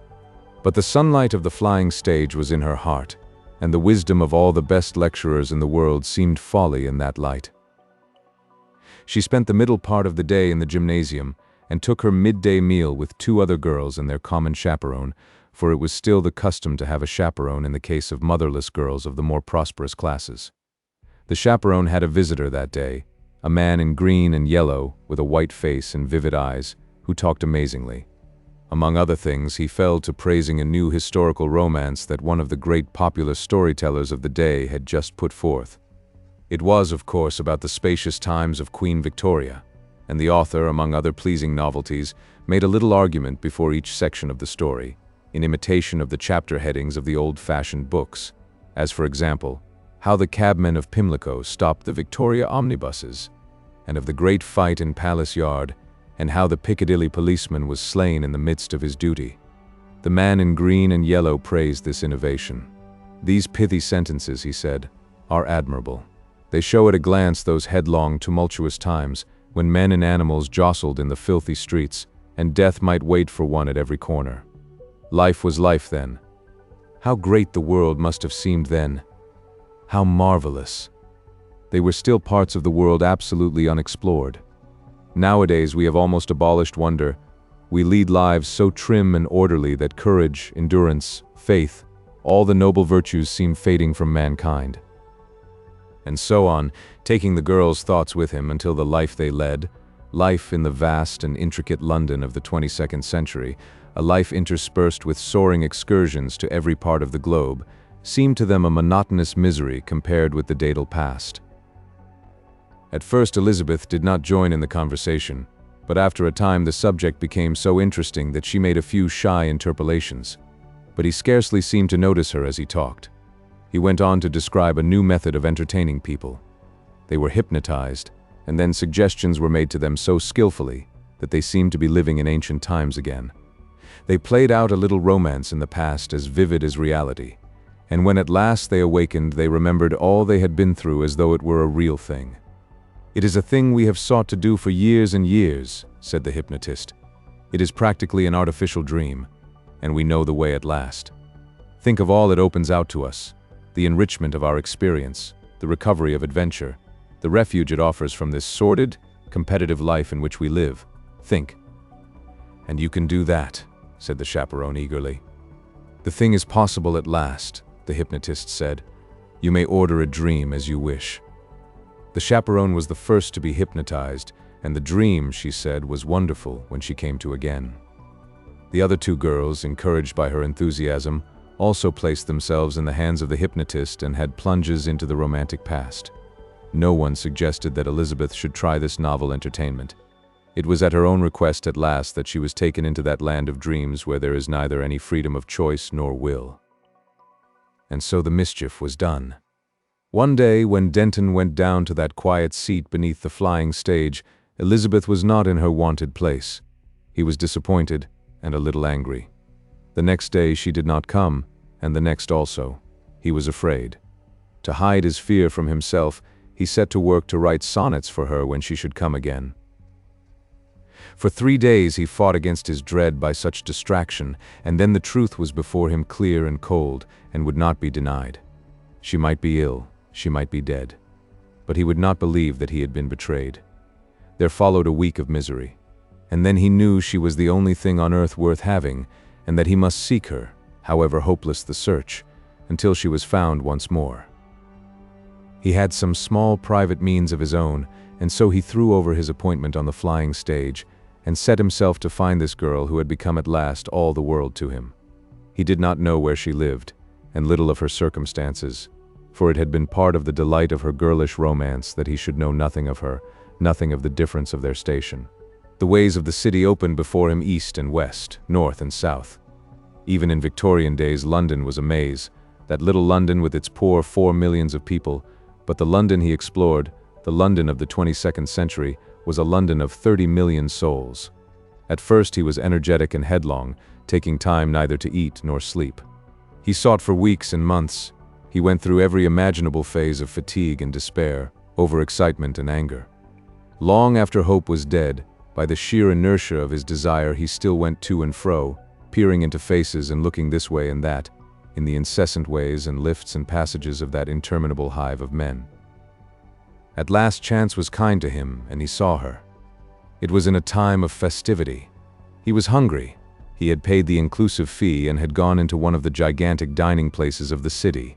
He was pushing his way among the tables and scrutinizing by mere force of habit every group he passed. He stood still, robbed of all power of motion, his eyes wide, his lips apart. Elizabeth sat scarcely 20 yards away from him, looking straight at him. Her eyes were as hard to him, as hard and expressionless and void of recognition as the eyes of a statue. She looked at him for a moment, and then her gaze passed beyond him. Had he had only her eyes to judge by, he might have doubted if it was indeed Elizabeth, but he knew her by the gesture of her hand, by the grace of a wanton little curl that floated over her ear as she moved her head. Something was said to her, and she turned smiling tolerantly to the man beside her, a little man in foolish raiment knobbed and spiked like some odd reptile with pneumatic horns, the Bindon of her father's choice. For a moment Denton stood white and wild-eyed, then came a terrible faintness, and he sat before one of the little tables. He sat down with his back to her, and for a time he did not dare to look at her again.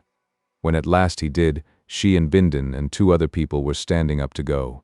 The others were her father and her chaperone. He sat as if incapable of action until the 4 figures were remote and small, and then he rose up possessed with the one idea of pursuit. For a space he feared he had lost them, and then he came upon Elizabeth and her chaperone again in one of the streets of moving platforms that intersected the city. Bindon and Wurz had disappeared. He could not control himself to patience. He felt he must speak to her forthwith, or die. He pushed forward to where they were seated, and sat down beside them. His white face was convulsed with half-hysterical excitement. He laid his hand on her wrist. "Elizabeth?" he said.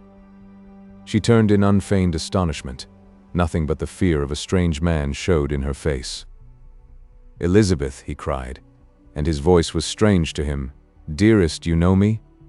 Elizabeth's face showed nothing but alarm and perplexity. She drew herself away from him. The chaperone, a little gray-headed woman with mobile features, leant forward to intervene. Her resolute bright eyes examined Denton. "What do you say?" she asked. "This young lady," said Denton. "She knows me." Do you know him, dear? No, said Elizabeth in a strange voice, and with a hand to her forehead, speaking almost as one who repeats a lesson. No, I do not know him. I do not know him. But, not know me. It is I, Denton. Denton, to whom you used to talk. Don't you remember the flying stages? The little seat in the open air?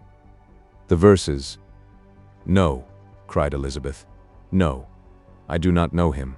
I do not know him. There is something, but I don't know. All I know is that I do not know him. Her face was a face of infinite distress. The sharp eyes of the chaperone flitted to and fro from the girl to the man. You see, she said, with the faint shadow of a smile, she does not know you. I do not know you, said Elizabeth. Of that I am sure. But dear, the songs, the little verses. She does not know you, said the chaperone.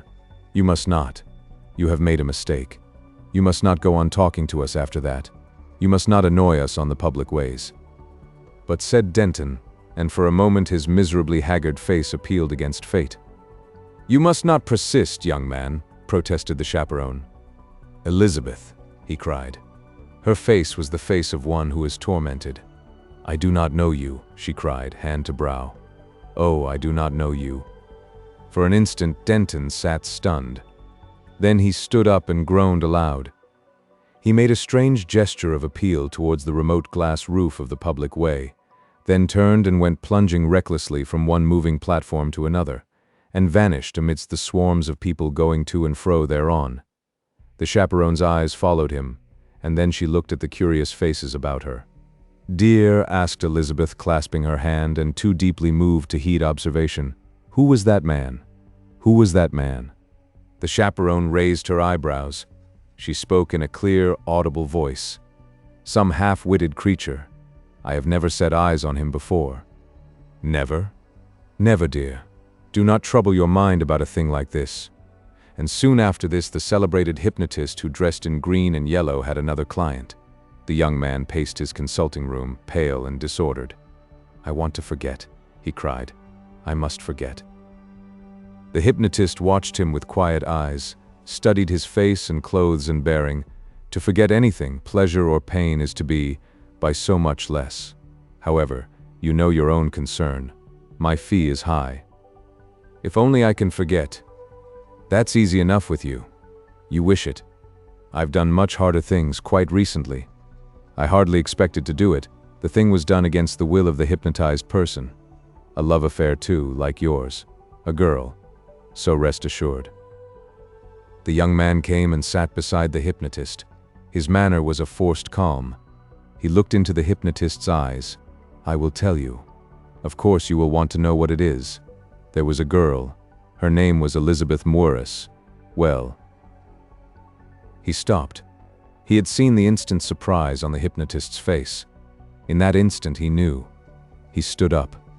He seemed to dominate the seated figure by his side. He gripped the shoulder of green and gold. For a time he could not find words. Give her me back, he said at last. Give her me back. What do you mean? Gasped the hypnotist. Give her me back. Give whom?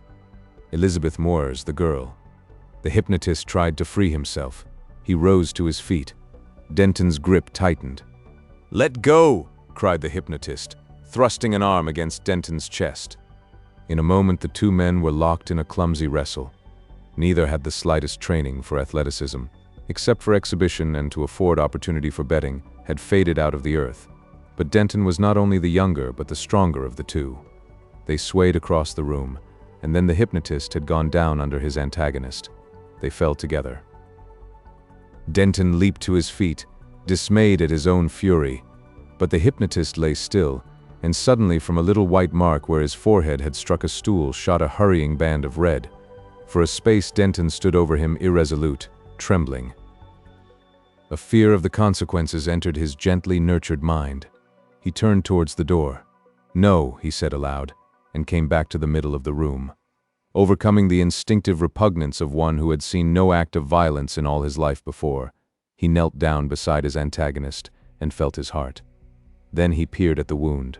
He rose quietly and looked about him. He began to see more of the situation.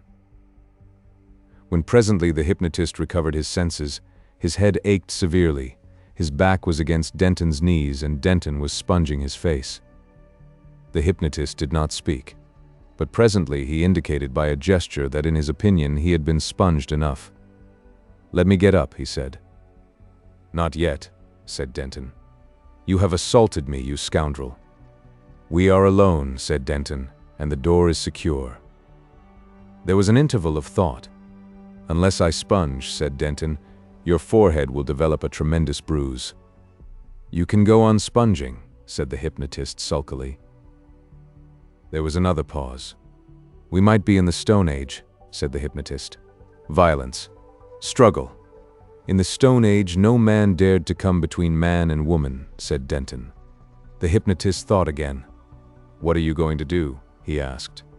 "While you were insensible, I found the girl's address on your tablets. I did not know it before. I telephoned. She will be here soon. Then, she will bring her chaperone. That is all right. But what? I don't see. What do you mean to do?" I looked about for a weapon also. It is an astonishing thing how few weapons there are nowadays. If you consider that in the Stone Age men owned scarcely anything but weapons. I hit at last upon this lamp. I have wrenched off the wires and things and I hold it so. He extended it over the hypnotist's shoulders. "With that I can quite easily smash your skull. I will, unless you do as I tell you." "Violence is no remedy," said the hypnotist, quoting from the modern man's book of moral maxims. "It's an undesirable disease," said Denton. "Well? You will tell that chaperone you are going to order the girl to marry that knobby little brute with the red hair and ferrety eyes. I believe that's how things stand." "Yes, that's how things stand. And, pretending to do that, you will restore her memory of me. It's unprofessional. Look here. If I cannot have that girl, I would rather die than not. I don't propose to respect your little fancies. If anything goes wrong, you shall not live 5 minutes. This is a rude makeshift of a weapon, and it may quite conceivably be painful to kill you. But I will.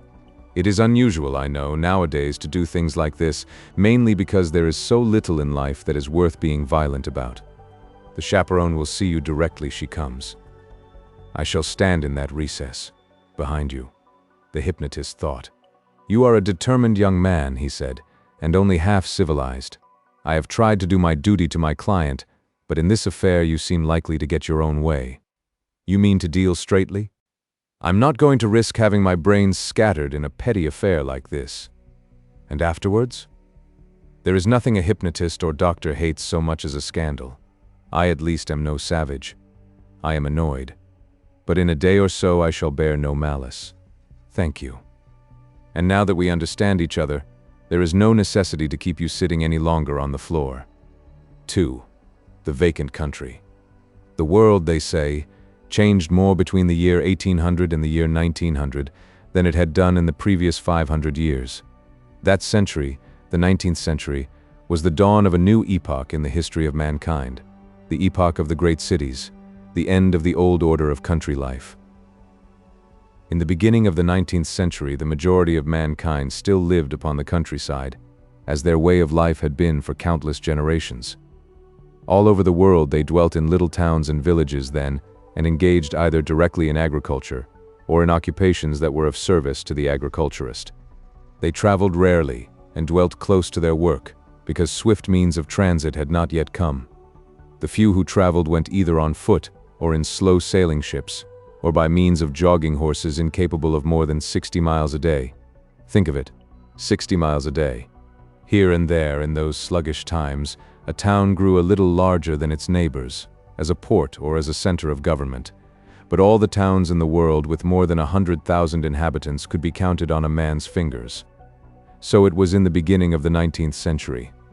By the end, the invention of railways, telegraphs, steamships, and complex agricultural machinery had changed all these things, changed them beyond all hope of return.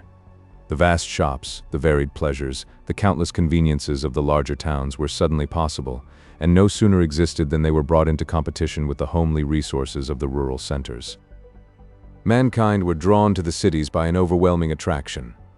The demand for labor fell with the increase of machinery, the local markets were entirely superseded, and there was a rapid growth of the larger centers at the expense of the open country. The flow of population townward was the constant preoccupation of Victorian writers. In Great Britain and New England, in India and China, the same thing was remarked.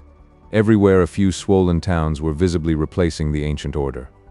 That this was an inevitable result of improved means of travel and transport that, given swift means of transit, these things must be was realized by few, and the most puerile schemes were devised to overcome the mysterious magnetism of the urban centers and keep the people on the land.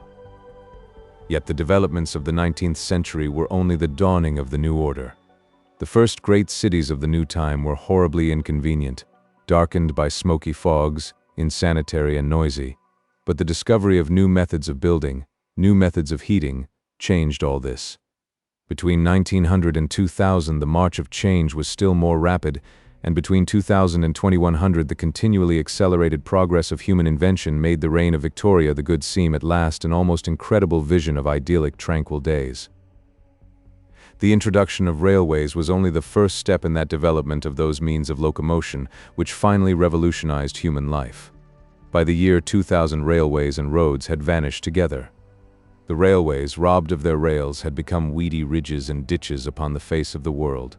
The old roads, strange barbaric tracks of flint and soil, hammered by hand or rolled by rough iron rollers, strewn with miscellaneous filth, and cut by iron hoofs and wheels into ruts and puddles often many inches deep, had been replaced by patent tracks made of a substance called edamite. This edamite, it was named after its patentee, ranks with the invention of printing and steam as one of the epoch-making discoveries of the world's history. When Adam discovered the substance, he probably thought of it as a mere cheap substitute for India rubber. It cost a few shillings a ton. But you can never tell all an invention will do. It was the genius of a man named Warming that pointed to the possibility of using it, not only for the tires of wheels, but as a road substance, and who organized the enormous network of public ways that speedily covered the world. These public ways were made with longitudinal divisions. On the outer on either side went foot cyclists and conveyances traveling at a less speed than 25 miles an hour. In the middle, motors capable of speed up to 100. And the inner, Warming, in the face of enormous ridicule, reserved for vehicles traveling at speeds of 100 miles an hour and upward. For 10 years his inner ways were vacant. Before he died, they were the most crowded of all, and vast light frameworks with wheels of 20 and 30 feet in diameter hurled along them at paces that year after year rose steadily towards 200 miles an hour. And by the time this revolution was accomplished, a parallel revolution had transformed the ever-growing cities. Before the development of practical science, the fogs and filth of Victorian times vanished. Electric heating replaced fires. In 2013, the lighting of a fire that did not absolutely consume its own smoke was made an indictable nuisance, and all the cityways, all public squares and places, were covered in with a recently invented glass-like substance. The roofing of London became practically continuous. Certain short-sighted and foolish legislation against tall buildings was abolished, and London, from a squat expanse of petty houses, feebly archaic in design, rose steadily towards the sky. To the municipal responsibility for water, light, and drainage was added another, and that was ventilation. But to tell of all the changes in human convenience that these 200 years brought about, to tell of the long-foreseen invention of flying, to describe how life in households was steadily supplanted by life in interminable hotels, how at last even those who were still concerned in agricultural work came to live in the towns and to go to and fro to their work every day, to describe how at last in all England only 4 towns remained, each with many millions of people, and how there were left no inhabited houses in all the countryside. To tell all this would take us far from our story of Denton and his Elizabeth. They had been separated and reunited, and still they could not marry. For Denton, it was his only fault, had no money. Neither had Elizabeth until she was 21, and as yet she was only 18. At 21, all the property of her mother would come to her, for that was the custom of the time. She did not know that it was possible to anticipate her fortune, and Denton was far too delicate a lover to suggest such a thing, so things stuck hopelessly between them.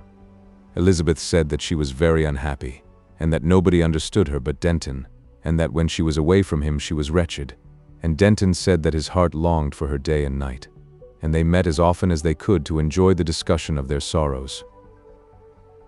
They met one day at their little seat upon the flying stage. The precise site of this meeting was where in Victorian times the road from Wimbledon came out upon the common. They were, however, 500 feet above that point. Their seat looked far over London. To convey the appearance of it all to a 19th century reader would have been difficult. One would have had to tell him to think of the Crystal Palace, of the newly built mammoth hotels, as those little affairs were called, of the larger railway stations of his time, and to imagine such buildings enlarged to vast proportions and run together and continuous over the whole metropolitan area. If then he was told that this continuous roof space bore a huge forest of rotating windwheels, he would have begun very dimly to appreciate what to these young people was the commonest sight in their lives. To their eyes it had something of the quality of a prison, and they were talking, as they had talked 100 times before, of how they might escape from it and be at last happy together. Escape from it, that is, before the appointed 3 years were at an end. It was, they both agreed, not only impossible but almost wicked, to wait 3 years. Before that, said Denton, and the notes of his voice told of a splendid chest, we might both be dead. Their vigorous young hands had to grip at this, and then Elizabeth had a still more poignant thought that brought the tears from her wholesome eyes and down her healthy cheeks. One of us, she said, one of us might be. She choked. She could not say the word that is so terrible to the young and happy. Yet to marry and be very poor in the cities of that time was, for anyone who had lived pleasantly, a very dreadful thing. In the old agricultural days that had drawn to an end in the 18th century, there had been a pretty proverb of love in a cottage, and indeed in those days the poor of the countryside had dwelt in flower-covered, diamond-windowed cottages of thatch and plaster, with the sweet air and earth about them, amidst tangled hedges and the song of birds, and with the ever-changing sky overhead. But all this had changed. The change was already beginning in the 19th century, and a new sort of life was opening for the poor, in the lower quarters of the city. In the 19th century, the lower quarters were still beneath the sky. They were areas of land on clay or other unsuitable soil, liable to floods or exposed to the smoke of more fortunate districts, insufficiently supplied with water, and as insanitary as the great fear of infectious diseases felt by the wealthier classes permitted. In the 22nd century, however, the growth of the city story above story and the coalescence of buildings had led to a different arrangement. The prosperous people lived in a vast series of sumptuous hotels in the upper stories and halls of the city fabric. The industrial population dwelt beneath in the tremendous ground floor and basement, so to speak, of the place. In the refinement of life and manners, these lower classes differed little from their ancestors, the East Enders of Queen Victoria's time, but they had developed a distinct dialect of their own. In these underways they lived and died, rarely ascending to the surface except when work took them there. Since for most of them this was the sort of life to which they had been born, they found no great misery in such circumstances, but for people like Denton and Elizabeth, such a plunge would have seemed more terrible than death. "And yet what else is there?" asked Elizabeth. Denton professed not to know. Apart from his own feeling of delicacy, he was not sure how Elizabeth would like the idea of borrowing on the strength of her expectations. The passage from London to Paris even, said Elizabeth, was beyond their means, and in Paris, as in any other city in the world, life would be just as costly and impossible as in London. Well might Denton cry aloud, "If only we had lived in those days, dearest! If only we had lived in the past!" For to their eyes even 19th century Whitechapel was seen through a mist of romance. "Is there nothing?" cried Elizabeth, suddenly weeping. "Must we really wait for those 3 long years? Fancy 3 years, 36 months. The human capacity for patience had not grown with the ages. Then suddenly Denton was moved to speak of something that had already flickered across his mind. He had hit upon it at last. It seemed to him so wild a suggestion that he made it only half seriously. But to put a thing into words has ever a way of making it seem more real and possible than it seemed before, and so it was with him. "Suppose," he said, "we went into the country?" She looked at him to see if he was serious in proposing such an adventure. "The country?" "Yes, beyond there, beyond the hills." "How could we live?" she said. "Where could we live?" "It is not impossible," he said. "People used to live in the country. But then there were houses. There are the ruins of villages and towns now. On the clay lands they are gone, of course. But they are still left on the grazing land, because it does not pay the food company to remove them. I know that, for certain. Besides, one sees them from the flying machines, you know. Well, we might shelter in some one of these, and repair it with our hands. Do you know, the thing is not so wild as it seems. Some of the men who go out every day to look after the crops and herds might be paid to bring us food." She stood in front of him. How strange it would be if one really could. Why not? But no one dares. That is no reason. It would be so romantic and strange, if only it were possible. Why not possible? There are so many things. Think of all the things we have, things that we should miss. Should we miss them? After all, the life we lead is very unreal, very artificial. He began to expand his idea, and as he warmed to his exposition, the fantastic quality of his first proposal faded away.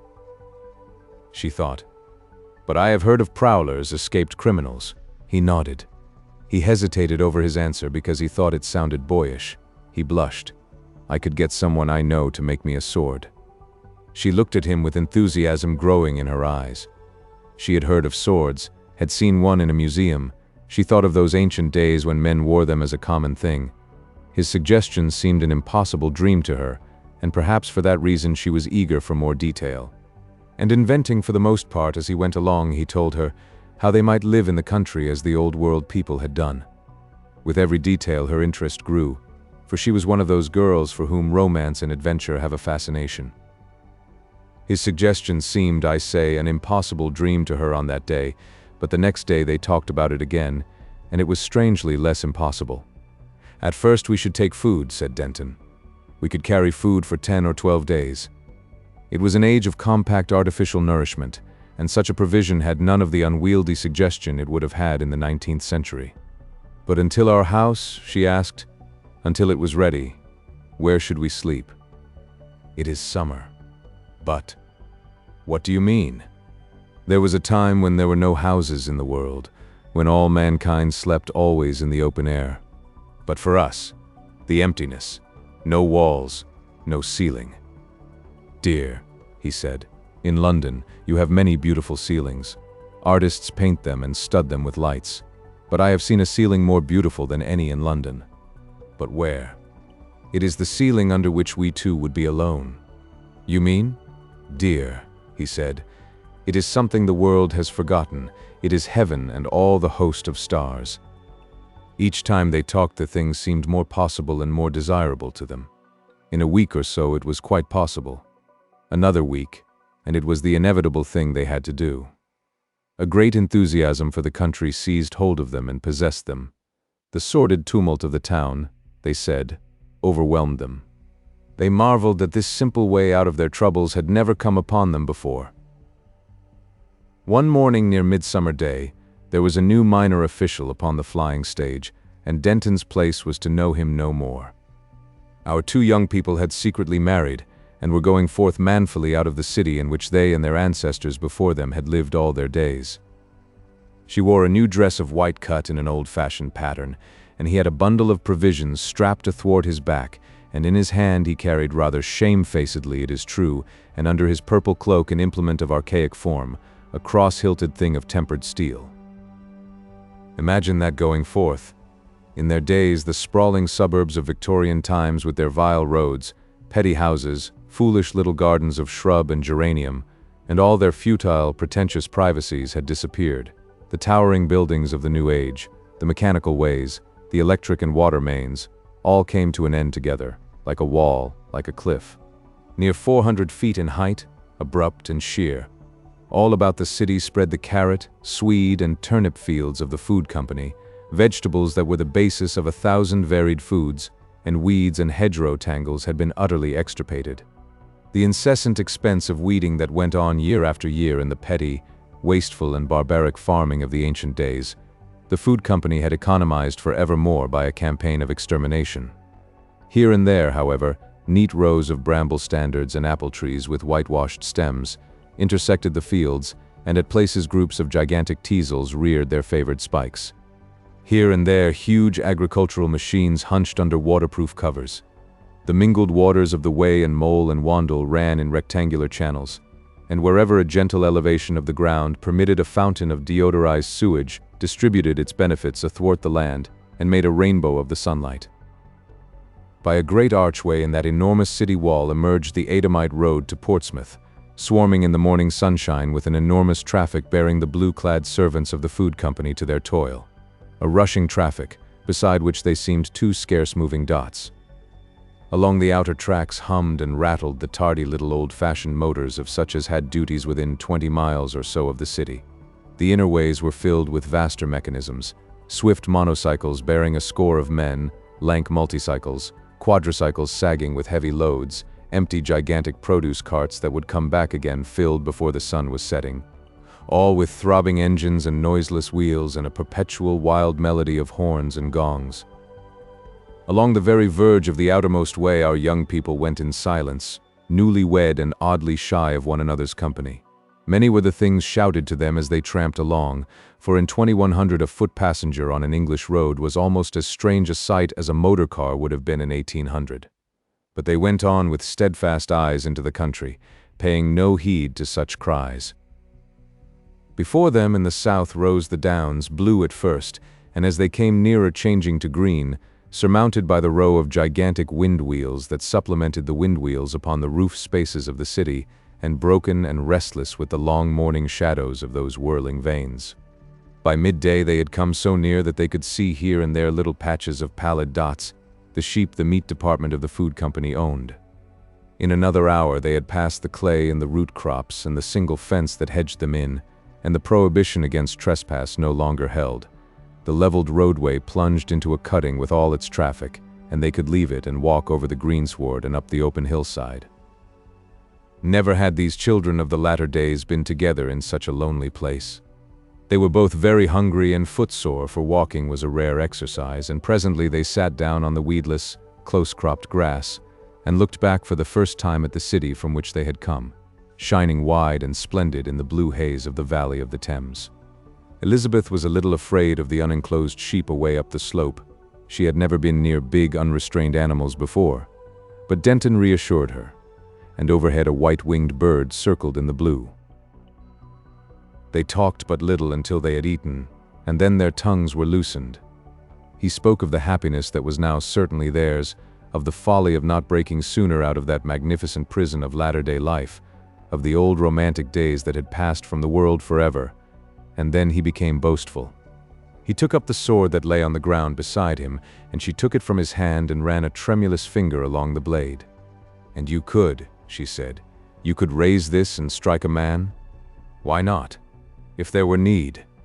"But," she said, "it seems so horrible. It would slash. There would be," her voice sank, "blood. In the old romances you have read often enough." "Oh, I know, in those, yes. But that is different. One knows it is not blood, but just a sort of red ink. And you killing." She looked at him doubtfully, and then handed him back the sword. After they had rested and eaten, they rose up and went on their way towards the hills. They passed quite close to a huge flock of sheep, who stared and bleated at their unaccustomed figures. She had never seen sheep before, and she shivered to think such gentle things must needs be slain for food. A sheepdog barked from a distance, and then a shepherd appeared amidst the supports of the wind wheels and came down towards them. When he drew near, he called out, asking whither they were going. Denton hesitated, and told him briefly that they sought some ruined house among the downs in which they might live together. He tried to speak in an offhand manner, as though it was a usual thing to do. The man stared incredulously. "Have you done anything?" he asked. "Nothing," said Denton. "Only we don't want to live in a city any longer. Why should we live in cities?" The shepherd stared more incredulously than ever. "You can't live here," he said. "We mean to try." The shepherd stared from one to the other. "You'll go back tomorrow," he said. "It looks pleasant enough in the sunlight. Are you sure you've done nothing? We shepherds are not such great friends of the police." Denton looked at him steadfastly. "No," he said. "But we are too poor to live in the city, and we can't bear the thought of wearing clothes of blue canvas and doing drudgery. We are going to live a simple life here, like the people of old." The shepherd was a bearded man with a thoughtful face. He glanced at Elizabeth's fragile beauty. "They had simple minds," he said. "So have we," said Denton. The shepherd smiled.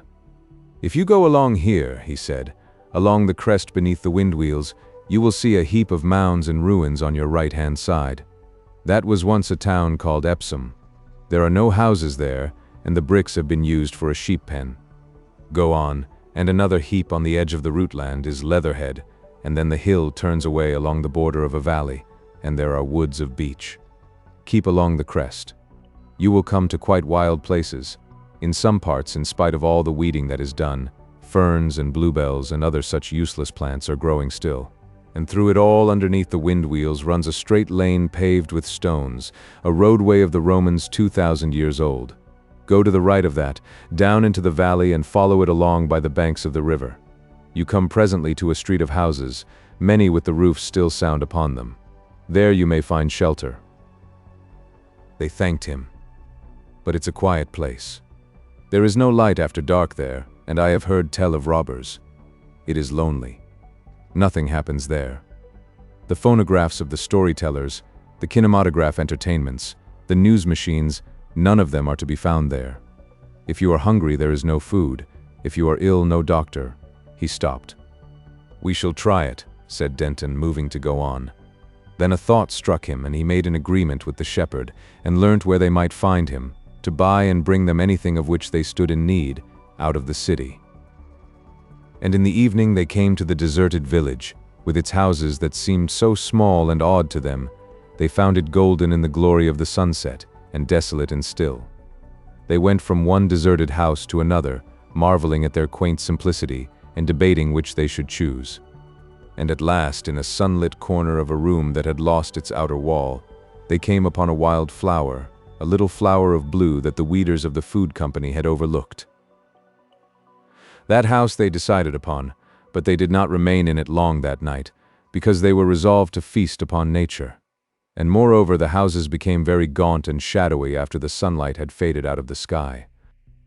So after they had rested a little time, they went to the crest of the hill again to see with their own eyes the silence of heaven set with stars, about which the old poets had had so many things to tell. It was a wonderful sight, and Denton talked like the stars, and when they went down the hill at last, the sky was pale with dawn. They slept but little, and in the morning when they woke, a thrush was singing in a tree. So these young people of the 22nd century began their exile. That morning they were very busy exploring the resources of this new home in which they were going to live the simple life. They did not explore very fast or very far, because they went everywhere hand in hand, but they found the beginnings of some furniture.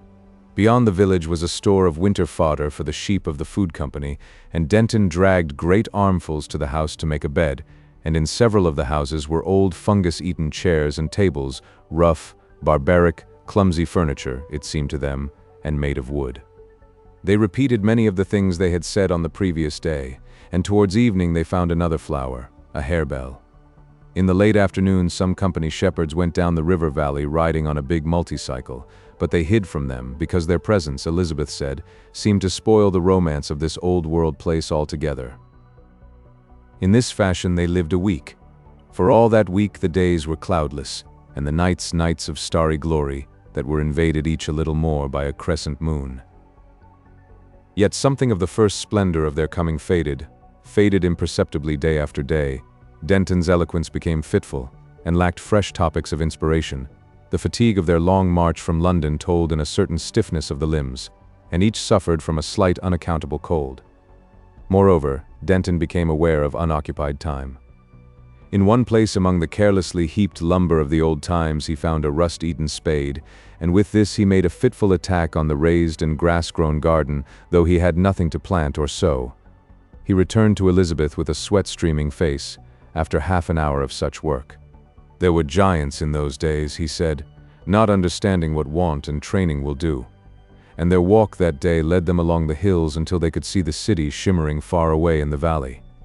"I wonder how things are going on there," he said. And then came a change in the weather. "Come out and see the clouds," she cried.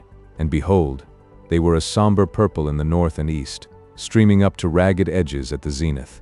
And as they went up the hill, these hurrying streamers blotted out the sunset. Suddenly the wind set the beech trees swaying and whispering, and Elizabeth shivered. And then far away the lightning flashed like a sword that is drawn suddenly, and the distant thunder marched about the sky, and even as they stood astonished, pattering upon them came the first headlong raindrops of the storm. In an instant the last streak of sunset was hidden by a falling curtain of hail, and the lightning flashed again, and the voice of the thunder roared louder, and all about them the world scowled dark and strange. Seizing hands, these children of the city ran down the hill to their home in infinite astonishment. And ere they reached it, Elizabeth was weeping with dismay, and the darkling ground about them was white and brittle and active with the pelting hail. Then began a strange and terrible night for them. For the first time in their civilized lives they were in absolute darkness. They were wet and cold and shivering. All about them hissed the hail, and through the long neglected ceilings of the derelict home came noisy spouts of water and formed pools and rivulets on the creaking floors. As the gusts of the storm struck the worn-out building, it groaned and shuddered, and now a mass of plaster from the wall would slide and smash, and now some loosened tile would rattle down the roof and crash into the empty greenhouse below. Elizabeth shuddered and was still. Denton wrapped his gay and flimsy city cloak about her, and so they crouched in the darkness. And ever the thunder broke louder and nearer, and ever more lurid flashed the lightning, jerking into a momentary gaunt clearness the steaming, dripping room in which they sheltered. Never before had they been in the open air save when the sun was shining. All their time had been spent in the warm and airy ways and halls and rooms of the latter-day city. It was to them that night as if they were in some other world, some disordered chaos of stress and tumult, and almost beyond hoping that they should ever see the city ways again. The storm seemed to last interminably, until at last they dozed between the thunderclaps, and then very swiftly it fell and ceased. And as the last patter of the rain died away, they heard an unfamiliar sound. "What is that?" cried Elizabeth. It came again. It was the barking of dogs. It drove down the desert lane and past, and through the window, whitening the wall before them and throwing upon it the shadow of the window frame and of a tree in black silhouette, shone the light of the waxing moon. Just as the pale dawn was drawing the things about them into sight, the fitful barking of dogs came near again and stopped. They listened. After a pause they heard the quick pattering of feet seeking round the house, and short, half-smothered barks. Then again everything was still. "Shh," whispered Elizabeth, and pointed to the door of their room. Denton went halfway towards the door and stood listening. He came back with a face of affected unconcern. "They must be the sheepdogs of the food company," he said. "They will do us no harm." He sat down again beside her. "What a night it has been," he said, to hide how keenly he was listening. "I don't like dogs," answered Elizabeth after a long silence.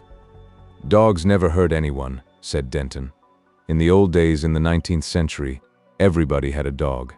There was a romance I heard once. A dog killed a man." "Not this sort of dog," said Denton confidently. "Some of those romances are exaggerated." Suddenly a half bark and a pattering up the staircase, the sound of panting. Denton sprang to his feet and drew the sword out of the damp straw upon which they had been lying. Then in the doorway appeared a gaunt sheepdog, and halted there. Behind it stared another. For an instant man and brute faced each other, hesitating. Then Denton, being ignorant of dogs, made a sharp step forward. "Go away," he said, with a clumsy motion of his sword. The dog started and growled. Denton stopped sharply. "Good dog," he said. The growling jerked into a bark. "Good dog," said Denton. The second dog growled and barked. A third out of sight down the staircase took up the barking also. Outside others gave tongue, a large number it seemed to Denton.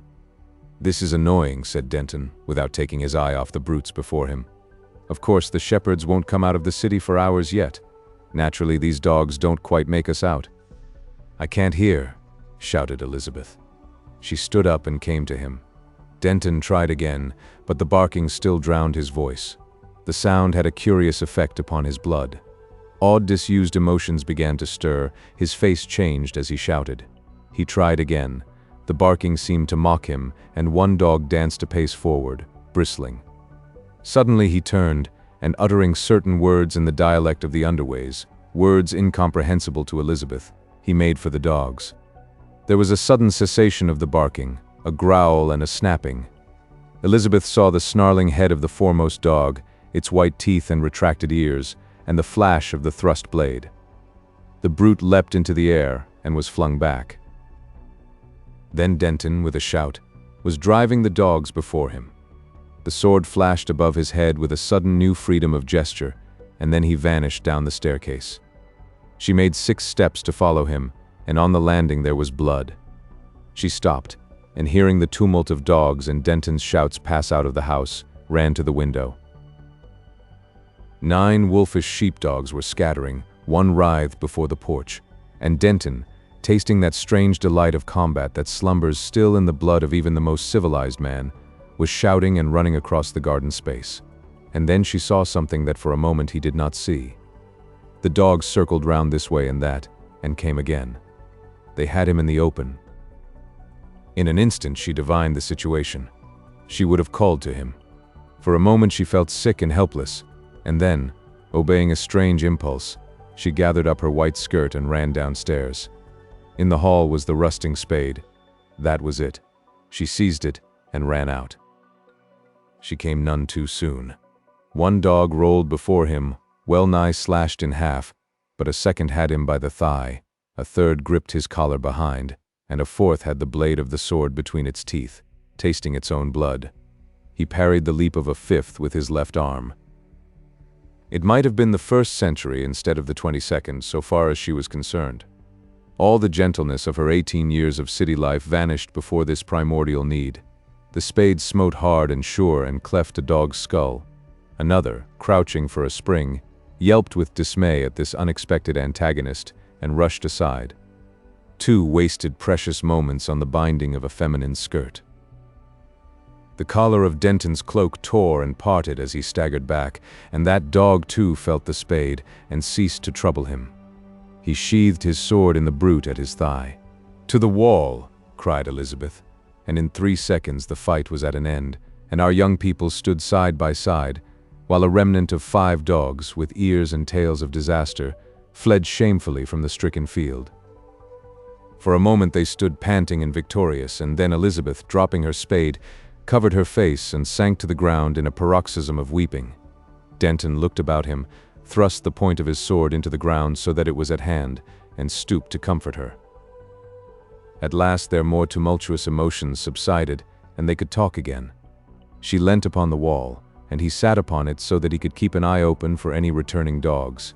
2, at any rate, were up on the hillside and keeping up a vexatious barking. She was tear-stained, but not very wretched now, because for half an hour he had been repeating that she was brave and had saved his life. But a new fear was growing in her mind. "They are the dogs of the food company," she said. "There will be trouble." "I am afraid so. Very likely they will prosecute us for trespass." A pause. "In the old times," he said, "this sort of thing happened day after day." "Last night," she said. "I could not live through another such night." He looked at her. Her face was pale for want of sleep, and drawn and haggard. He came to a sudden resolution. "We must go back," he said. She looked at the dead dogs and shivered. "We cannot stay here," she said. "We must go back," he repeated, glancing over his shoulder to see if the enemy kept their distance. "We have been happy for a time, but the world is too civilized. Ours is the age of cities. More of this will kill us. But what are we to do? How can we live there?" Denton hesitated. His heel kicked against the wall on which he sat. "It's a thing I haven't mentioned before," he said, and coughed. "But—" "Yes? You could raise money on your expectations," he said. "Could I?" she said eagerly. "Of course you could. What a child you are." She stood up and her face was bright. "Why did you not tell me before?" she asked. "And all this time we have been here." He looked at her for a moment and smiled. Then the smile vanished. "I thought it ought to come from you," he said. "I didn't like to ask for your money, and besides, at first I thought this would be rather fine." There was a pause. "It has been fine," he said, and glanced once more over his shoulder. "Until all this began." "Yes," she said. "Those first days. The first 3 days." They looked for a space into one another's faces, and then Denton slid down from the wall and took her hand. "To each generation," he said, "the life of its time. I see it all plainly now. In the city, that is the life to which we were born, to live in any other fashion. Coming here was a dream, and this is the awakening." "It was a pleasant dream," she said, "in the beginning." For a long space neither spoke. "If we would reach the city before the shepherds come here, we must start," said Denton. "We must get our food out of the house and eat as we go." Denton glanced about him again, and giving the dead dogs a wide berth, they walked across the garden space and into the house together. They found the wallet with their food and descended the blood-stained stairs again. In the hall, Elizabeth stopped. "1 minute," she said. "There is something here." She led the way into the room in which that one little blue flower was blooming. She stooped to it. She touched it with her hand. "I want it," she said, "and then I cannot take it." Impulsively she stooped and kissed its petals. Then silently, side by side, they went across the empty garden space into the old high road and set their faces resolutely towards the distant city, towards the complex mechanical city of those latter days, the city that had swallowed up mankind. 3. The ways of the city.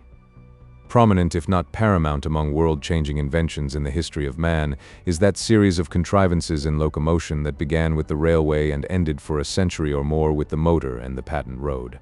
That these contrivances, together with the device of limited liability joint stock companies and the supersession of agricultural laborers by skilled men with ingenious machinery, would necessarily concentrate mankind in cities of unparalleled magnitude and work an entire revolution in human life, became, after the event, a thing so obvious that it is a matter of astonishment it was not more clearly anticipated. Yet that any steps should be taken to anticipate the miseries such a revolution might entail does not appear even to have been suggested, and the idea that the moral prohibitions and sanctions, the privileges and concessions, the conception of property and responsibility, of comfort and beauty, that had rendered the mainly agricultural states of the past prosperous and happy, would fail in the rising torrent of novel opportunities and novel stimulations, never seems to have entered the 19th century mind. That a citizen kindly and fair in his ordinary life could as a shareholder become almost murderously greedy, that commercial methods that were reasonable and honorable on the old-fashioned countryside should on an enlarged scale be deadly and overwhelming, that ancient charity was modern pauperization, and ancient employment modern sweating, that, in fact, a revision and enlargement of the duties and rights of man had become urgently necessary, were things it could not entertain, nourished as it was on an archaic system of education, and profoundly retrospective and legal in all its habits of thought. It was known that the accumulation of men in cities involved unprecedented dangers of pestilence. There was an energetic development of sanitation, but that the diseases of gambling and usury, of luxury and tyranny should become endemic and produce horrible consequences was beyond the scope of 19th century thought. And so, as if it were some inorganic process, practically unhindered by the creative will of man, the growth of the swarming unhappy cities that marked the 21st century accomplished itself. The new society was divided into 3 main classes. At the summit slumbered the property owner, enormously rich by accident rather than design, potent save for the will and aim, the last avatar of Hamlet in the world. Below was the enormous multitude of workers employed by the gigantic companies that monopolized control, and between these two the dwindling middle class, officials of innumerable sorts, foremen, managers, the medical, legal, artistic, and scholastic classes, and the minor rich, a middle class whose members led a life of insecure luxury and precarious speculation amidst the movements of the great managers. Already the love story and the marrying of 2 persons of this middle class have been told, how they overcame the obstacles between them, and how they tried the simple old-fashioned way of living on the countryside and came back speedily enough into the city of London. Denton had no means, So Elizabeth borrowed money on the securities that her father Moores held in trust for her until she was 21. The rate of interest she paid was of course high, because of the uncertainty of her security, and the arithmetic of lovers is often sketchy and optimistic. Yet they had very glorious times after that return.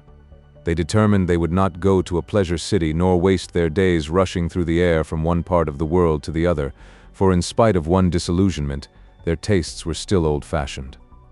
They furnished their little room with quaint old Victorian furniture and found a shop on the 42nd floor in 7th Way, where printed books of the old sort were still to be bought.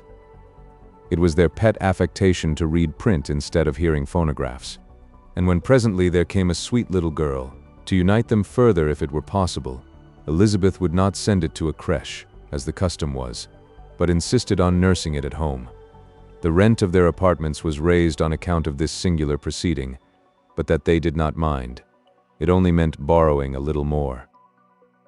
Presently Elizabeth was of age, and Denton had a business interview with her father that was not agreeable. An exceedingly disagreeable interview with their moneylender followed, from which he brought home a white face. On his return, Elizabeth had to tell him of a new and marvelous intonation of goo that their daughter had devised, but Denton was inattentive. In the midst, just as she was at the cream of her description, he interrupted. "How much money do you think we have left, now that everything is settled?" She stared and stopped her appreciative swaying of the goo genius that had accompanied her description. "You don't mean?" "Yes," he answered. "Ever so much. We have been wild. It's the interest, or something. And the shares you had slumped. Your father did not mind, said it was not his business after what had happened. He's going to marry again. Well, we have scarcely 1,000 left." "Only 1,000? "Only 1,000. And Elizabeth sat down.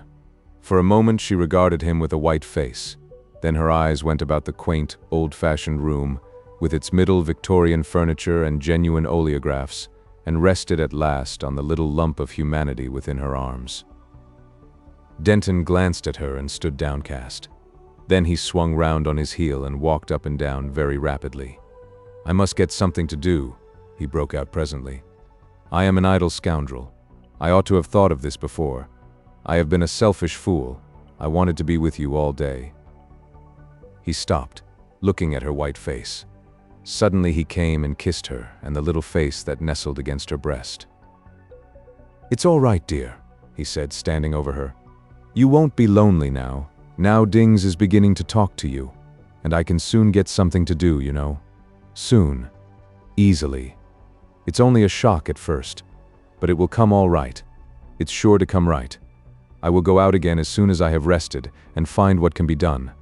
For the present it's hard to think of anything." "It would be hard to leave these rooms," said Elizabeth, "but there won't be any need of that. Trust me. They are expensive." Denton waved that aside. He began talking of the work he could do. He was not very explicit what it would be, but he was quite sure that there was something to keep them comfortably in the happy middle class, whose way of life was the only one they knew. "There are 33 million people in London," he said. "Some of them must have need of me. Some must. The trouble is, well, Bindon, that brown little old man your father wanted you to marry, he's an important person. I can't go back to my flying stage work because he is now a commissioner of the flying stage clerks." "I didn't know that," said Elizabeth. "He was made that in the last few weeks, or things would be easy enough, for they liked me on the flying stage. But there's dozens of other things to be done, dozens. Don't you worry, dear. I'll rest a little while, and then we'll dine, and then I'll start on my rounds. I know lots of people, lots." So they rested, and then they went to the public dining room and dined, and then he started on his search for employment. But they soon realized that in the matter of one convenience the world was just as badly off as it had ever been, and that was a nice, secure, honorable, remunerative employment, leaving ample leisure for the private life, and demanding no special ability, no violent exertion nor risk, and no sacrifice of any sort for its attainment. He evolved a number of brilliant projects, and spent many days hurrying from one part of the enormous city to another in search of influential friends, and all his influential friends were glad to see him, and very sanguine until it came to definite proposals. and then they became guarded and vague. He would part with them coldly, and think over their behavior, and get irritated on his way back, and stop at some telephone office and spend money on an animated but unprofitable quarrel. And as the days passed, he got so worried and irritated that even to seem kind and careless before Elizabeth cost him an effort, as she, being a loving woman, perceived very clearly. After an extremely complex preface one day, she helped him out with a painful suggestion. He had expected her to weep and give way to despair when it came to selling all their joyfully bought early Victorian treasures, their quaint objects of art, their antimacassars, bead mats, rep curtains, veneered furniture, gold-framed steel engravings and pencil drawings, wax flowers under shades, stuffed birds, and all sorts of choice old things. But it was she who made the proposal. The sacrifice seemed to fill her with pleasure, and so did the idea of shifting to apartments 10 or 12 floors lower in another hotel. "So long as Dings is with us, nothing matters," she said. "It's all experience." So he kissed her, said she was braver than when she fought the sheepdogs, called her Boadicea, and abstained very carefully from reminding her that they would have to pay a considerably higher rent on account of the little voice with which Dings greeted the perpetual uproar of the city. His idea had been to get Elizabeth out of the way when it came to selling the absurd furniture about which their affections were twined and tangled. But when it came to the sale, it was Elizabeth who haggled with the dealer while Denton went about the running ways of the city, white and sick with sorrow and the fear of what was still to come. When they moved into their sparsely furnished pink and white apartments in a cheap hotel, there came an outbreak of furious energy on his part, and then nearly a week of lethargy during which he sulked at home. Through those days, Elizabeth shone like a star, and at the end Denton's misery found a vent in tears. And then he went out into the city ways again, and to his utter amazement found some work to do. His standard of employment had fallen steadily until at last it had reached the lowest level of independent workers. At first he had aspired to some high official position in the great flying or wind vane or water companies, or to an appointment on one of the general intelligence organizations that had replaced newspapers, or to some professional partnership, but those were the dreams of the beginning. From that he had passed to speculation, and 300 gold lions out of Elizabeth's 1,000 had vanished one evening in the share market. Now he was glad his good looks secured him a trial in the position of salesman to the Susanna Hat Syndicate, a syndicate dealing in ladies' caps, hair decorations, and hats. For though the city was completely covered in, ladies still wore extremely elaborate and beautiful hats at the theaters and places of public worship. It would have been amusing if one could have confronted a Regent Street shopkeeper of the 19th century with the development of his establishment in which Denton's duties lay. 19th Way was still sometimes called Regent Street, but it was now a street of moving platforms and nearly 800 feet wide. The middle space was immovable and gave access by staircases descending into subterranean ways to the houses on either side. Right and left were an ascending series of continuous platforms, each of which traveled about 5 miles an hour faster than the one internal to it, so that one could step from platform to platform until one reached the swiftest outer way and so go about the city. The establishment of the Susanna Hat Syndicate projected a vast facade upon the outer way, sending out overhead at either end an overlapping series of huge white glass screens, on which gigantic animated pictures of the faces of well-known beautiful living women wearing novelties and hats were thrown. A dense crowd was always collected in the stationary central way watching a vast kinematograph which displayed the changing fashion. The whole front of the building was in perpetual chromatic change, and all down the facade 400 feet it measured, and all across the street of moving ways, laced and winked and glittered in 1,000 varieties of color and lettering the inscription. Susanna, ETS, Susanna, ETS. A broadside of gigantic phonographs drowned all conversation in the moving way and roared hats at the passer-by, while far down the street and up, other batteries counseled the public to walk down for Susanna, and queried, "Why don't you buy the girl a hat?" For the benefit of those who chanced to be deaf, and deafness was not uncommon in the London of that age, inscriptions of all sizes were thrown from the roof above upon the moving platforms themselves, and on one's hand or on the bald head of the man before one, or on a lady's shoulders, or in a sudden jet of flame before one's feet. The moving finger wrote in unanticipated letters of fire, "Ets are chipteed," or simply "Ets," and spite of all these efforts, so high was the pitch at which the city lived, so trained became one's eyes and ears to ignore all sorts of advertisement, that many a citizen had passed that place thousands of times and was still unaware of the existence of the Susanna Hat Syndicate. To enter the building, one descended the staircase in the middle way and walked through a public passage in which pretty girls promenaded, girls who were willing to wear a ticketed hat for a small fee. The entrance chamber was a large hall in which wax heads fashionably adorned rotated gracefully upon pedestals, and from this one passed through a cash office to an interminable series of little rooms, each room with its salesman, its 3 or 4 hats and pins, its mirrors, its kinematographs, telephones and hat slides in communication with the central depot, its comfortable lounge and tempting refreshments.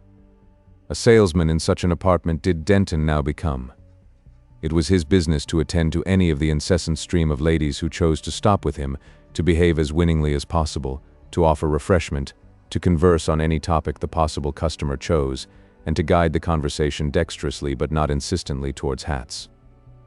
He was to suggest trying on various types of hat, and to show by his manner and bearing, but without any coarse flattery, the enhanced impression made by the hats he wished to sell. He had several mirrors, adapted by various subtleties of curvature and tint to different types of face and complexion, and much depended on the proper use of these.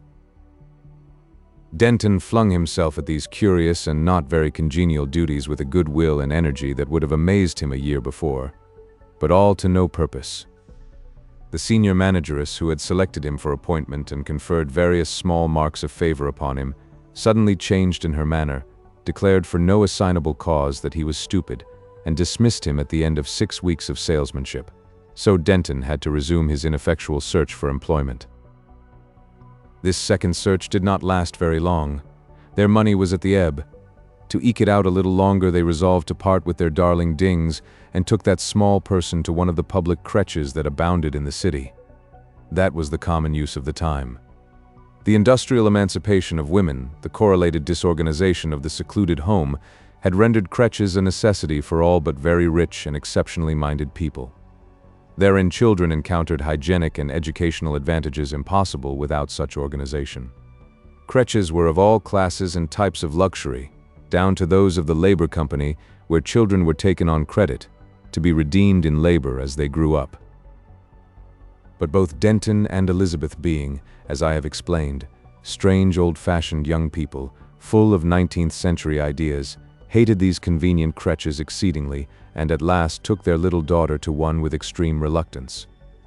They were received by a motherly person in a uniform who was very brisk and prompt in her manner until Elizabeth wept at the mention of parting from her child. The motherly person, after a brief astonishment at this unusual emotion, changed suddenly into a creature of hope and comfort, and so won Elizabeth's gratitude for life. They were conducted into a vast room presided over by several nurses and with hundreds of 2-year-old girls grouped about the toy-covered floor. This was the 2-year-old room. 2 nurses came forward, and Elizabeth watched their bearing towards Dings with jealous eyes. They were kind. It was clear they felt kind. And yet, presently it was time to go. By that time Dings was happily established in a corner, sitting on the floor with her arms filled, and herself, indeed, for the most part hidden by an unaccustomed wealth of toys. She seemed careless of all human relationships as her parents receded. They were forbidden to upset her by saying goodbye. At the door Elizabeth glanced back for the last time, and behold, Dings had dropped her new wealth and was standing with a dubious face. Suddenly Elizabeth gasped, and the motherly nurse pushed her forward and closed the door. "You can come again soon, dear," she said with unexpected tenderness in her eyes. For a moment Elizabeth stared at her with a blank face. "You can come again soon," repeated the nurse. Then with a swift transition Elizabeth was weeping in the nurse's arms. So it was that Denton's heart was won also. And 3 weeks after, our young people were absolutely penniless, and only one way lay open. They must go to the labor company. So soon as the rent was a week overdue, their few remaining possessions were seized, and with scant courtesy they were shown the way out of the hotel. Elizabeth walked along the passage towards the staircase that ascended to the motionless middle way, too dulled by misery to think. Denton stopped behind to finish a stinging and unsatisfactory argument with the hotel porter, and then came hurrying after her, flushed and hot. He slackened his pace as he overtook her, and together they ascended to the middle way in silence. There they found 2 seats vacant and sat down. "We need not go there yet?" said Elizabeth. "No, not till we are hungry," said Denton. They said no more. Elizabeth's eyes sought a resting place and found none. To the right roared the eastward ways, to the left the ways in the opposite direction, swarming with people. Backwards and forwards along a cable overhead rushed a string of gesticulating men, dressed like clowns, each marked on back and chest with one gigantic letter, so that altogether they spelt out, "Purkinje's digestive pills." An anemic little woman in horrible coarse blue canvas pointed a little girl to one of this string of hurrying advertisements. "Look," said the anemic woman, "there's your father." "Which?" said the little girl. "Him wiv his nose colored red," said the anemic woman. The little girl began to cry, and Elizabeth could have cried too. "Ain't he kicking his legs?" "Just," said the anemic woman in blue, trying to make things bright again. "Looky now." On the facade to the right, a huge, intensely bright disk of weird color span incessantly, and letters of fire that came and went spelt out. "Does this make you giddy?" Then a pause, followed by, "Take a Purkinje's digestive pill." A vast and desolating braying began. "If you love swagger literature, put your telephone onto Bruggles, the greatest author of all time. The greatest thinker of all time. Teaches you morals up to your scalp.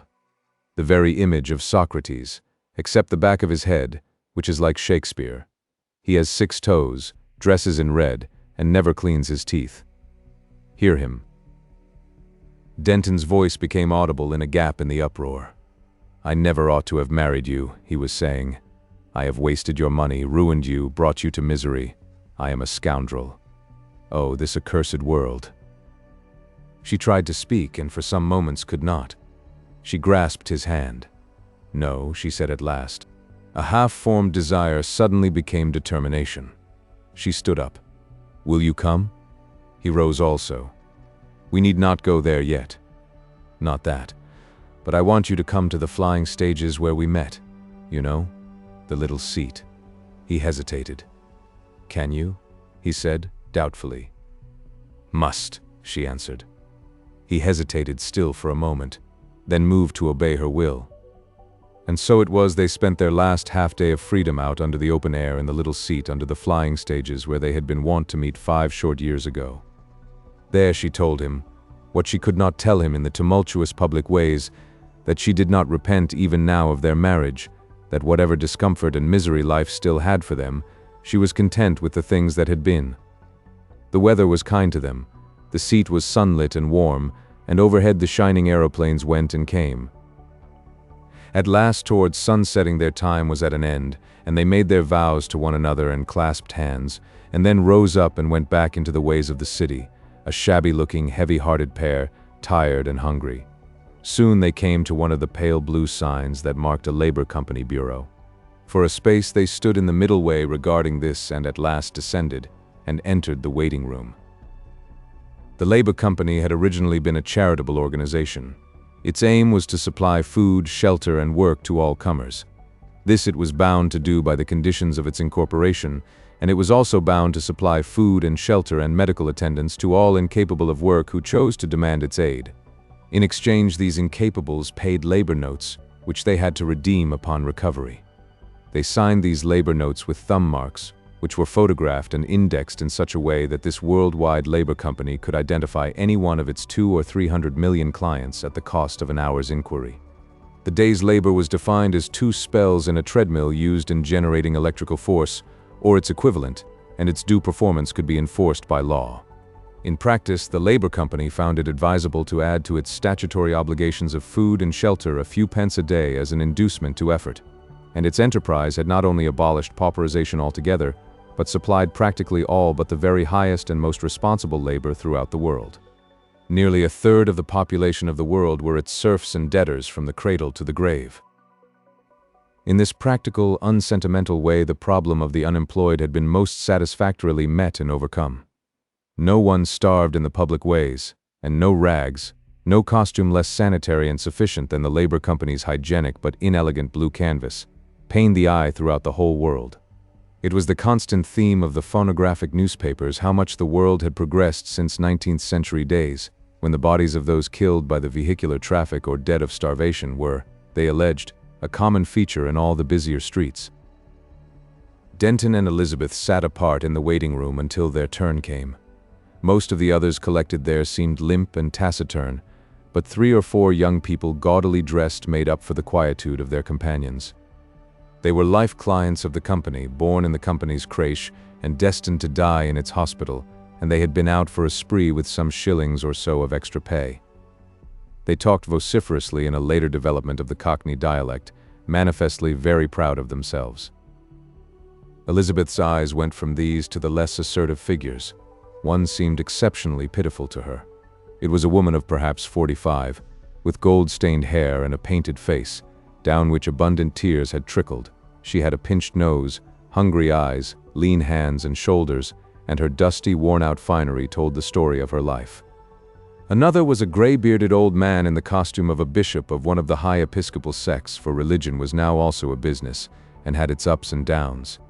And beside him a sickly, dissipated-looking boy of perhaps 22 glared at fate. Presently Elizabeth and then Denton interviewed the manageress, for the company preferred women in this capacity, and found she possessed an energetic face, a contemptuous manner, and a particularly unpleasant voice. They were given various checks, including one to certify that they need not have their heads cropped, and when they had given their thumb marks, learnt the number corresponding thereunto, and exchanged their shabby middle-class clothes for duly numbered blue canvas suits, they repaired to the huge plain dining room for their first meal under these new conditions. Afterwards they were to return to her for instructions about their work. When they had made the exchange of their clothing, Elizabeth did not seem able to look at Denton at first, but he looked at her and saw with astonishment that even in blue canvas she was still beautiful. And then their soup and bread came sliding on its little rail down the long table towards them and stopped with a jerk, and he forgot the matter. For they had had no proper meal for 3 days. After they had dined, they rested for a time. Neither talked, there was nothing to say, and presently they got up and went back to the manageress to learn what they had to do. The manageress referred to a tablet. "Your rooms won't be here. It'll be in the Highbury ward, 97th Way, number 2017. Better make a note of it on your card. You, ... type 7, 64, BCD, Gamma 41, female. You have to go to the metal beating company and try that for a day, 4p bonus if you're satisfactory. And you, 71, type 4, 709, GFB, Pi 5 and 90, male. You have to go to the photographic company on 81st Way and learn something or other, I don't know, 3p. Here's your cards. That's all. Next. What? Didn't catch it all? Lore. So suppose I must go over it all again. Why don't you listen? Careless, unprovident people. One'd think these things didn't matter. Their ways to their work lay together for a time, and now they found they could talk. Curiously enough, the worst of their depression seemed over now that they had actually donned the blue. Denton could talk with interest even of the work that lay before them. Whatever it is, he said, it can't be so hateful as that hat shop. And after we have paid for dings, we shall still have a whole penny a day between us even now. Afterwards we may improve, get more money. Elizabeth was less inclined to speech. I wonder why work should seem so hateful, she said. It's odd, said Denton. I suppose it wouldn't be if it were not the thought of being ordered about. I hope we shall have decent managers. Elizabeth did not answer. She was not thinking of that. She was tracing out some thoughts of her own. Of course, she said presently, we have been using up work all our lives. It's only fair. She stopped. It was too intricate. We paid for it, said Denton, for at that time he had not troubled himself about these complicated things. We did nothing, and yet we paid for it. That's what I cannot understand. Perhaps we are paying, said Elizabeth presently, for her theology was old-fashioned and simple. Presently it was time for them to part, and each went to the appointed work. Denton's was to mind a complicated hydraulic press that seemed almost an intelligent thing. This press worked by the seawater that was destined finally to flush the city drains, for the world had long since abandoned the folly of pouring drinkable water into its sewers. This water was brought close to the eastward edge of the city by a huge canal, and then raised by an enormous battery of pumps into reservoirs at a level of 400 feet above the sea, from which it spread by 1 billion arterial branches over the city. Thence it poured down, cleansing, sluicing, working machinery of all sorts, through an infinite variety of capillary channels into the great drains, the Cloacae Maximae, and so carried the sewage out to the agricultural areas that surrounded London on every side. The press was employed in one of the processes of the photographic manufacture, but the nature of the process it did not concern Denton to understand. The most salient fact to his mind was that it had to be conducted in ruby light, and as a consequence the room in which he worked was lit by one colored globe that poured a lurid and painful illumination about the room. In the darkest corner stood the press whose servant Denton had now become. It was a huge, dim, glittering thing with a projecting hood that had a remote resemblance to a bowed head, and squatting like some metal Buddha in this weird light that ministered to its needs. It seemed to Denton in certain moods almost as if this must needs be the obscure idol to which humanity in some strange aberration had offered up his life. His duties had a varied monotony. Such items as the following will convey an idea of the service of the press. The thing worked with a busy clicking so long as things went well, but if the paste that came pouring through a feeder from another room in which it was perpetually compressing into thin plates changed in quality, the rhythm of its click altered, and Denton hastened to make certain adjustments. The slightest delay involved a waste of paste and the docking of one or more of his daily pence. If the supply of paste waned, there were hand processes of a peculiar sort involved in its preparation, and sometimes the workers had convulsions which deranged their output. Denton had to throw the press out of gear. In the painful vigilance a multitude of such trivial attentions entailed, painful because of the incessant effort its absence of natural interest required, Denton had now to pass 1/3 of his days. Save for an occasional visit from the manager, a kindly but singularly foul-mouthed man, Denton passed his working hours in solitude. Elizabeth's work was of a more social sort. There was a fashion for covering the private apartments of the very wealthy with metal plates beautifully embossed with repeated patterns. The taste of the time demanded, however, that the repetition of the patterns should not be exact, not mechanical, but natural, and it was found that the most pleasing arrangement of pattern irregularity was obtained by employing women of refinement and natural taste to punch out the patterns with small dies. So many square feet of plates was exacted from Elizabeth as a minimum, and for whatever square feet she did in excess she received a small payment. The room, like most rooms of women workers, was under a manageress. Men had been found by the labor company not only less exacting but extremely liable to excuse favored ladies from a proper share of their duties. The manageress was a not unkindly, taciturn person, with the hardened remains of beauty of the brunette type, and the other women workers, who of course hated her, associated her name scandalously with one of the metalwork directors in order to explain her position. Only 2 or 3 of Elizabeth's fellow workers were born labor serfs, plain, morose girls, but most of them corresponded to what the 19th century would have called a reduced gentlewoman. But the ideal of what constituted a gentlewoman had altered. The faint, faded, negative virtue, the modulated voice and restrained gesture of the old-fashioned gentlewoman had vanished from the earth. Most of her companions showed in discolored hair, ruined complexions, and the texture of their reminiscent conversations, the vanished glories of a conquering youth.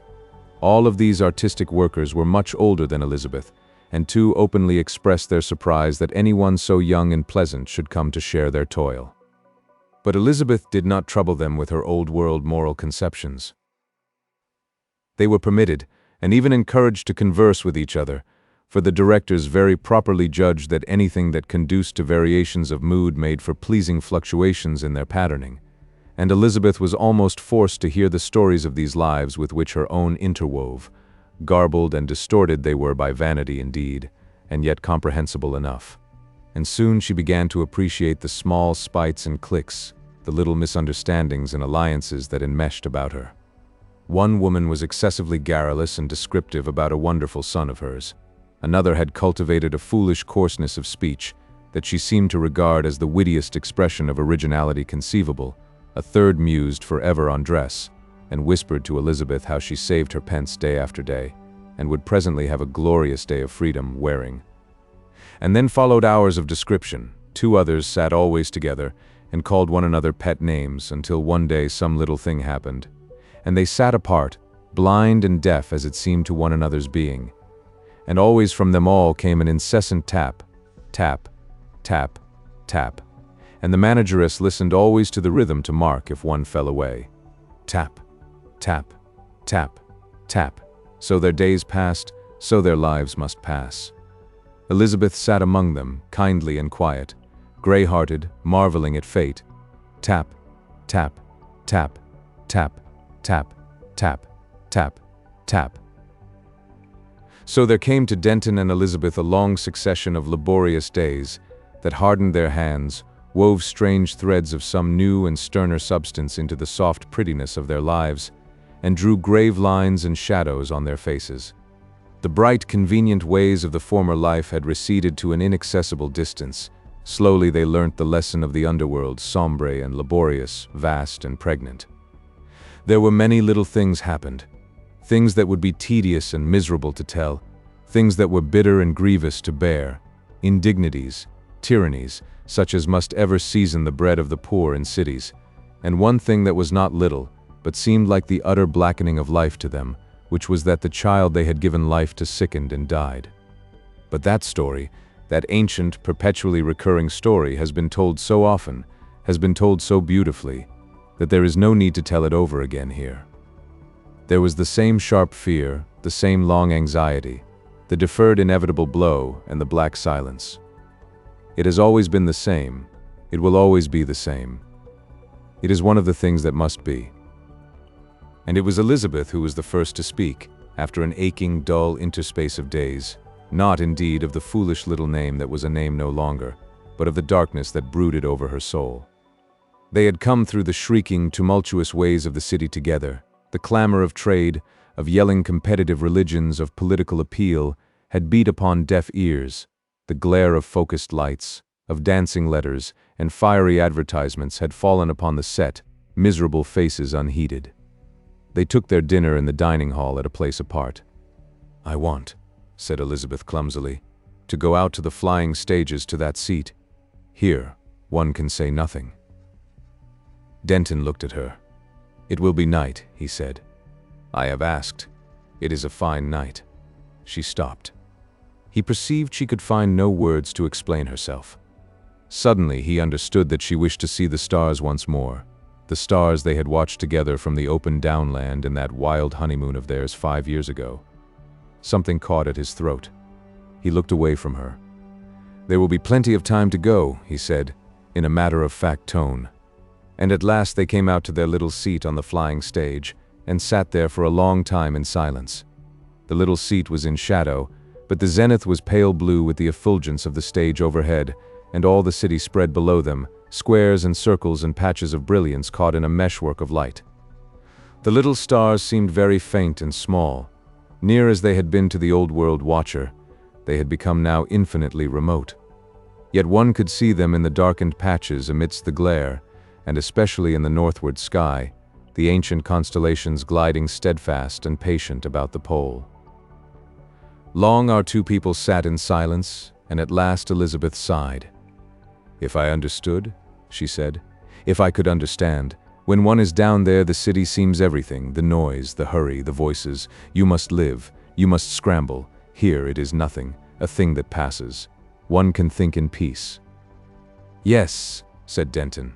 "How flimsy it all is. From here more than half of it is swallowed by the night. It will pass." "We shall pass first," said Elizabeth. "I know," said Denton. "If life were not a moment, the whole of history would seem like the happening of a day. Yes, we shall pass, and the city will pass, and all the things that are to come, man and the overmen and wonders unspeakable, and yet—" He paused, and then began afresh. "I know what you feel. At least I fancy. Down there one thinks of one's work, one's little vexations and pleasures, one's eating and drinking in ease and pain. One lives, and one must die. Down there and every day, our sorrow seemed the end of life. Up here it is different.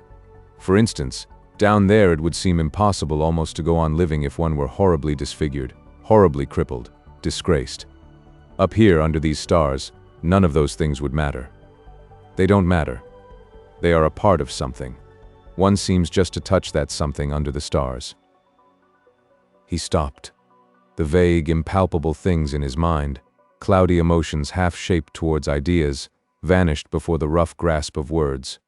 "It is hard to express," he said lamely. They sat through a long stillness. "It is well to come here," he said at last. "We stop. Our minds are very finite. After all, we are just poor animals rising out of the brute, each with a mind, the poor beginning of a mind. We are so stupid. So much hurts. And yet, I know, and someday we shall see. All this frightful stress, all this discord will resolve to harmony, and we shall know it. Nothing is but it makes for that. Nothing. All the failures, every little thing makes for that harmony. Everything is necessary to it. We shall find. We shall find. Nothing, not even the most dreadful thing, could be left out. Not even the most trivial. Every tap of your hammer on the brass, every moment of work, my idleness even, dear one, every movement of our poor little one, all these things go on forever.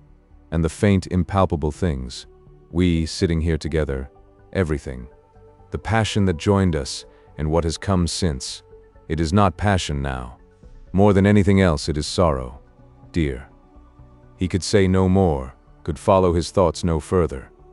Elizabeth made no answer. She was very still, but presently her hand sought his and found it. 4. Underneath. Under the stars one may reach upward and touch resignation, whatever the evil thing may be, but in the heat and stress of the day's work we lapse again, come disgust and anger and intolerable moods. How little is all our magnanimity, an accident, a phase. The very saints of old had first to flee the world. And Denton and his Elizabeth could not flee their world. No longer were there open roads to unclaimed lands where men might live freely, however hardly, and keep their souls in peace. The city had swallowed up mankind. For a time these two labor serfs were kept at their original occupations, she at her brass stamping and Denton at his press, and then came a move for him that brought with it fresh and still bitterer experiences of life in the underways of the great city. He was transferred to the care of a rather more elaborate press in the central factory of the London Tile Trust. In this new situation he had to work in a long vaulted room with a number of other men, for the most part born labor serfs. He came to this intercourse reluctantly. His upbringing had been refined, and, until his ill fortune had brought him to that costume, he had never spoken in his life, except by way of command or some immediate necessity, to the white-faced wearers of the blue canvas. Now at last came contact. He had to work beside them, share their tools, eat with them. To both Elizabeth and himself this seemed a further degradation. His taste would have seemed extreme to a man of the 19th century. But slowly and inevitably in the intervening years a gulf had opened between the wearers of the blue canvas and the classes above, a difference not simply of circumstances and habits of life, but of habits of thought, even of language. The underways had developed a dialect of their own. Above, too, had arisen a dialect, a code of thought, a language of culture, which aimed by a sedulous search after fresh distinction to widen perpetually the space between itself and vulgarity. The bond of a common faith, moreover, no longer held the race together. The last years of the 19th century were distinguished by the rapid development among the prosperous idol of esoteric perversions of the popular religion, glosses and interpretations that reduced the broad teachings of the carpenter of Nazareth to the exquisite narrowness of their lives. And, spite of their inclination towards the ancient fashion of living, neither Elizabeth nor Denton had been sufficiently original to escape the suggestion of their surroundings. In matters of common behavior they had followed the ways of their class, and so when they fell at last to be labor serfs, it seemed to them almost as though they were falling among offensive inferior animals. They felt as a 19th century duke and duchess might have felt who were forced to take rooms in the Jago. Their natural impulse was to maintain a distance, but Denton's first idea of a dignified isolation from his new surroundings was soon rudely dispelled. He had imagined that his fall to the position of a labor serf was the end of his lesson, that when their little daughter had died he had plumbed the deeps of life, but indeed these things were only the beginning. Life demands something more from us than acquiescence, and now in a room full of machine-minders he was to learn a wider lesson, to make the acquaintance of another factor in life, a factor as elemental as the loss of things dear to us, more elemental even than toil. His quiet discouragement of conversation was an immediate cause of offense was interpreted, rightly enough I fear, as disdain. His ignorance of the vulgar dialect, a thing upon which he had hitherto prided himself, suddenly took upon itself a new aspect. He failed to perceive at once that his reception of the coarse and stupid but genially intended remarks that greeted his appearance must have stung the makers of these advances like blows in their faces. "Don't understand," he said rather coldly, and at hazard, "No, thank you." The man who had addressed him stared, scowled, and turned away.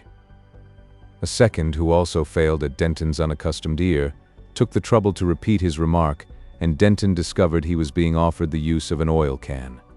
He expressed polite thanks, and this second man embarked upon a penetrating conversation. Denton, he remarked, had been a swell, and he wanted to know how he had come to wear the blue. He clearly expected an interesting record of vice and extravagance. Had Denton ever been at a pleasure city? Denton was speedily to discover how the existence of these wonderful places of delight permeated and defiled the thought and honor of these unwilling, hopeless workers of the underworld. His aristocratic temperament resented these questions. He answered no curtly. The man persisted with a still more personal question, and this time it was Denton who turned away. "Gorblimey," said his interlocutor, much astonished. It presently forced itself upon Denton's mind that this remarkable conversation was being repeated in indignant tones to more sympathetic hearers, and that it gave rise to astonishment and ironical laughter. They looked at Denton with manifestly enhanced interest. A curious perception of isolation dawned upon him. He tried to think of his press and its unfamiliar peculiarities. The machines kept everybody pretty busy during the first spell, and then came a recess. It was only an interval for refreshment, too brief for anyone to go out to a labor company dining room. Denton followed his fellow workers into a short gallery, in which were a number of bins of refuse from the presses. Each man produced a packet of food. Denton had no packet. The manager, a careless young man who held his position by influence, had omitted to warn Denton that it was necessary to apply for this provision. He stood apart, feeling hungry. The others drew together in a group and talked in undertones, glancing at him ever and again. He became uneasy. His appearance of disregard cost him an increasing effort. He tried to think of the levers of his new press. Presently one, a man shorter but much broader and stouter than Denton, came forward to him. Denton turned to him as unconcernedly as possible. "Here," said the delegate, as Denton judged him to be extending a cube of bread in a not-too-clean hand. He had a swart, broad-nosed face, and his mouth hung down towards one corner.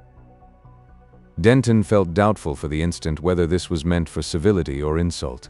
His impulse was to decline. "No thanks," he said, and, at the man's change of expression, "I'm not hungry." There came a laugh from the group behind. "Told you so," said the man who had offered Denton the loan of an oil can. "He's topside, he is. You ain't good enough for him." The swart face grew a shade darker. "Here," said its owner, still extending the bread, and speaking in a lower tone, "you got to eat this. See?" Denton looked into the threatening face before him, and odd little currents of energy seemed to be running through his limbs and body. "I don't want it," he said, trying a pleasant smile that twitched and failed. The thick-set man advanced his face, and the bread became a physical threat in his hand. Denton's mind rushed together to the one problem of his antagonist's eyes. "Eat it," said the swart man. There came a pause, and then they both moved quickly. The cube of bread described a complicated path, a curve that would have ended in Denton's face, and then his fist hit the wrist of the hand that gripped it, and it flew upward, and out of the conflict, its part played. He stepped back quickly, fists clenched and arms tense. The hot, dark countenance receded, became an alert hostility, watching its chance. Denton for one instant felt confident, and strangely buoyant and serene. His heart beat quickly. He felt his body alive, and glowing to the tips. "Scrap, boys!" shouted someone, and then the dark figure had leapt forward, ducked back and sideways, and come in again. Denton struck out, and was hit. One of his eyes seemed to him to be demolished, and he felt a soft lip under his fist just before he was hit again, this time under the chin. A huge fan of fiery needles shot open. He had a momentary persuasion that his head was knocked to pieces, and then something hit his head and back from behind, and the fight became an uninteresting, an impersonal thing. He was aware that time, seconds or minutes had passed, abstract, uneventful time. He was lying with his head in a heap of ashes, and something wet and warm ran swiftly into his neck. The first shock broke up into discrete sensations. All his head throbbed, his eye and his chin throbbed exceedingly, and the taste of blood was in his mouth. "He's all right," said a voice. "He's opening his eyes." "Serve him well right," said a second. His mates were standing about him. He made an effort and sat up. He put his hand to the back of his head, and his hair was wet and full of cinders. A laugh greeted the gesture. His eye was partially closed. He perceived what had happened. His momentary anticipation of a final victory had vanished. "Look surprised," said someone. "Have any more?" said a wit, and then imitating Denton's refined accent. "No, thank you." Denton perceived the swart man with a blood-stained handkerchief before his face and somewhat in the background. "Where's that bit of bread he's got to eat?" said a little ferret-faced creature, and sought with his foot in the ashes of the adjacent bin. Denton had a moment of internal debate. He knew the code of honor requires a man to pursue a fight he has begun to the bitter end, but this was his first taste of the bitterness. He was resolved to rise again, but he felt no passionate impulse. It occurred to him, and the thought was no very violent spur, that he was perhaps after all a coward. For a moment his will was heavy, a lump of lead. "Here it is," said the little ferret-faced man, and stooped to pick up a cindery cube. He looked at Denton, then at the others. Slowly, unwillingly, Denton stood up. A dirty-faced albino extended a hand to the ferret-faced man. "Gimme that toke," he said. He advanced threateningly, bread in hand, to Denton. "So you ain't 'ad your bellyful yet," he said. "Eh?" Now it was coming. "No, I haven't," said Denton, with a catching of the breath, and resolved to try this brute behind the ear before he himself got stunned again. He knew he would be stunned again. He was astonished how ill he had judged himself beforehand. A few ridiculous lunges, and down he would go again. He watched the albino's eyes.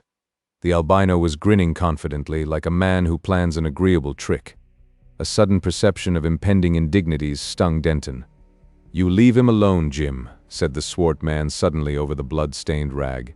"He ain't done nothing to you." The albino's grin vanished. He stopped. He looked from one to the other. It seemed to Denton that the swart man demanded the privilege of his destruction. The albino would have been better. "You leave him alone," said the swart man. "See? 'E's 'ad his licks." A clattering bell lifted up its voice and solved the situation. The albino hesitated. "Lucky for you," he said, adding a foul metaphor, and turned with the others towards the press room again. "Wait for the end of the spell, mate," said the albino over his shoulder in afterthought. The swart man waited for the albino to precede him. Denton realized that he had a reprieve. The men passed towards an open door. Denton became aware of his duties and hurried to join the tail of the queue. At the doorway of the vaulted gallery of presses, a yellow-uniformed labor policeman stood ticking a card. He had ignored the swart man's hemorrhage. "Hurry up there," he said to Denton. "Hello," he said, at the sight of his facial disarray. "Who's been hitting you?" "That's my affair," said Denton. "Not if it spiles your work, it ain't," said the man in yellow. "You mind that." Denton made no answer. He was a rough, a laborer. He wore the blue canvas. The laws of assault and battery, he knew, were not for the likes of him. He went to his press. He could feel the skin of his brow and chin and head lifting themselves to noble bruises, felt the throb and pain of each aspiring contusion. His nervous system slid down to lethargy. At each movement in his press adjustment, he felt he lifted a weight. And as for his honor, that too throbbed and puffed. How did he stand? What precisely had happened in the last 10 minutes? What would happen next? He knew that here was enormous matter for thought, and he could not think save in disordered snatches. His mood was a sort of stagnant astonishment. All his conceptions were overthrown. He had regarded his security from physical violence as inherent, as one of the conditions of life.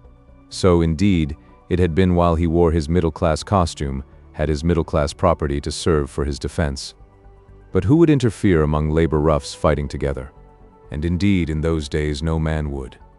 In the underworld, there was no law between man and man. The law and machinery of the state had become for them something that held men down, fended them off from much desirable property and pleasure, and that was all. Violence, that ocean in which the brutes live forever, and from which 1,000 dikes and contrivances have won our hazardous civilized life, had flowed in again upon the sinking underways and submerged them. The fist ruled. Denton had come right down at last to the elemental fist and trick and the stubborn heart and fellowship, even as it was in the beginning. The rhythm of his machine changed, and his thoughts were interrupted. Presently he could think again. Strange how quickly things had happened. He bore these men who had thrashed him no very vivid ill will. He was bruised and enlightened. He saw with absolute fairness now the reasonableness of his unpopularity. He had behaved like a fool. Disdain, seclusion, are the privilege of the strong. The fallen aristocrat still clinging to his pointless distinction is surely the most pitiful creature of pretense in all this clamant universe. Good heavens, what was there for him to despise in these men? What a pity he had not appreciated all this better 5 hours ago. What would happen at the end of the spell? He could not tell. He could not imagine. He could not imagine the thoughts of these men. He was sensible only of their hostility and utter want of sympathy. Vague possibilities of shame and violence chased one another across his mind. Could he devise some weapon? He recalled his assault upon the hypnotist, but there were no detachable lamps here. He could see nothing that he could catch up in his defense. For a space he thought of a headlong bolt for the security of the public ways directly the spell was over. Apart from the trivial consideration of his self-respect, he perceived that this would be only a foolish postponement and aggravation of his trouble. He perceived the ferret-faced man and the albino talking together with their eyes towards him. Presently they were talking to the swart man, who stood with his broad back studiously towards Denton. At last came the end of the second spell. The lender of oil cans stopped his press sharply and turned round, wiping his mouth with the back of his hand. His eyes had the quiet expectation of one who seats himself in a theater. Now was the crisis, and all the little nerves of Denton's being seemed leaping and dancing. He had decided to show fight if any fresh indignity was offered him. He stopped his press and turned. With an enormous affectation of ease he walked down the vault and entered the passage of the ash pits, only to discover he had left his jacket, which he had taken off because of the heat of the vault, beside his press. He walked back. He met the albino eye to eye. He heard the ferret-faced man in expostulation. "'E really ought, eat it," said the ferret-faced man. "'E did really." "No, you leave him alone," said the swart man. Apparently nothing further was to happen to him that day. He passed out to the passage and staircase that led up to the moving platforms of the city. He emerged on the livid brilliance and streaming movement of the public street. He became acutely aware of his disfigured face and felt his swelling bruises with a limp, investigatory hand. He went up to the swiftest platform and seated himself on a Labor Company bench. He lapsed into a pensive torpor. The immediate dangers and stresses of his position he saw with a sort of static clearness. What would they do tomorrow? He could not tell. What would Elizabeth think of his brutalization? He could not tell. He was exhausted. He was aroused presently by a hand upon his arm. He looked up and saw the swart man seated beside him. He started. Surely he was safe from violence in the public way. The swart man's face retained no traces of his share in the fight. His expression was free from hostility, seemed almost deferential. "Excuse me," he said, with a total absence of truculence. Denton realized that no assault was intended. He stared, awaiting the next development. It was evident the next sentence was premeditated. "What I was going to say was this," said the swart man, and sought through a silence for further words. "What I was going to say was this," he repeated. Finally, he abandoned that gambit. "You're all right," he cried, laying a grimy hand on Denton's grimy sleeve. "You're all right. You're a geeman. Sorry, very sorry. Wanted to tell you that." Denton realized that there must exist motives beyond a mere impulse to abominable proceedings in the man. He meditated and swallowed an unworthy pride. "I did not mean to be offensive to you," he said, "in refusing that bit of bread." "Meant it friendly," said the swart man, recalling the scene, "but in front of that blarsted Whitey and his snigger, well, I add to scrap." "Yes," said Denton with sudden fervor. "I was a fool." "Ah," said the swart man with great satisfaction. "That's all right. Shake." And Denton shook. The moving platform was rushing by the establishment of a face molder, and its lower front was a huge display of mirror, designed to stimulate the thirst for more symmetrical features. Denton caught the reflection of himself and his new friend, enormously twisted and broadened. His own face was puffed, one-sided, and blood-stained. A grin of idiotic and insincere amiability distorted its latitude. A wisp of hair occluded one eye. The trick of the mirror presented the swart man as a gross expansion of lip and nostril. They were linked by shaking hands. Then abruptly this vision passed to return to memory in the anemic meditations of a waking dawn. As he shook, the swart man made some muddled remark, to the effect that he had always known he could get on with a gentleman if one came his way. He prolonged the shaking until Denton, under the influence of the mirror, withdrew his hand. The swart man became pensive, spat impressively on the platform, and resumed his theme. "What I was going to say was this," he said, was gravelled, and shook his head at his foot. Denton became curious. "Go on," he said, attentive. The swart man took the plunge. He grasped Denton's arm, became intimate in his attitude. "'Scuse me," he said. "Fact is, you done know 'ow to scrap. Done know 'ow to. Why, you done know 'ow to begin. You'll get killed if you don't mind. 'Oldin' your 'ands there." He reinforced his statement by objurgation, watching the effect of each oath with a wary eye. "For instance, you're tall, long arms.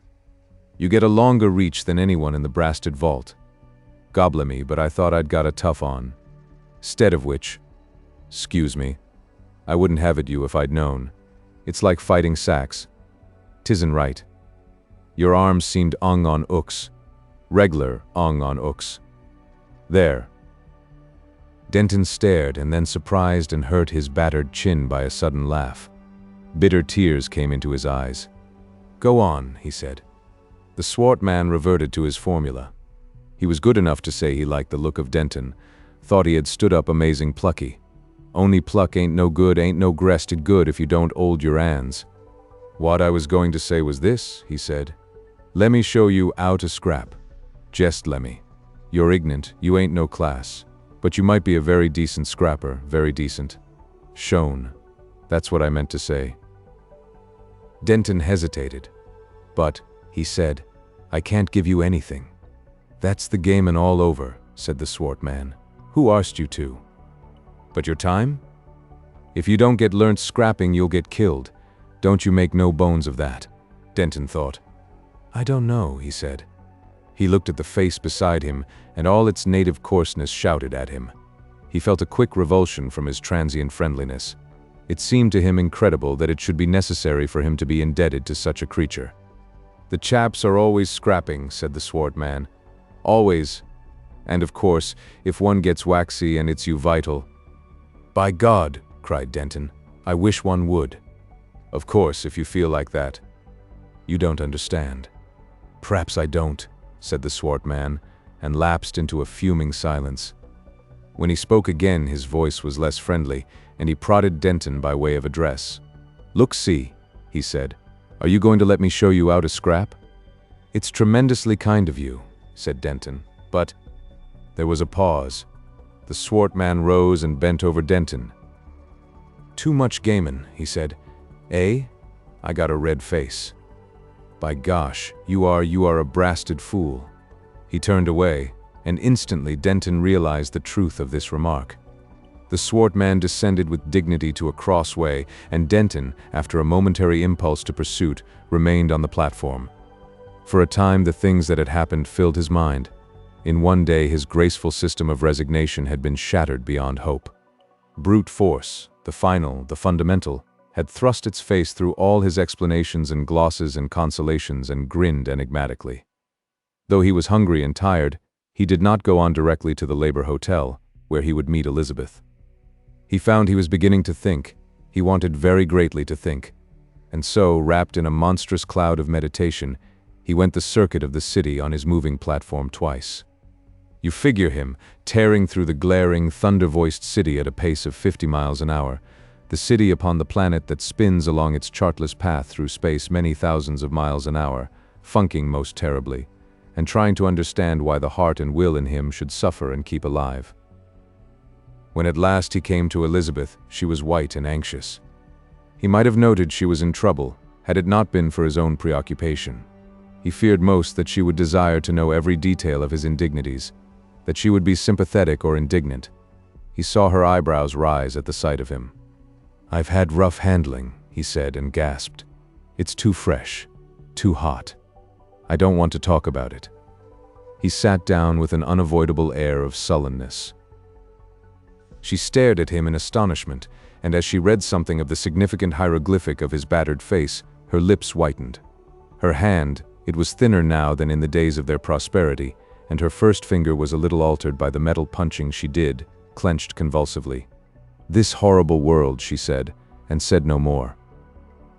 In these latter days they had become a very silent couple. They said scarcely a word to each other that night, but each followed a private train of thought. In the small hours, as Elizabeth lay awake, Denton started up beside her. Suddenly, he had been lying as still as a dead man. "I cannot stand it," cried Denton. "I will not stand it." She saw him dimly, sitting up, saw his arm lunge as if in a furious blow at the enshrouding night. Then for a space he was still. "It is too much, it is more than one can bear." She could say nothing. To her also it seemed that this was as far as one could go. She waited through a long stillness. She could see that Denton sat with his arms about his knees, his chin almost touching them. Then he laughed. "No," he said at last. "I'm going to stand it. That's the peculiar thing. There isn't a grain of suicide in us. Not a grain. I suppose all the people with a turn that way have gone. We're going through with it, to the end." Elizabeth thought grayly, and realized that this also was true. We're going through with it. To think of all who have gone through with it, all the generations. Endless. Endless. Little beasts that snapped and snarled, snapping and snarling, generation after generation. His monotone ended abruptly, resumed after a vast interval. There were 90,000 years of Stone Age. A Denton somewhere in all those years. Apostolic succession. The grace of going through. Let me see. 9,900, 3 nines, 27, 3,000 generations of men more or less. And each fought, and was bruised and shamed, and somehow held his own going through with it, passing it on. And thousands more to come, perhaps. Thousands. Passing it on. I wonder if they will thank us. His voice assumed an argumentative note. If one could find something definite, if one could say, this is why it goes on. He became still, and Elizabeth's eyes slowly separated him from the darkness until at last she could see how he sat with his head resting on his hand. A sense of the enormous remoteness of their minds came to her. That dim suggestion of another being seemed to her a figure of their mutual understanding. What could he be thinking now? What might he not say next? Another age seemed to elapse before he sighed and whispered, "No, I don't understand it. No." Then a long interval, and he repeated this. But the second time it had the tone almost of a solution. She became aware that he was preparing to lie down. She marked his movements, perceived with astonishment how he adjusted his pillow with a careful regard to comfort. He lay down with a sigh of contentment almost. His passion had passed. He lay still, and presently his breathing became regular and deep. But Elizabeth remained with eyes wide open in the darkness, until the clamor of a bell and the sudden brilliance of the electric light warned them that the labor company had need of them for yet another day. That day came a scuffle with the albino Whitey and the little ferret-faced man. Blunt, the sword artist in scrapping, having first let Denton grasp the bearing of his lesson, intervened, not without a certain quality of patronage. "Drop his air, Whitey, and let the man be," said his gross voice through a shower of indignities. "Can't you see 'e don't know 'ow to scrap? and Denton, lying shamefully in the dust, realized that he must accept that course of instruction after all. He made his apologies straight and clean. He scrambled up and walked to Blunt. "I was a fool, and you are right," he said. "If it isn't too late." That night, after the second spell, Denton went with Blunt to certain waste and slime-soaked vaults under the Port of London to learn the first beginnings of the high art of scrapping as it had been perfected in the great world of the underways. How to hit or kick vital, how to use glass in one's garments as a club, and to spread red ruin with various domestic implements. How to anticipate and demolish your adversary's intentions in other directions, all the pleasant devices, in fact, that had grown up among the disinherited of the great cities of the 20th and 21st centuries, were spread out by a gifted exponent for Denton's learning. Blunt's bashfulness fell from him as the instruction proceeded, and he developed a certain expert dignity, a quality of fatherly consideration. He treated Denton with the utmost consideration, only flicking him up a bit now and then, to keep the interest hot, and roaring with laughter at a happy fluke of Denton's that covered his mouth with blood. "I'm always careless of my mouth," said Blunt, admitting a weakness. "Always. It don't seem to matter, like, just getting bashed in the mouth. Not if your chin's all right. Tastin' blood does me good. Always. But I better not at you again." Denton went home, to fall asleep exhausted and wake in the small hours with aching limbs and all his bruises tingling. Was it worthwhile that he should go on living? He listened to Elizabeth's breathing, and remembering that he must have awaked her the previous night, he lay very still. He was sick with infinite disgust at the new conditions of his life. He hated it all, hated even the genial savage who had protected him so generously. The monstrous fraud of civilization glared stark before his eyes. He saw it as a vast lunatic growth, producing a deepening torrent of savagery below, and above ever more flimsy gentility and silly wastefulness. He could see no redeeming reason, no touch of honor, either in the life he had led or in this life to which he had fallen. Civilization presented itself as some catastrophic product as little concerned with men, save as victims as a cyclone or a planetary collision. He, and therefore all mankind, seemed living utterly in vain. His mind sought some strange expedients of escape, if not for himself then at least for Elizabeth. But he meant them for himself. What if he hunted up Moers and told him of their disaster? It came to him as an astonishing thing how utterly Moers and Bindon had passed out of his range. Where were they? What were they doing? From that he passed to thoughts of utter dishonor. And finally, not arising in any way out of this mental tumult, but ending it as dawn ends the night, came the clear and obvious conclusion of the night before, the conviction that he had to go through with things, that, apart from any remoter view and quite sufficient for all his thought and energy, he had to stand up and fight among his fellows and quit himself like a man. The second night's instruction was perhaps less dreadful than the first, and the third was even endurable, for Blunt dealt out some praise. The fourth day Denton chanced upon the fact that the ferret-faced man was a coward. There passed a fortnight of smoldering days and feverish instruction at night. Blunt, with many blasphemies, testified that never had he met so apt a pupil, and all night long Denton dreamt of kicks and counters and gouges and cunning tricks. For all that time no further outrages were attempted, for fear of Blunt, and then came the second crisis. Blunt did not come one day. Afterwards he admitted his deliberate intention, and through the tedious morning Whitey awaited the interval between the spells with an ostentatious impatience. He knew nothing of the scrapping lessons, and he spent the time in telling Denton and the vault generally of certain disagreeable proceedings he had in mind. Whitey was not popular, and the vault disgorged to see him haze the new man with only a languid interest.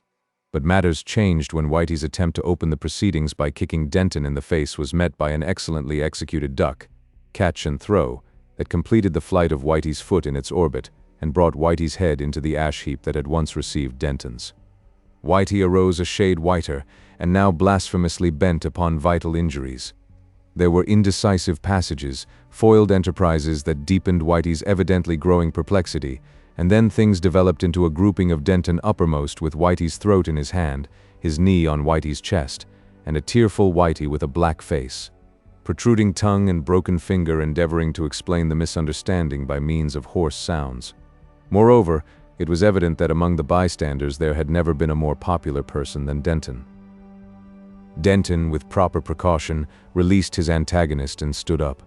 His blood seemed changed to some sort of fluid fire, his limbs felt light and supernaturally strong. The idea that he was a martyr in the civilization machine had vanished from his mind. He was a man in a world of men. The little ferret-faced man was the first in the competition to pat him on the back. The lender of oil cans was a radiant son of genial congratulation. It seemed incredible to Denton that he had ever thought of despair. Denton was convinced that not only had he to go through with things, but that he could.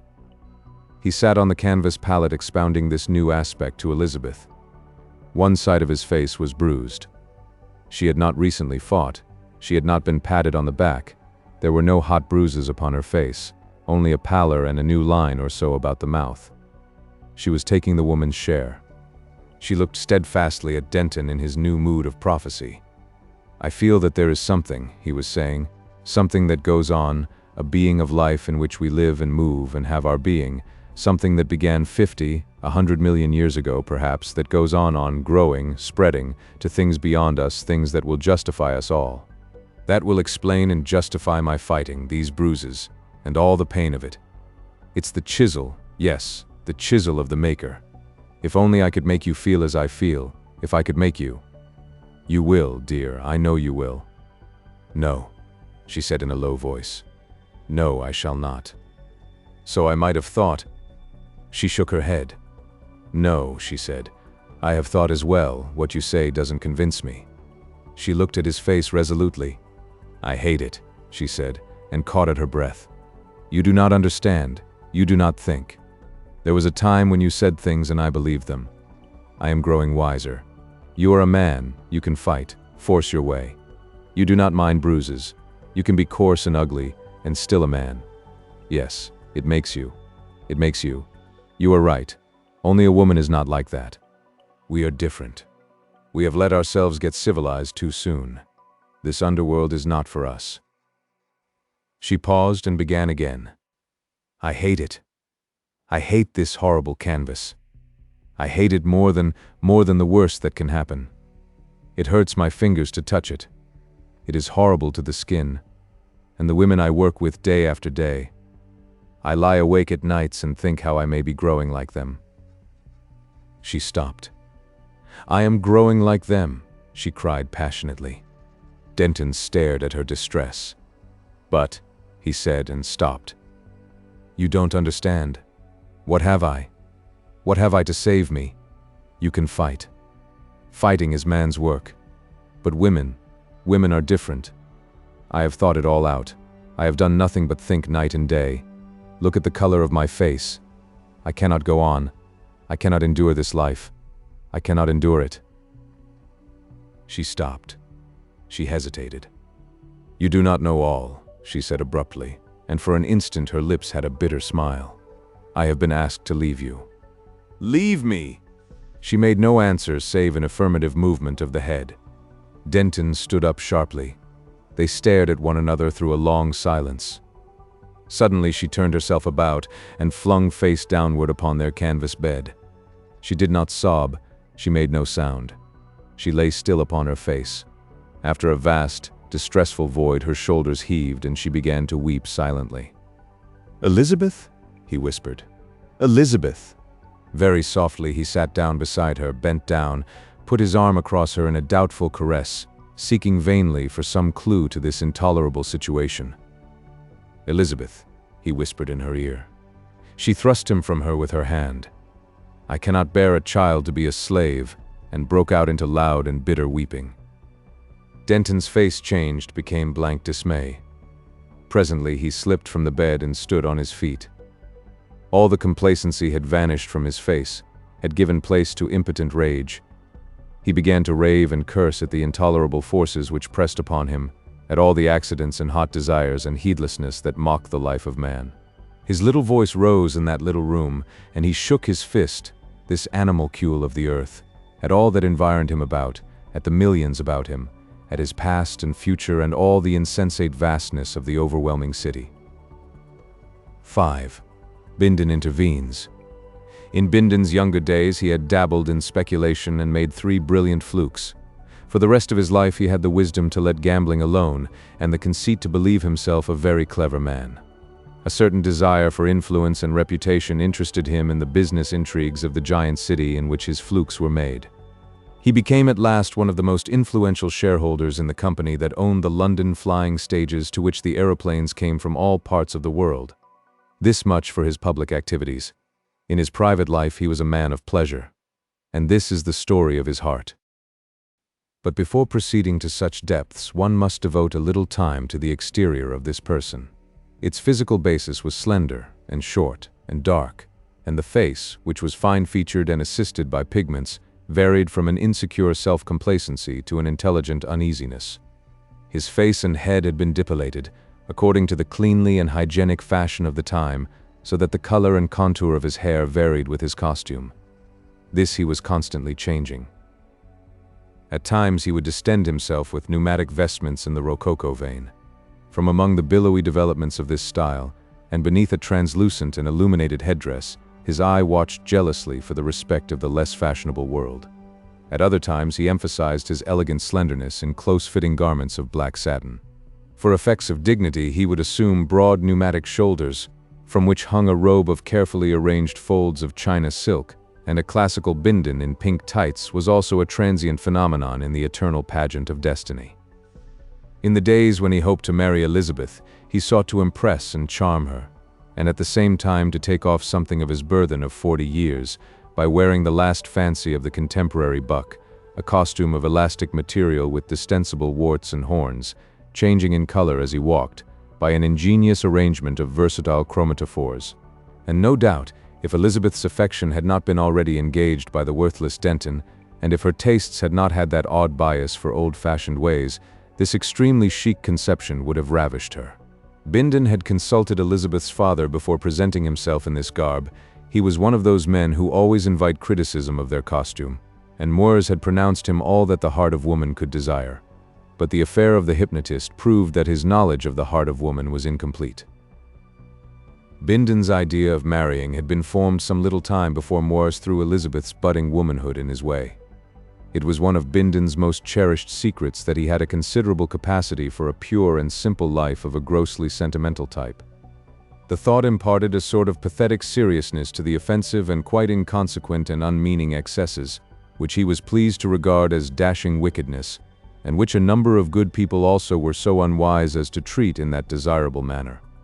As a consequence of these excesses, and perhaps by reason also of an inherited tendency to early decay, his liver became seriously affected, and he suffered increasing inconvenience when traveling by aeroplane. It was during his convalescence from a protracted bilious attack that it occurred to him that in spite of all the terrible fascinations of vice, if he found a beautiful, gentle, good young woman of a not too violently intellectual type to devote her life to him, he might yet be saved to goodness, and even rear a spirited family in his likeness to solace his declining years. But like so many experienced men of the world, he doubted if there were any good women. Of such as he had heard tell, he was outwardly skeptical and privately much afraid. When the aspiring Moires effected his introduction to Elizabeth, it seemed to him that his good fortune was complete. He fell in love with her at once. Of course, he had always been falling in love since he was 16, in accordance with the extremely varied recipes to be found in the accumulated literature of many centuries. But this was different. This was real love. It seemed to him to call forth all the lurking goodness in his nature. He felt that for her sake he could give up a way of life that had already produced the gravest lesions on his liver and nervous system. His imagination presented him with idyllic pictures of the life of the reformed rake. He would never be sentimental with her, or silly, but always a little cynical and bitter, as became the past. Yet he was sure she would have an intuition of his real greatness and goodness, and in due course he would confess things to her, pour his version of what he regarded as his wickedness, showing what a complex of Goethe and Benvenuto Cellini and Shelley and all those other chaps he really was, into her shocked, very beautiful, and no doubt sympathetic ear, and preparatory to these things he wooed her with infinite subtlety and respect. And the reserve with which Elizabeth treated him seemed nothing more nor less than an exquisite modesty touched and enhanced by an equally exquisite lack of ideas. Bindon knew nothing of her wandering affections, nor of the attempt made by Moires to utilize hypnotism as a corrective to this digression of her heart. He conceived he was on the best of terms with Elizabeth, and had made her quite successfully various significant presents of jewelry and the more virtuous cosmetics when her elopement with Denton threw the world out of gear for him. His first aspect of the matter was rage begotten of wounded vanity, and as Moores was the most convenient person, he vented the first brunt of it upon him. He went immediately and insulted the desolate father grossly, and then spent an active and determined day going to and fro about the city and interviewing people in a consistent and partly successful attempt to ruin that matrimonial speculator. The effectual nature of these activities gave him a temporary exhilaration, and he went to the dining place he had frequented in his wicked days in a devil-may-care frame of mind, and dined altogether too amply and cheerfully with two other golden youths in their early 40s. He threw up the game. No woman was worth being good for, and he astonished even himself by the strain of witty cynicism he developed. One of the other desperate blades, warmed with wine, made a facetious allusion to his disappointment, but at the time this did not seem unpleasant. The next morning found his liver and temper inflamed. He kicked his phonographic news machine to pieces, dismissed his valet, and resolved that he would perpetrate a terrible revenge upon Elizabeth, or Denton, or somebody. But anyhow, it was to be a terrible revenge, and the friend who had made fun at him should no longer see him in the light of a foolish girl's victim. He knew something of the little property that was due to her, and that this would be the only support of the young couple until Moores should relent. If Moores did not relent, and if unpropitious things should happen to the affair in which Elizabeth's expectations lay, they would come upon evil times and be sufficiently amenable to temptation of a sinister sort. Bindon's imagination, abandoning its beautiful idealism altogether, expanded the idea of temptation of a sinister sort. He figured himself as the implacable, the intricate and powerful man of wealth pursuing this maiden who had scorned him. And suddenly her image came upon his mind vivid and dominant, and for the first time in his life, Bindon realized something of the real power of passion. His imagination stood aside like a respectful footman who has done his work in ushering in the emotion. "My God," cried Bindon, "I will have her, if I have to kill myself to get her, and that other fellow." After an interview with his medical man and a penance for his overnight excesses in the form of bitter drugs, a mitigated but absolutely resolute Bindon sought out Moores. Moores he found properly smashed and impoverished and humble, in a mood of frantic self-preservation, ready to sell himself body and soul, much more any interest in a disobedient daughter, to recover his lost position in the world. In the reasonable discussion that followed, it was agreed that these misguided young people should be left to sink into distress, or possibly even assisted towards that improving discipline by Bindon's financial influence. "And then?" said Moores. "They will come to the Labor Company," said Bindon. "They will wear the blue canvas. And then she will divorce him," he said, and sat for a moment intent upon that prospect. For in those days the austere limitations of divorce of Victorian times were extraordinarily relaxed, and a couple might separate on 100 different scores. Then suddenly Bindon astonished himself and Moores by jumping to his feet. "She shall divorce him," he cried. "I will have it so, I will work it so. By God, it shall be so. He shall be disgraced, so that she must. He shall be smashed and pulverized." The idea of smashing and pulverizing inflamed him further. He began a Jovian pacing up and down the little office. "I will have her," he cried. "I will have her. Heaven and hell shall not save her from me." His passion evaporated in its expression, and left him at the end simply histrionic. He struck an attitude and ignored with heroic determination a sharp twinge of pain about the diaphragm. And Moores sat with his pneumatic cap deflated and himself very visibly impressed. And so, with a fair persistency, Bindon sat himself to the work of being Elizabeth's malignant providence, using with ingenious dexterity every particle of advantage wealth in those days gave a man over his fellow creatures. A resort to the consolations of religion hindered these operations not at all. He would go and talk with an interesting, experienced and sympathetic father of the Heasmanite sect of the Isis cult, about all the irrational little proceedings he was pleased to regard as his heaven-dismaying wickedness, and the interesting, experienced and sympathetic father representing heaven dismayed, would, with a pleasing affectation of horror, suggest simple and easy penances, and recommend a monastic foundation that was airy, cool, hygienic, and not vulgarized, for viscerally disordered penitent sinners of the refined and wealthy type. and after these excursions, Bindon would come back to London quite active and passionate again. He would machinate with really considerable energy, and repair to a certain gallery high above the street of moving ways, from which he could view the entrance to the barrack of the Labour Company in the ward which sheltered Denton and Elizabeth. And at last one day he saw Elizabeth go in, and thereby his passion was renewed. So in the fullness of time the complicated devices of Bindon ripened, and he could go to Mwers and tell him that the young people were near despair. "It's time for you," he said, "to let your parental affections have play. She's been in blue canvas some months, and they've been cooped together in one of those labor dens, and the little girl is dead. She knows now what his manhood is worth to her, by way of protection, poor girl. She'll see things now in a clearer light. You go to her, I don't want to appear in this affair yet, and point out to her how necessary it is that she should get a divorce from him." "She's obstinate," said Morse doubtfully. "Spirit," said Bindon. "She's a wonderful girl, a wonderful girl. She'll refuse." "Of course she will. But leave it open to her. Leave it open to her. And some day in that stuffy den, in that irksome, toilsome life, they can't help it. They'll have a quarrel. And then—" Mwers meditated over the matter, and did as he was told. Then Bindon, as he had arranged with his spiritual advisor, went into retreat. The retreat of the Hughesmanite sect was a beautiful place, with the sweetest air in London, lit by natural sunlight, and with restful quadrangles of real grass open to the sky, where at the same time the penitent man of pleasure might enjoy all the pleasures of loafing and all the satisfaction of distinguished austerity.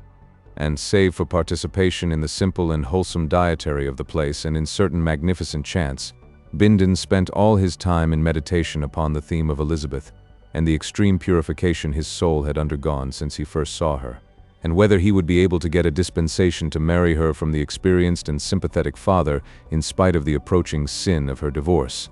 And then, Bindon would lean against a pillar of the quadrangle and lapse into reveries on the superiority of virtuous love to any other form of indulgence. A curious feeling in his back and chest that was trying to attract his attention, a disposition to be hot or shiver, a general sense of ill health and cutaneous discomfort he did his best to ignore. All that, of course, belonged to the old life that he was shaking off. When he came out of retreat, he went at once to Moores to ask for news of Elizabeth. Moores was clearly under the impression that he was an exemplary father, profoundly touched about the heart by his child's unhappiness. "She was pale," he said, greatly moved. "She was pale. When I asked her to come away and leave him, and be happy, she put her head down upon the table." Moores sniffed and cried. His agitation was so great that he could say no more. "Ah," said Bindon, respecting this manly grief. "Oh," said Bindon quite suddenly, with his hand to his side. Moores looked up sharply out of the pit of his sorrows, startled. "What's the matter?"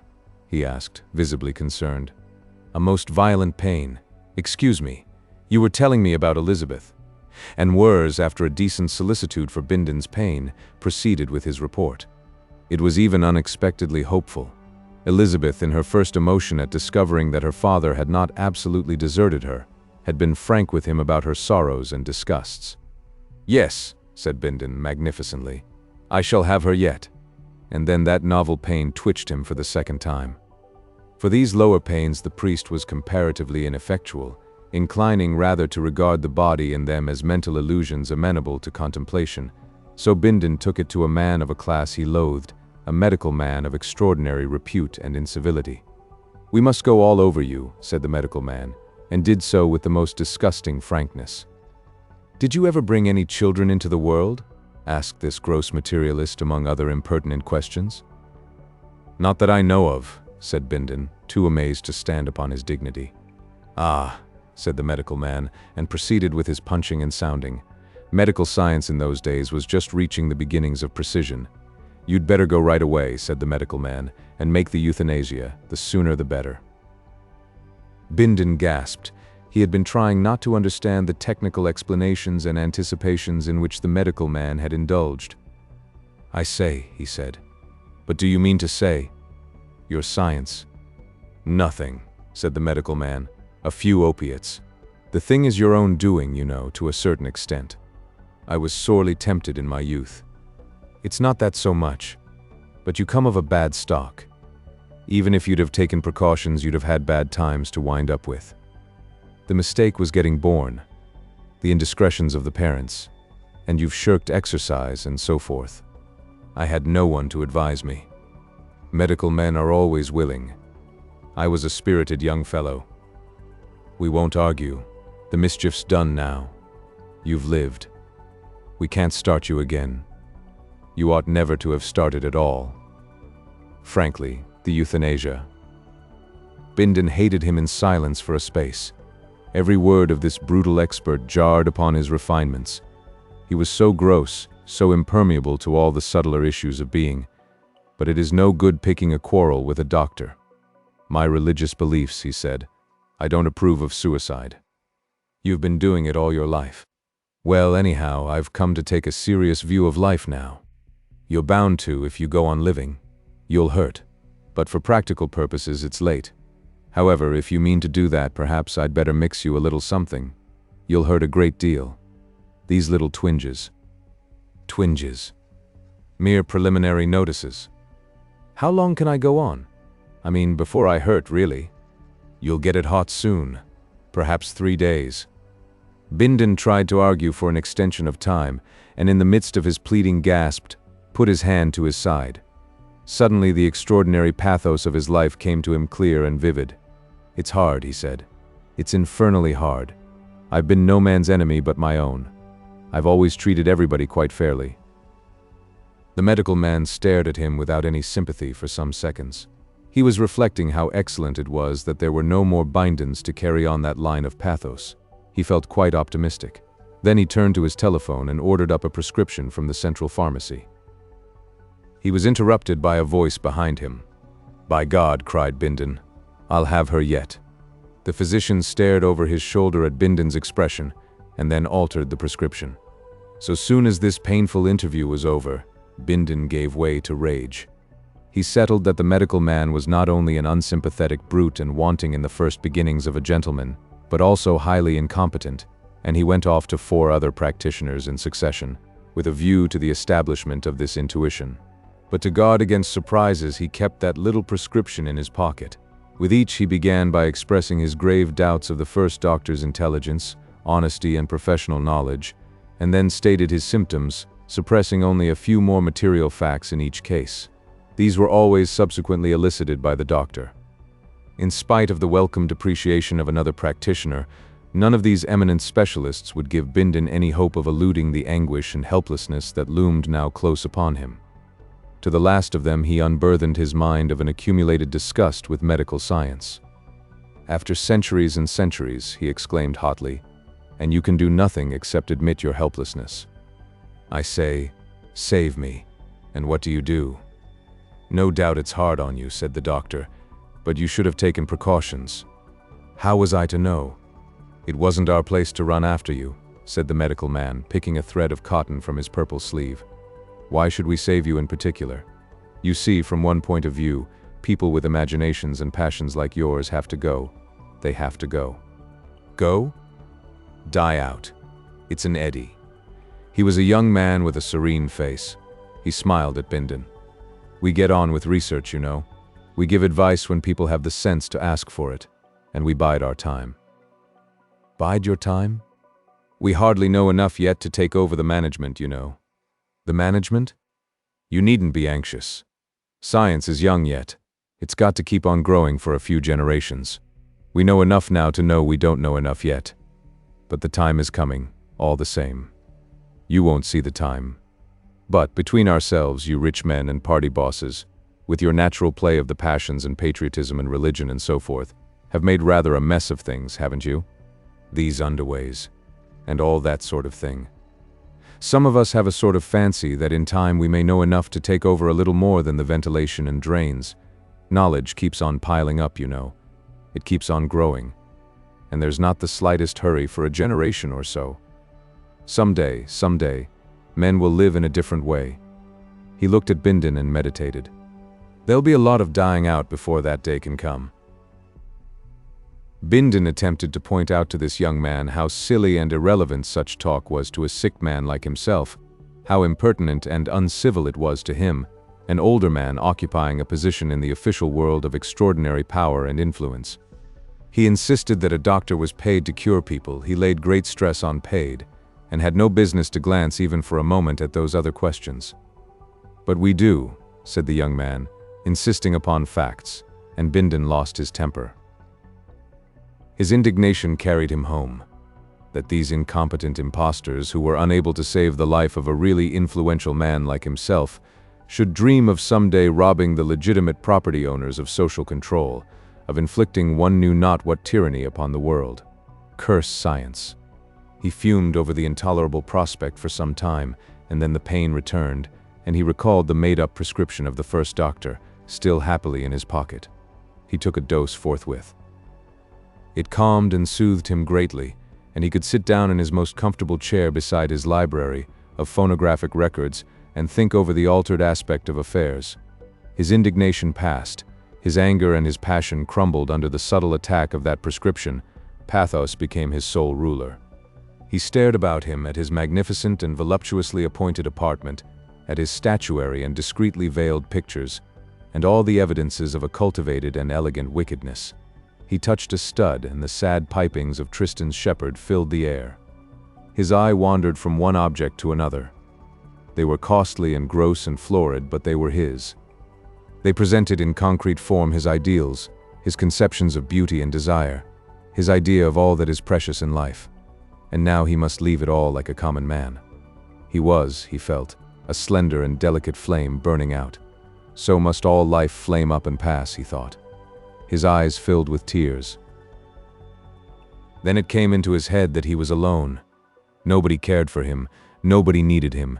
At any moment he might begin to hurt vividly, he might even howl. Nobody would mind.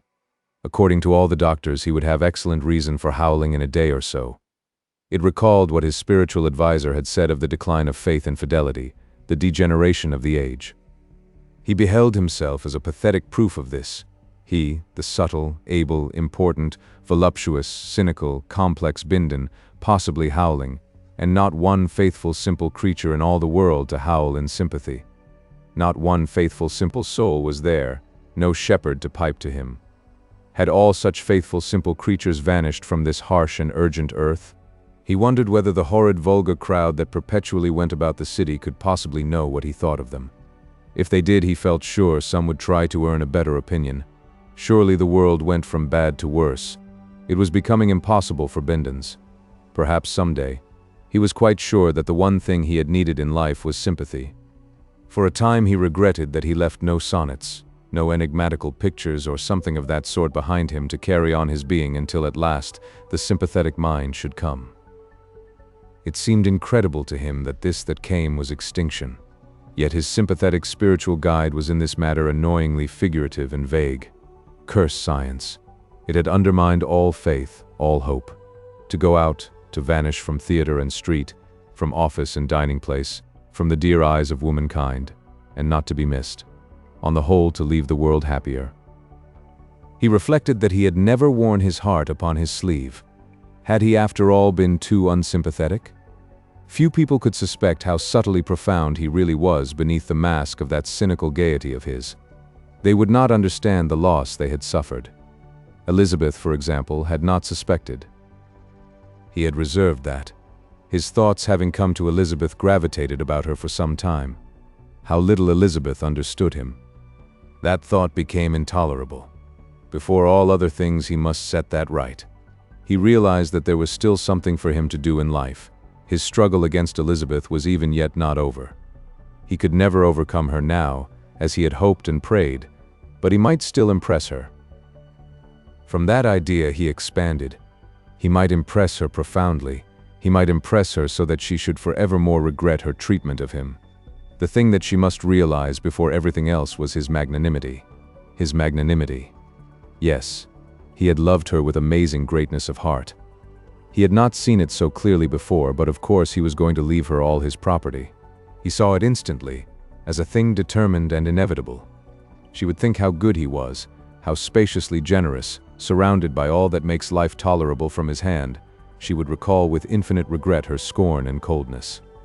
And when she sought expression for that regret, she would find that occasion gone forever.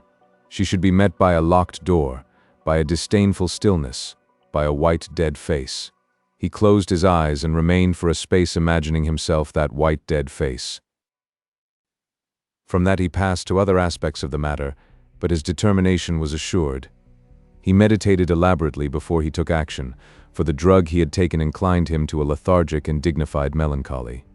In certain respects he modified details. If he left all his property to Elizabeth, it would include the voluptuously appointed room he occupied, and for many reasons he did not care to leave that to her. On the other hand, it had to be left to someone. In his clogged condition, this worried him extremely. In the end, he decided to leave it to the sympathetic exponent of the fashionable religious cult, whose conversation had been so pleasing in the past. "He will understand," said Bindon with a sentimental sigh. "He knows what evil means. He understands something of the stupendous fascination of the Sphinx of sin." Yes, he will understand. By that phrase it was that Bindon was pleased to dignify certain unhealthy and undignified departures from sane conduct to which a misguided vanity and an ill-controlled curiosity had led him. He sat for a space thinking how very Hellenic and Italian and Neronic and all those things he had been. Even now might one not try a sonnet? A penetrating voice to echo down the ages, sensuous, sinister, and sad. For a space he forgot Elizabeth. In the course of half an hour he spoilt 3 phonographic coils, got a headache, took a second dose to calm himself, and reverted to magnanimity and his former design. At last he faced the unpalatable problem of Denton. It needed all his newborn magnanimity before he could swallow the thought of Denton. But at last this greatly misunderstood man, assisted by his sedative and the near approach of death, effected even that. If he was at all exclusive about Denton, if he should display the slightest distrust, if he attempted any specific exclusion of that young man, she might misunderstand. Yes, she should have her Denton still. His magnanimity must go even to that. He tried to think only of Elizabeth in the matter. He rose with a sigh and limped across to the telephonic apparatus that communicated with his solicitor. In 10 minutes a will duly attested and with its proper thumb-mark signature lay in the solicitor's office 3 miles away. And then for a space, Bindon sat very still. Suddenly he started out of a vague reverie and pressed an investigatory hand to his side. Then he jumped eagerly to his feet and rushed to the telephone. The euthanasia company had rarely been called by a client in a greater hurry. So it came at last that Denton and his Elizabeth, against all hope, returned unseparated from the labor servitude to which they had fallen. Elizabeth came out from her cramped subterranean den of metal beaters and all the sordid circumstances of blue canvas, as one comes out of a nightmare. Back towards the sunlight their fortune took them. Once the bequest was known to them, the bare thought of another day's hammering became intolerable. They went up long lifts and stairs to levels that they had not seen since the days of their disaster. At first she was full of this sensation of escape. Even to think of the underways was intolerable. Only after many months could she begin to recall with sympathy the faded women who were still below there, murmuring scandals and reminiscences and folly, and tapping away their lives. Her choice of the apartments they presently took expressed the vehemence of her release. They were rooms upon the very verge of the city. They had a roof space and a balcony upon the city wall, wide open to the sun and wind, the country and the sky. And in that balcony comes the last scene in this story. It was a summer sunsetting, and the hills of Surrey were very blue and clear. Denton leant upon the balcony regarding them, and Elizabeth sat by his side. Very wide and spacious was the view, for their balcony hung 500 feet above the ancient level of the ground. The oblongs of the food company, broken here and there by the ruins, grotesque little holes and sheds of the ancient suburbs, and intersected by shining streams of sewage, passed at last into a remote diapering at the foot of the distant hills. There once had been the squatting place of the children of Uya. On those further slopes gaunt machines of unknown import worked slackly at the end of their spell, and the hill crest was set with stagnant wind vanes. Along the Great South Road the labor company's field workers in huge wheeled mechanical vehicles were hurrying back to their meals, their last spell finished. And through the air a dozen little private aeroplanes sailed down towards the city. Familiar scene as it was to the eyes of Denton and Elizabeth, it would have filled the minds of their ancestors with incredulous amazement. Denton's thoughts fluttered towards the future in a vain attempt at what that scene might be in another 200 years and, recoiling, turned towards the past. He shared something of the growing knowledge of the time.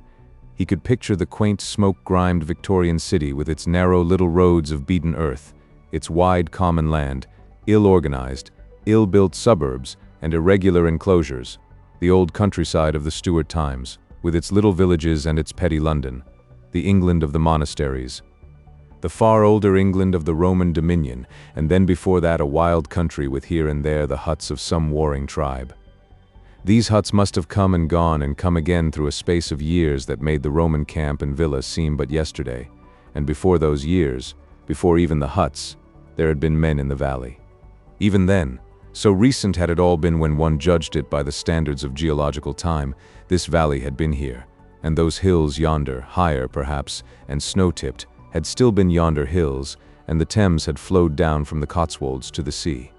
But the men had been but the shapes of men, creatures of darkness and ignorance, victims of beasts and floods, storms and pestilence and incessant hunger. They had held a precarious foothold amidst bears and lions, and all the monstrous violence of the past. Already some at least of these enemies were overcome. For a time Denton pursued the thoughts of this spacious vision, trying in obedience to his instinct to find his place and proportion in the scheme. "It has been chance," he said. "It has been luck. We have come through. It happens we have come through, not by any strength of our own. And yet, no, I don't know." He was silent for a long time before he spoke again. After all, there is a long time yet. There have scarcely been men for 20,000 years, and there has been life for 20 millions. And what are generations?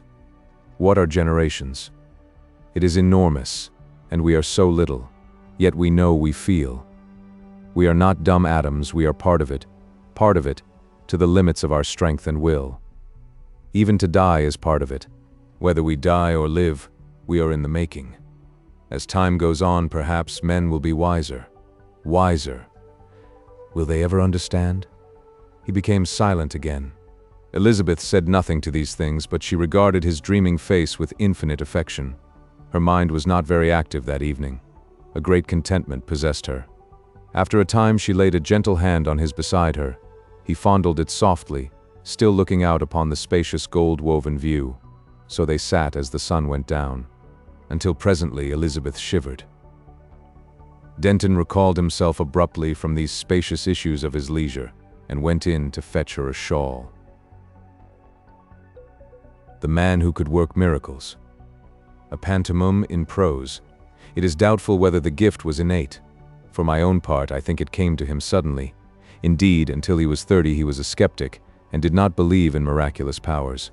And here, since it is the most convenient place, I must mention that he was a little man, and had eyes of a hot brown, very erect red hair, a mustache with ends that he twisted up, and freckles. His name was George McWhirter Fotheringay, not the sort of name by any means to lead to any expectation of miracles, and he was clerk at Gomshott's. He was greatly addicted to assertive argument. It was while he was asserting the impossibility of miracles that he had his first intimation of his extraordinary powers. This particular argument was being held in the bar of the Long Dragon, and Toddy Beamish was conducting the opposition by a monotonous but effective "so you say," that drove Mr. Fotheringay to the very limit of his patience. There were present, besides these two, a very dusty cyclist, landlord Cox, and Miss Maybridge, the perfectly respectable and rather portly barmaid of the Dragon. Miss Maybridge was standing with her back to Mr. Fotheringay, washing glasses. The others were watching him, more or less amused by the present ineffectiveness of the assertive method. Goaded by the Torres Vedras tactics of Mr. Beamish, Mr. Fotheringay determined to make an unusual rhetorical effort. "Looky here, Mr. Beamish," said Mr. Fotheringay. "Let us clearly understand what a miracle is. It's something contrariwise to the course of nature done by power of will, something what couldn't happen without being specially willed." "So you say," said Mr. Beamish, repulsing him. Mr. Fotheringay appealed to the cyclist, who had hitherto been a silent auditor, and received his assent, given with a hesitating cough and a glance at Mr. Beamish. The landlord would express no opinion, and Mr. Fotheringay, returning to Mr. Beamish, received the unexpected concession of a qualified assent to his definition of a miracle. "For instance," said Mr. Fotheringay, greatly encouraged, "here would be a miracle. That lamp, in the natural course of nature, couldn't burn like that upsy-down, could it, Beamish?" "You say it couldn't," said Beamish. "And you?" said Fotheringay. "You don't mean to say, eh?" "No," said Beamish reluctantly. "No, it couldn't." "Very well," said Mr. Fotheringay. "Then here comes someone, as it might be me, along here, and stands as it might be here, and says to that lamp, as I might do, collecting all my will, turn upsy-down without breaking, and go on burning steady, and hullo." It was enough to make anyone say hullo. The impossible, the incredible, was visible to them all. The lamp hung inverted in the air, burning quietly with its flame pointing down. It was as solid, as indisputable as ever a lamp was, the prosaic common lamp of the Long Dragon bar. Mr. Fotheringay stood with an extended forefinger and the knitted brows of one anticipating a catastrophic smash. The cyclist, who was sitting next the lamp, ducked and jumped across the bar. Everybody jumped, more or less. Miss Maybridge turned and screamed. For nearly 3 seconds the lamp remained still. A faint cry of mental distress came from Mr. Fotheringay. "I can't keep it up," he said, "any longer." He staggered back, and the inverted lamp suddenly flared, fell against the corner of the bar, bounced aside, smashed upon the floor, and went out. It was lucky it had a metal receiver, or the whole place would have been in a blaze.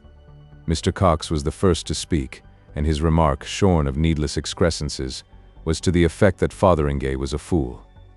Fotheringay was beyond disputing even so fundamental a proposition as that. He was astonished beyond measure at the thing that had occurred. The subsequent conversation threw absolutely no light on the matter so far as Fotheringay was concerned. The general opinion not only followed Mr. Cox very closely, but very vehemently. Everyone accused Fotheringay of a silly trick, and presented him to himself as a foolish destroyer of comfort and security. His mind was in a tornado of perplexity. He was himself inclined to agree with them, and he made a remarkably ineffectual opposition to the proposal of his departure.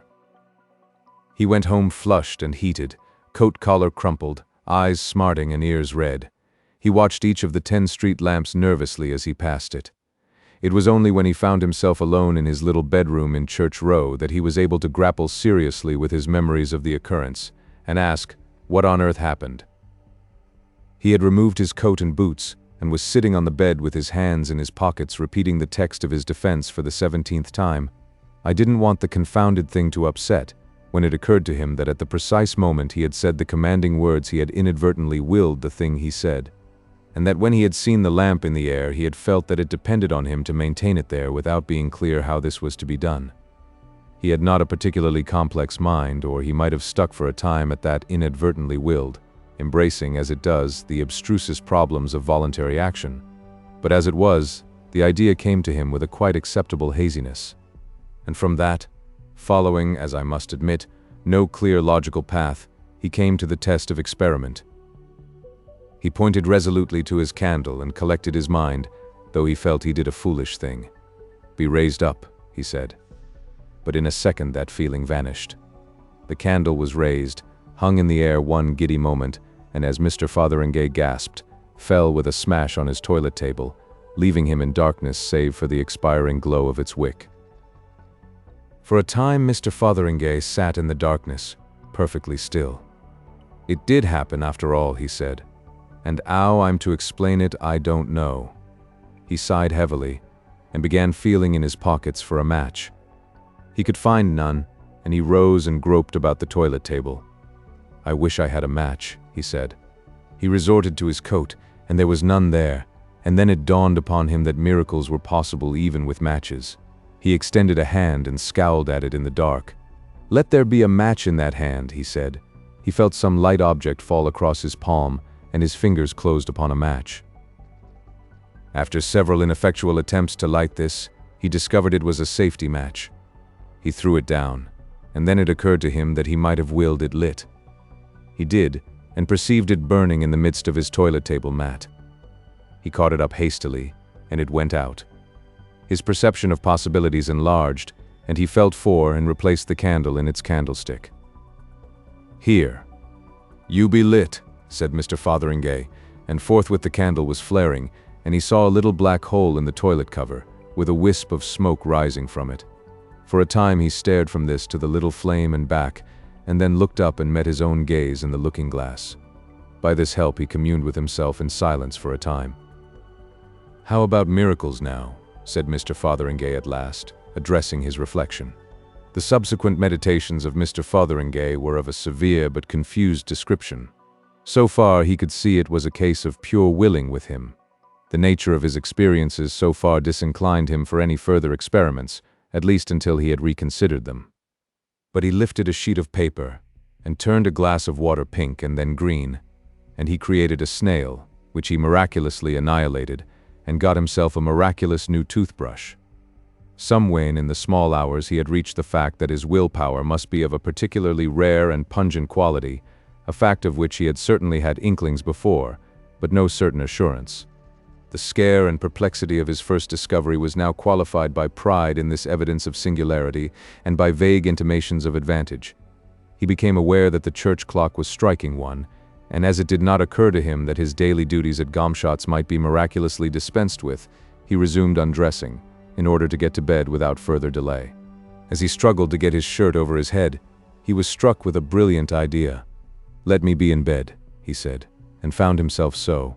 Undressed, he stipulated, and finding the sheets cold, added hastily, "And in my nightshirt? No, in a nice soft woolen nightshirt." "Ah," he said with immense enjoyment. "And now let me be comfortably asleep." He awoke at his usual hour and was pensive all through breakfast time, wondering whether his overnight experience might not be a particularly vivid dream. At length his mind turned again to cautious experiments. For instance, he had 3 eggs for breakfast. 2 his landlady had supplied, good, but shoppy, and 1 was a delicious fresh goose egg, laid, cooked, and served by his extraordinary will. He hurried off to Gomshott's in a state of profound but carefully concealed excitement, and only remembered the shell of the 3rd egg when his landlady spoke of it that night. All day he could do no work because of this astonishingly new self-knowledge, but this caused him no inconvenience, because he made up for it miraculously in his last 10 minutes. As the day wore on, his state of mind passed from wonder to elation, albeit the circumstances of his dismissal from the Long Dragon were still disagreeable to recall, and a garbled account of the matter that had reached his colleagues led to some badinage. It was evident he must be careful how he lifted frangible articles, but in other ways his gift promised more and more as he turned it over in his mind. He intended, among other things, to increase his personal property by unostentatious acts of creation.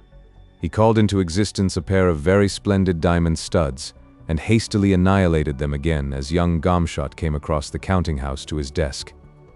He was afraid young Gomshott might wonder how he had come by them.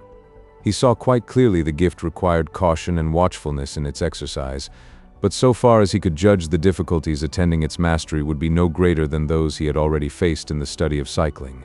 It was that analogy, perhaps, quite as much as the feeling that he would be unwelcome in the Long Dragon, that drove him out after supper into the lane beyond the gasworks to rehearse a few miracles in private.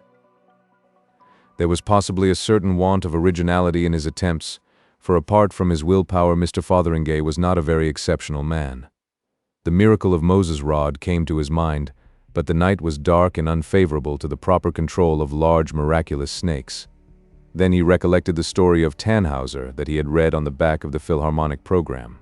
That seemed to him singularly attractive and harmless.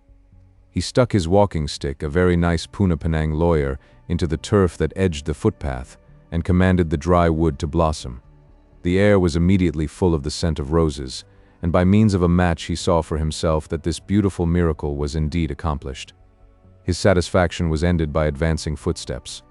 Afraid of a premature discovery of his powers, he addressed the blossoming stick hastily. "Go back." What he meant was change back, but of course he was confused. The stick receded at a considerable velocity, and incontinently came a cry of anger and a bad word from the approaching person. "Who are you throwing brambles at, you fool?" cried a voice. "That got me on the shin." "I'm sorry, old chap," said Mr. Fotheringay, and then, realizing the awkward nature of the explanation, caught nervously at his mustache. He saw Winch, one of the 3 Immering constables, advancing, "What d'ye mean by it?" asked the constable. "Hello! It's you, is it? The gent that broke the lamp at the Long Dragon." "I don't mean anything by it," said Mr. Fotheringay. "Nothing at all." "What d'ye do it for then?" "Oh, bother," said Mr. Fotheringay. "Bother indeed! D'ye know that stick hurt? What d'ye do it for, eh?" For the moment, Mr. Fotheringay could not think what he had done it for. His silence seemed to irritate Mr. Winch. "You've been assaulting the police, young man, this time. That's what you done." "Look here, Mr. Winch," said Mr. Fotheringay, annoyed and confused. "I'm very sorry. The fact is—" "Well?" He could think of no way but the truth. "I was working a miracle."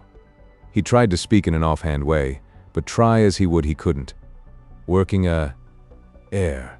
Don't you talk rot. Working a miracle, indeed. Miracle. Well, that's downright funny. Why, use the chap that don't believe in miracles. Fact is, this is another of your silly conjuring tricks. That's what this is. Now I tell you." But Mr. Fotheringay never heard what Mr. Winch was going to tell him. He realized he had given himself away, flung his valuable secret to all the winds of heaven.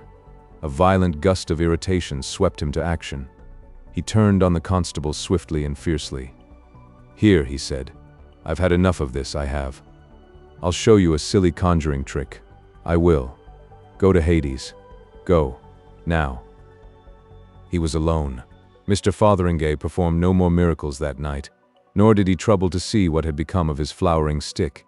He returned to the town, scared and very quiet, and went to his bedroom. "Lord," he said, "it's a powerful gift, an extremely powerful gift. I didn't hardly mean as much as that. Not really. I wonder what Hades is like." He sat on the bed, taking off his boots. Struck by a happy thought, he transferred the constable to San Francisco, and without any more interference with normal causation went soberly to bed. In the night he dreamt of the anger of Winch. The next day Mr. Fotheringay heard two interesting items of news. Someone had planted a most beautiful climbing rose against the elder Mr. Gomshot's private house in the Lullaborough Road, and the river as far as Rawlings Mill was to be dragged for Constable Winch. Mr. Fotheringay was abstracted and thoughtful all that day, and performed no miracles except certain provisions for Winch, and the miracle of completing his day's work with punctual perfection in spite of all the bee-swarm of thoughts that hummed through his mind. And the extraordinary abstraction and meekness of his manner was remarked by several people, and made a matter for jesting. For the most part he was thinking of Winch. On Sunday evening he went to chapel, and oddly enough, Mr. Maydig, who took a certain interest in occult matters, preached about things that are not lawful. Mr. Fotheringay was not a regular chapel-goer, but the system of assertive skepticism, to which I have already alluded, was now very much shaken. The tenor of the sermon threw an entirely new light on these novel gifts, and he suddenly decided to consult Mr. Maydig immediately after the service. So soon as that was determined, he found himself wondering why he had not done so before. Mr. Maydig, a lean, excitable man with quite remarkably long wrists and neck, was gratified at a request for a private conversation from a young man whose carelessness in religious matters was a subject for general remark in the town. After a few necessary delays, he conducted him to the study of the manse, which was contiguous to the chapel, seated him comfortably, and standing in front of a cheerful fire, his legs through a Rhodian arch of shadow on the opposite wall, requested Mr. Fotheringay to state his business. At first Mr. Fotheringay was a little abashed, and found some difficulty in opening the matter. "You will scarcely believe me, Mr. Maydig, I am afraid," and so forth for some time. He tried a question at last, and asked Mr. Maydig his opinion of miracles. Mr. Maydig was still saying well in an extremely judicial tone, when Mr. Fotheringay interrupted again. "You don't believe, I suppose, that some common sort of person, like myself, for instance, as it might be sitting here now, might have some sort of twist inside him that made him able to do things by his will?" "It's possible," said Mr. Maydig. "Something of the sort, perhaps, is possible. If I might make free with something here, I think I might show you by a sort of experiment," said Mr. Fotheringay. "Now, take that tobacco jar on the table, for instance. What I want to know is whether what I am going to do with it is a miracle or not. Just half a minute, Mr. Maydig, please." He knitted his brows, pointed to the tobacco jar and said, "Be a bowl of violets." The tobacco jar did as it was ordered. Mr. Maydig started violently at the change and stood looking from the thaumaturgist to the bowl of flowers. He said nothing. Presently he ventured to lean over the table and smell the violets. They were fresh-picked and very fine ones. Then he stared at Mr. Fotheringay again. "How did you do that?" he asked. Mr. Fotheringay pulled his mustache. "Just told it, and there you are. Is that a miracle, or is it black art, or what is it? And what do you think's the matter with me? That's what I want to ask. It's a most extraordinary occurrence. And this day last week I knew no more that I could do things like that than you did. It came quite sudden. It's something odd about my will, I suppose, and that's as far as I can see." "Is that the only thing? Could you do other things besides that?" "Lord, yes," said Mr. Fotheringay. "Just anything," he thought, and suddenly recalled a conjuring entertainment he had seen. "Here," he pointed. "Change into a bowl of fish. No, not that. Change into a glass bowl full of water with goldfish swimming in it. That's better. You see that, Mr. Maydig? It's astonishing. It's incredible. You are either a most extraordinary. But no, I could change it into anything," said Mr. Fotheringay.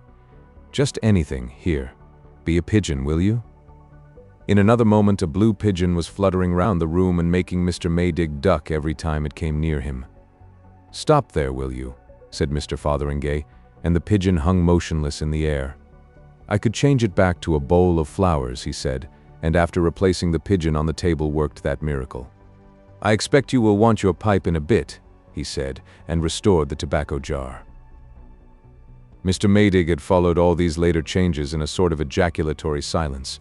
He stared at Mr. Fotheringay and, in a very gingerly manner, picked up the tobacco jar, examined it, replaced it on the table. "Well," was the only expression of his feelings. "Now, after that, it's easier to explain what I came about," said Mr. Fotheringay, and proceeded to a lengthy and involved narrative of his strange experiences, beginning with the affair of the lamp in the Long Dragon and complicated by persistent allusions to Winch. As he went on, the transient pride Mr. Maydig's consternation had caused passed away. He became the very ordinary Mr. Fotheringay of everyday intercourse again. Mr. Maydig listened intently, the tobacco jar in his hand, and his bearing changed also with the course of the narrative. Presently, while Mr. Fotheringay was dealing with the miracle of the third egg, the minister interrupted with a fluttering extended hand. "It is possible," he said. "It is credible. It is amazing, of course, but it reconciles a number of amazing difficulties. The power to work miracles is a gift, a peculiar quality like genius or second sight. Hitherto it has come very rarely and to exceptional people. But in this case, I have always wondered at the miracles of Mohammed, and at Yogi's miracles, and the miracles of Madame Blavatsky. But of course, yes, it is simply a gift. It carries out so beautifully the arguments of that great thinker." Mr. Maydig's voice sank. "His Grace the Duke of Argyll. Here we plumb some profounder law, deeper than the ordinary laws of nature." "Yes, yes. Go on. Go on." Mr. Fotheringay proceeded to tell of his misadventure with Winch, and Mr. Maydig, no longer overawed or scared, began to jerk his limbs about and interject astonishment. "It's this what troubled me most," proceeded Mr. Fotheringay. "It's this I'm most midgetly in want of advice for. Of course he's at San Francisco, wherever San Francisco may be, but of course it's awkward for both of us, as you'll see, Mr. Maydig. I don't see how he can understand what has happened, and I dare say he's scared and exasperated something tremendous and trying to get at me. I dare say he keeps on starting off to come here. I send him back, by a miracle, every few hours when I think of it. And of course, that's a thing he won't be able to understand, and it's bound to annoy him, and, of course, if he takes a ticket every time it will cost him a lot of money. I done the best I could for him, but of course it's difficult for him to put himself in my place. I thought afterwards that his clothes might have got scorched, you know, if Hades is all it's supposed to be, before I shifted him. In that case I suppose they'd have locked him up in San Francisco. Of course I willed him a new suit of clothes on him directly I thought of it. But you see, I'm already in a deuce of a tangle." Mr. Maydig looked serious. "I see you are in a tangle. Yes, it's a difficult position. How you are to end it." He became diffuse and inconclusive. "However, we'll leave Winch for a little and discuss the larger question. I don't think this is a case of the black art or anything of the sort. I don't think there is any taint of criminality about it at all, Mr. Fotheringay. None whatever, unless you are suppressing material facts. No, it's miracles, pure miracles, miracles, if I may say so, of the very highest class. He began to pace the hearthrug and gesticulate, while Mr. Fotheringay sat with his arm on the table and his head on his arm, looking worried. I don't see how I'm to manage about Winch, he said. A gift of working miracles, apparently a very powerful gift, said Mr. Maydig. We'll find a way about Winch, never fear. My dear sir, you are a most important man, a man of the most astonishing possibilities. As evidence, for example, and in other ways, the things you may do. Yes, I've thought of a thing or two, said Mr. Fotheringay. But some of the things came a bit twisty. You saw that fish at first? Wrong sort of bowl and wrong sort of fish, and I thought I'd ask someone. A proper course, said Mr. Maydig, a very proper course, altogether the proper course. He stopped and looked at Mr. Fotheringay. It's practically an unlimited gift. Let us test your powers, for instance, if they really are all they seem to be. And so, incredible as it may seem, in the study of the little house behind the Congregational Chapel, on the evening of Sunday, November 10, 1896, Mr. Fotheringay, egged on and inspired by Mr. Maydig, began to work miracles. The reader's attention is specially and definitely called to the date. He will object, probably has already objected, that certain points in this story are improbable, that if any things of the sort already described had indeed occurred, they would have been in all the papers a year ago. The details immediately following he will find particularly hard to accept, because among other things they involve the conclusion that he or she, the reader in question, must have been killed in a violent and unprecedented manner more than a year ago. Now a miracle is nothing if not improbable, and as a matter of fact the reader was killed in a violent and unprecedented manner a year ago. In the subsequent course of this story that will become perfectly clear and credible, as every right-minded and reasonable reader will admit. But this is not the place for the end of the story, being but little beyond the hither side of the middle. And at first the miracles worked by Mr. Fotheringay were timid little miracles, little things with the cups and parlor fitments, as feeble as the miracles of theosophists, and feeble as they were received with awe by his collaborator. He would have preferred to settle the Winch business out of hand, but Mr. Maydig would not let him. But after they had worked a dozen of these domestic trivialities, their sense of power grew, their imagination began to show signs of stimulation, and their ambition enlarged. Their first larger enterprise was due to hunger and the negligence of Mrs. Minchin, Mr. Maydig's housekeeper. The meal to which the minister conducted Mr. Fotheringay was certainly ill-laid and uninviting as refreshment for two industrious miracle workers, but they were seated, and Mr. Maydig was descanting in sorrow rather than in anger upon his housekeeper's shortcomings, before it occurred to Mr. Fotheringay that an opportunity lay before him. "Don't you think, Mr. Maydig," he said, "if it isn't a liberty, I—" "My dear Mr. Fotheringay, of course. No, I didn't think." Mr. Fotheringay waved his hand. "What shall we have?" he said, in a large, inclusive spirit, and, at Mr. Maydig's order, revised the supper very thoroughly. "As for me," he said, eyeing Mr. Maydig's selection, "I am always particularly fond of a tankard of stout and a nice Welsh rarebit, and I'll order that. I ain't much given to Burgundy," and forthwith stout and Welsh rarebit promptly appeared at his command. They sat long at their supper, talking like equals, as Mr. Fotheringay presently perceived, with a glow of surprise and gratification, of all the miracles they would presently do. "And by the by, Mr. Maydig," said Mr. Fotheringay, "I might perhaps be able to help you in a domestic way." "Don't quite follow," said Mr. Maydig, pouring out a glass of miraculous old Burgundy. Mr. Fotheringay helped himself to a second Welsh rarebit out of vacancy and took a mouthful. "I was thinking," he said, "I might be able chum to work, chum, a miracle with Mrs. Minchin, chum, make her a better woman." Mr. Maydig put down the glass and looked doubtful. She strongly objects to interference, you know, Mr. Fotheringay, and as a matter of fact it's well past 11 and she's probably in bed and asleep. Do you think, on the whole?" Mr. Fotheringay considered these objections. "I don't see that it shouldn't be done in her sleep." For a time Mr. Maydig opposed the idea, and then he yielded. Mr. Fotheringay issued his orders, and a little less at their ease, perhaps, the two gentlemen proceeded with their repast. Mr. Maydig was enlarging on the changes he might expect in his housekeeper next day, with an optimism that seemed even to Mr. Fotheringay's supper senses a little forced and hectic, when a series of confused noises from upstairs began. Their eyes exchanged interrogations, and Mr. Maydig left the room hastily. Mr. Fotheringay heard him calling up to his housekeeper and then his footsteps going softly up to her. In a minute or so the minister returned, his step light, his face radiant. "Wonderful," he said, "and touching, most touching." He began pacing the hearthrug. A repentance, a most touching repentance through the crack of the door. Poor woman, a most wonderful change. She had got up. She must have got up at once. She had got up out of her sleep to smash a private bottle of brandy in her box, and to confess it too. But this gives us, it opens a most amazing vista of possibilities.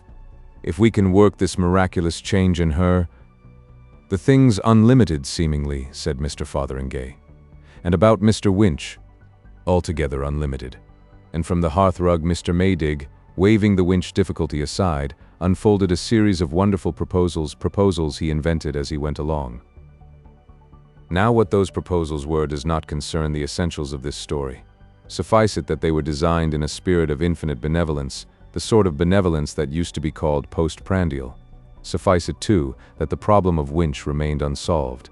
Nor is it necessary to describe how far that series got to its fulfillment. There were astonishing changes. The small hours found Mr. Maydig and Mr. Fotheringay careering across the chilly market square under the still moon, in a sort of ecstasy of thaumaturgy, Mr. Maydig all flap and gesture, Mr. Fotheringay short and bristling, and no longer abashed at his greatness. They had reformed every drunkard in the parliamentary division, changed all the beer and alcohol to water. Mr. Maydig had overruled Mr. Fotheringay on this point. They had, further, greatly improved the railway communication of the place, drained Flinders Swamp, improved the soil of One Tree Hill, and cured the vicar's wart. And they were going to see what could be done with the injured pier at South Bridge. "The place," gasped Mr. Maydig, "won't be the same place tomorrow. How surprised and thankful everyone will be." And just at that moment the church clock struck 3. "I say," said Mr. Fotheringay, "that's 3 o'clock. I must be getting back. I've got to be at business by 8. And besides, Mrs. Wims—" "We're only beginning," said Mr. Maydig, full of the sweetness of unlimited power. "We're only beginning. Think of all the good we're doing. When people wake—" "But," said Mr. Fotheringay. Mr. Maydig gripped his arm suddenly. His eyes were bright and wild. "My dear chap," he said, "there's no hurry. Look," he pointed to the moon at the zenith. "Joshua." "Joshua?" said Mr. Fotheringay. "Joshua," said Mr. Maydig. "Why not? Stop it." Mr. Fotheringay looked at the moon. "That's a bit tall," he said after a pause. "Why not?" said Mr. Maydig. "Of course it doesn't stop. You stop the rotation of the earth, you know. Time stops. It isn't as if we were doing harm." Said Mr. Fotheringay. "Well," he sighed, "I'll try. Here." He buttoned up his jacket and addressed himself to the habitable globe with as good an assumption of confidence as lay in his power. "Just stop rotating, will you?" said Mr. Fotheringay. Incontinently he was flying head over heels through the air at the rate of dozens of miles a minute. In spite of the innumerable circles he was describing per second, he thought, for thought is wonderful, sometimes as sluggish as flowing pitch, sometimes as instantaneous as light. He thought in a second and willed. "Let me come down safe and sound. Whatever else happens, let me down safe and sound." He willed it only just in time, for his clothes, heated by his rapid flight through the air, were already beginning to singe. He came down with a forcible, but by no means injurious bump in what appeared to be a mound of fresh-turned earth. A large mass of metal and masonry, extraordinarily like the clock tower in the middle of the market square, hit the earth near him, ricocheted over him, and flew into stonework, bricks and masonry, like a bursting bomb. A hurtling cow hit one of the larger blocks and smashed like an egg. There was a crash that made all the most violent crashes of his past life seem like the sound of falling dust, and this was followed by a descending series of lesser crashes. A vast wind roared throughout earth and heaven, so that he could scarcely lift his head to look. For a while he was too breathless and astonished even to see where he was or what had happened, and his first movement was to feel his head and reassure himself that his streaming hair was still his own. "Lord," gasped Mr. Fotheringay, scarce able to speak for the gale. "I've had a squeak. What's gone wrong? Storms and thunder, and only a minute ago a fine night. It's Maydig set me on to this sort of thing. What a wind! If I go on fooling in this way, I'm bound to have a thundering accident. Where's Maydig? What a confounded mess everything's in." He looked about him so far as his flapping jacket would permit. The appearance of things was really extremely strange. "The sky's all right anyhow," said Mr. Fotheringay, "and that's about all that is all right.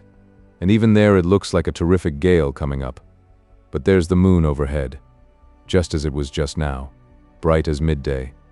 But as for the rest, where's the village? Where's anything? And what on earth set this wind a-blowing? I didn't order no wind." Mr. Fotheringay struggled to get to his feet in vain, and after one failure, remained on all fours, holding on. He surveyed the moonlit world to leeward, with the tails of his jacket streaming over his head. "There's something seriously wrong," said Mr. Fotheringay, "and what it is goodness knows." Far and wide nothing was visible in the white glare through the haze of dust that drove before a screaming gale but tumbled masses of earth and heaps of inchoate ruins. No trees, no houses, no familiar shapes, only a wilderness of disorder vanishing at last into the darkness beneath the whirling columns and streamers, the lightnings and thunderings of a swiftly rising storm. Near him in the livid glare was something that might once have been an elm tree, a smashed mass of splinters, shivered from boughs to base, and further a twisted mass of iron girders, only too evidently the viaduct rose out of the piled confusion. You see, when Mr. Fotheringay had arrested the rotation of the solid globe, he had made no stipulation concerning the trifling movables upon its surface, and the earth spins so fast that the surface at its equator is traveling at rather more than 1,000 miles an hour, and in these latitudes at more than half that pace. So that the village and Mr. Maydig and Mr. Fotheringay and everybody and everything had been jerked violently forward at about 9 miles per second, that is to say, much more violently than if they had been fired out of a cannon. And every human being, every living creature, every house and every tree, all the world as we know it had been so jerked and smashed and utterly destroyed. That was all. These things Mr. Fotheringay did not, of course, fully appreciate. But he perceived that his miracle had miscarried, and with that a great disgust of miracles came upon him. He was in darkness now, for the clouds had swept together and blotted out his momentary glimpse of the moon, and the air was full of fitful, struggling, tortured wraiths of hail. A great roaring of wind and waters filled earth and sky, and peering under his hand through the dust and sleet to windward, he saw by the play of the lightnings a vast wall of water pouring towards him. "Maydig!" screamed Mr. Fotheringay's feeble voice amid the elemental uproar. "Here, Maydig!" "Stop!" cried Mr. Fotheringay to the advancing water. "Oh, for goodness sake, stop!" "Just a moment," said Mr. Fotheringay to the lightnings and thunder. "Stop just a moment while I collect my thoughts. And now what shall I do?" he said. "What shall I do? Lord, I wish Maydig was about." "I know," said Mr. Fotheringay, "and for goodness sake let's have it right this time." He remained on all fours, leaning against the wind, very intent to have everything right. "Ah," he said, "let nothing what I'm going to order happen until I say off. Lord, I wish I'd thought of that before." He lifted his little voice against the whirlwind, shouting louder and louder in the vain desire to hear himself speak. "Now then, here goes. Mind about that what I said just now. In the first place, when all I've got to say is done, let me lose my miraculous power, let my will become just like anybody else's will, and all these dangerous miracles be stopped. I don't like them. I'd rather I didn't work 'em, ever so much. That's the first thing. And the second is, let me be back just before the miracles begin. Let everything be just as it was before that blessed lamp turned up. It's a big job, but it's the last. Have you got it? No more miracles. Everything as it was, me back in the Long Dragon just before I drank my half-pint. That's it. Yes." He dug his fingers into the mold closed his eyes and said, "Off." Everything became perfectly still. He perceived that he was standing erect. "So you say," said a voice. He opened his eyes. He was in the bar of the Long Dragon, arguing about miracles with Toddy Beamish. He had a vague sense of some great thing forgotten that instantaneously passed. You see that, except for the loss of his miraculous powers, everything was back as it had been. His mind and memory, therefore, were now just as they had been at the time when this story began. So that he knew absolutely nothing of all that is told here, knows nothing of all that is told here to this day. And among other things, of course, he still did not believe in miracles. "I tell you that miracles, properly speaking, can't possibly happen," he said, "whatever you like to hold, and I'm prepared to prove it up to the hilt." "That's what you think," said Toddy Beamish, "and prove it if you can." "Looky here, Mr. Beamish," said Mr. Fotheringay. "Let us clearly understand what a miracle is. It's something contrariwise to the course of nature done by power of will." The end.